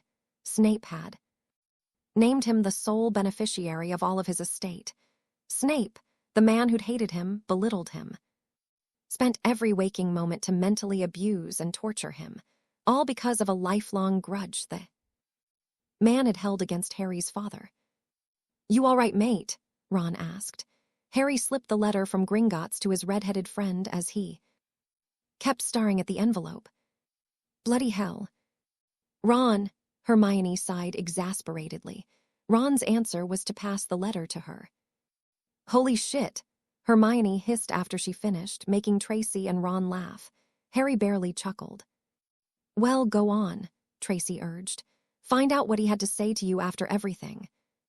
Harry slipped his finger under the seal and opened the letter, his heart beating hard, unsure of what he wanted to see or what he expected to see. Dear Harry, I know that I have been most unreasonable and even rude to you. As you know, your father and I hated each other, and for years, whenever I looked at you, all I saw was the smug face of my school rival. I saw this because I dare not look you in the eye and see your mother, my friend, staring back at me. You see, I am the reason your mother and father were killed. I was the one who heard a part of the prophecy and told Voldemort. When I learned it was you he intended to kill, I went and begged Dumbledore to protect your family. You see, when I was at school, I had only one friend, your mother. We met a year before we came to Hogwarts, and as we grew up, I grew to love Lily. But in our 5th year, my hatred of your father got the better of me, and after a particularly bad prank, wherein you mother tried to help me, I turned on her. In my anger, I insulted the one friend I had, and she, already becoming fed up with my choices, turned her back on me. I never forgave myself. In our final year, your mother and father began dating, and I joined the Death Eaters. I joined because I refused to let myself accept that I had turned Lily against me and chose to blame your father. It wasn't until after she was killed that I realized everything that had happened between Lily and I was my fault. My hate turned inward. You were a constant reminder of my failure, and I took it all out on you. In the last year, I have seen you mature, and though I am loath to admit it, even now, you are more your mother's son than I ever truly cared to admit. I knew it for certain the moment I had heard of you relationship with Miss Greengrass. To forgive a betrayal, no matter the cause, so immense, is truly inspiring. I have observed you and Miss Greengrass, and I saw all that I could have had I the will to grow up. You have become a man that deserves to be respected, Harry, and I wish to pass on one piece of advice to you. Live your life and forget all of your anger and hatred. Do as I could not and be free of my burdens. With my sincerest and most heartfelt apologies. Severus Snape. Harry felt tears in his eyes. He couldn't believe it. After everything, Snape had been, words failed. Harry, as he folded the letter and slipped it into his robes. What did it say? Hermione asked curiously. Harry simply smiled at her. He knew that she was dying to know what was in the letter, but somehow he just couldn't share it with her. He doubted he ever could. It seemed to be a private conversation between himself and his now most influential teacher. Harry knew that he would never have liked the man, but now he was bursting with respect for him, and it was a very strange sensation. I'm going to go see Daphne, Harry said, getting up from his seat, leaving his friends staring in wonder after him. You okay? Harry asked, handing Daphne a drink. She smiled her thanks and nodded. A bit tired, she replied. That whole thing was really long. They sat at a small table as far away from the crowd as they could. The ceremony had actually been better than Harry had expected. He hadn't had to give a speech, and he wasn't the only one to receive an award, though he got the most applause when he had accepted his. Now people were dancing and talking, and both Rye and Daphne were rather surprised that people were being respectful enough to leave the two alone. Have I told you how stunning you look tonight? Harry smiled, making Daphne giggle lightly. You don't have to keep paying me compliments, she smiled. I'm already yours. She smiled wider as he bent forwards and kissed her. Harry had no idea what he was in for later that night, and she was practically shaking with anticipation. She'd been waiting for too long in her humble opinion. I just like reminding you of how fond I am of you, Harry said as he pulled away. I will never get tired of hearing that. Do you want to dance some more? Harry asked. Actually, I think I'd rather go home. Daphne smiled. Oh, all right, Harry said, looking a bit disappointed. My parents said I could spend the rest of the Easter holiday with you, and I have everything I need. Daphne said, smiling pointedly as she shook her black clutch. Harry raised an eyebrow and she smirked. Extendable charm. Harry laughed. Well, we should say goodbye to everyone, Harry said, getting up and offering his hand to her. I rather think they'll understand, Daphne said, leading him out of the hall and towards the flues. We have a few things to do tonight, and they are far more important to me than those stupid awards. And as this is the first opportunity for us to be alone, I'm going to take advantage of it. What are you talking about? Harry asked, rather flummoxed.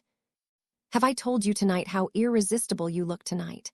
Daphne replied before throwing a handful of flue powder into the fireplace and stepped into the green flames and called out Harry's home as he... Destination. Harry followed her through and stumbled out of the fireplace, momentarily amazed he hadn't landed on. His face, he wasn't given long to wonder about it as Daphne had him in her arms and her lips pressed against his. She was guiding him down the stairs and into his bedroom, where she tossed her clutch down and slipped out of her high-heeled pumps. Her hands slipped from around his neck and began to unbutton his shirt. It wasn't very long before Harry and Daphne managed to get all of their clothes off and slipped into bed. Their passion built into a fevered pitch as they kissed, touched, and explored each other far more than they ever had before. Daphne was loving the feel of Harry's excitement pressing into her abdomen as she kissed his neck and listened to his softest of moans and hisses. She knew she was ready, but was putting off the moment until she thought she wouldn't be able to stand it. She could feel her own excitement, hot and sticky, between her legs, and was trembling as she began to reach down between them and take Harry's manhood in her hand and slowly place it at the entrance to her center. Harry raised up a bit as he felt her maneuvering him and looked deep into her eyes. "Are you? If you even think of asking me if I'm sure, I will put a stinging hex on each of your cheeks, and I don't mean the ones on your face," Daphne said sternly. "I have wanted to have you make love to me since my birthday. It's been all I could do not to drag you to the room of requirement or the prefect's bathroom and ravish you. I love you, Harry. I love you more than I could express in mere words, and I want to be with you, right here, right now, please, for the love of ooh." Harry slowly sank into her, and Daphne's eyes rolled into the back of her head. She felt the resistance, which Harry pushed through, and she hissed slightly. She wrapped her legs around him when he started to pull out and fixed him with a hard look, which made him freeze. "Again," she whispered, and Harry complied. She gave another long, low moan of pleasure as he sank ever deeper into her.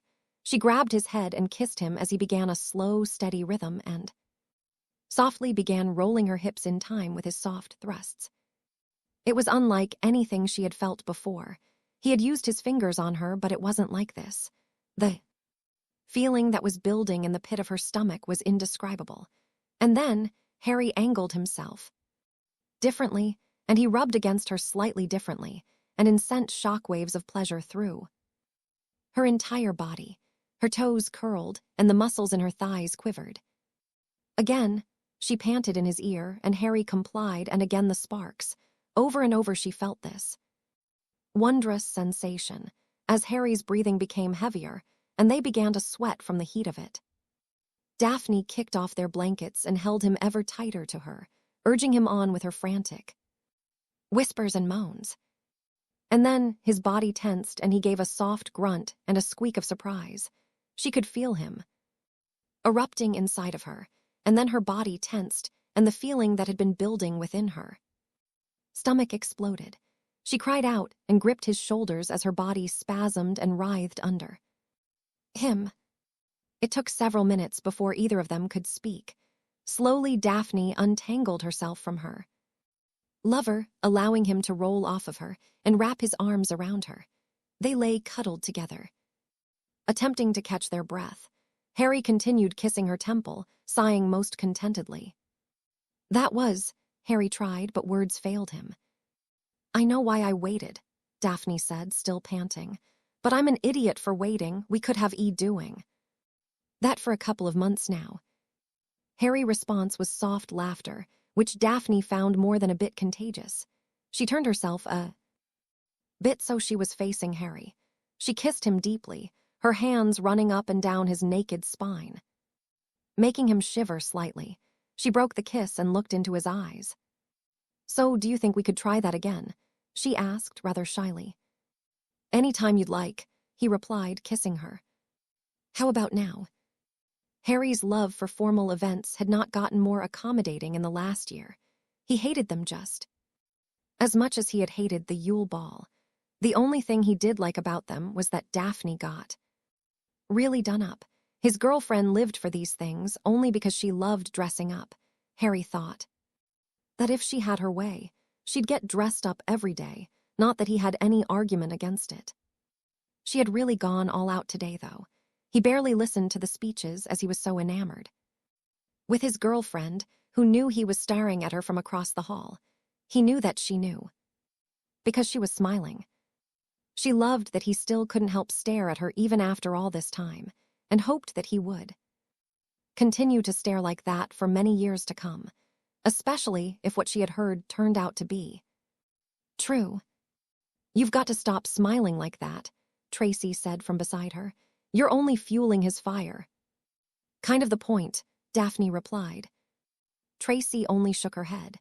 She then glanced around, her good humor dying a bit. "This is so strange." "You've been saying that all day," Daphne replied. "You'd better get used to it. It's happening no matter." "What, we're graduating?" I know. That isn't what's so strange. I mean it is, but don't you feel a bit odd? I mean we're the smallest graduating class in Hogwarts history. Last year was small, but our year is the smallest. We lost the most," Tracy said softly. Daphne looked around now and sighed as well.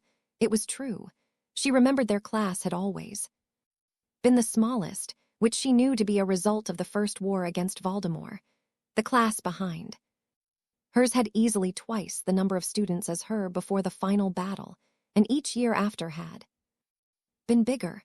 People hadn't had children often during the First War, and many others had been killed.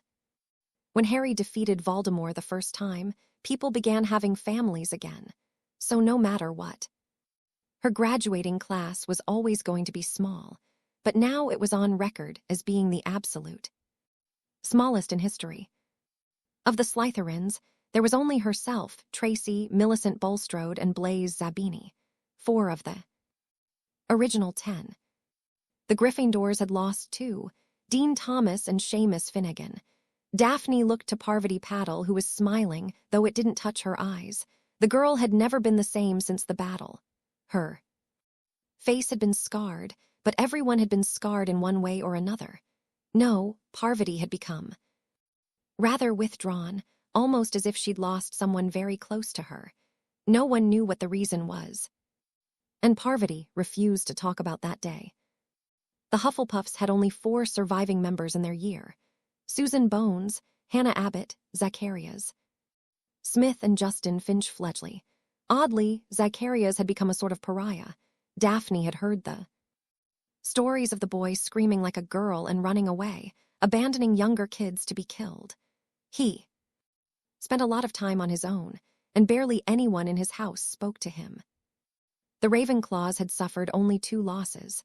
Only Kevin and Twistle, who'd died protecting 3 younger students, and Sule, who had suffered a great deal at the hands of Death Eaters who'd turned out to be recent graduates of Hogwarts, barely a year out of school.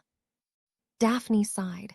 She imagined that graduation was supposed to be a happy event, yet, as she sat waiting for the moment she would step up onto the stage and accept her qualification, she was reminded of all her class had suffered, and of those whom she would never have the chance to get to. "No," she turned to look at Harry, who had a questioning look in his eyes. Clearly he had seen her smile fade. She gave him a grateful look and shook her head. She could tell he wasn't pleased, but he could do nothing at the moment. The ceremony was long, especially as there was a moment of remembrance for those who had given their lives. Daphne got a bit choked up as the names were listed off, though she did feel a flash of rage when Draco Malfoy's name was called out. In her humble opinion, Draco should have been removed from the registry for his crimes. Soon after, the students were called up to accept their qualifications. Daphne was cheered on when her name was called, and she paused long enough to shake hands with Headmistress McGonagall and get her picture taken for the Daily Prophet. She, along with everyone in attendance, cheered loudly when Harry's turn came. Even a year after, he was still the hero, and his distaste for it showed on his face. Even as he forced his smile for his picture, Daphne decided she would make him feel a bit better about it later that night. In fact, she was really looking forward to the ceremony to be over. They had been making plans all year, and Daphne couldn't wait to begin their journey. Just the idea of lying on a beach, drinking up the sun with Harry at her side was intoxicating. She couldn't wait to see the Caribbean. But there was something else she was anxious for, if what Tracy had mentioned was in fact true, and she desperately hoped it was. When the ceremony was over, the graduating class greeted their families and friends for about an hour, before they were taken to a room off of the Great Hall and flew to a private hall in London for a party. They had all heard that graduating classes usually remained partying in the hall until the next morning. But as this class was so small, it turned out to be a rather intimate dinner. There was dancing afterwards, but it seemed that after the long and entertaining meal, everyone was ready to leave. "You'd better take a lot of pictures and bring back lots of gifts," Tracy said, hugging Daphne tightly. "We won't be gone that long," Daphne reminded. "Just a month. You and Hermione will be gone a lot longer. You guys are going all over Europe, for God's sake." "Yeah, but that's really just around the corner. You two are going half a world away," Tracy replied. "I'm jealous," Lavender sighed as she came over to her girlfriends. "I can't imagine how romantic and amazing a time you'll have." "Ron said he'd take you," Tracy reminded the blonde, who shrugged. "Yeah, he did, but we've got to get the money together. Harry offered, but Ron refused. He's got his pride and wants to earn his way," Lavender said, looking over her shoulder to where her boyfriend was talking to Neville, Harry and Justin Finch-Fletchley. "Well, getting signed to the Cannons is a good start," Daphne smiled. "And he'll probably turn that team around," Hermione said as she joined the girls. "I bet he'll be named captain within a year." She wrapped her arms around her girlfriend, who gave her a soft kiss, making her blush ever so slightly. "All set for your getaway?" Hermione asked Daphne, who nodded excitedly. "All packed. We're going back to the house and leaving first thing in the morning, though I doubt we'll be able to sleep. I think we'd leave tonight if we could, but the international port key won't activate until around 8 tomorrow morning," Daphne sighed. "I don't think you'll be too anxious for that after you get home," Tracy smirked knowingly. Hermione looked at her and then groaned. "Please tell me you didn't tell her," she said, releasing Tracy and pinching the bridge of her nose. "How could I not?" Tracy asked. "Tracy, babe, that was supposed to be a secret." Hermione scowled. "What was a secret?" Lavender asked, now very curious. "Harry's going to," Tracy began, but Hermione put her hand over Tracy's mouth. "It's no one's business but Harry's and Daphne's." Lavender didn't need much to piece this puzzle together. She smiled and began practically bouncing up and down and waving her hands frantically. She was squealing as well.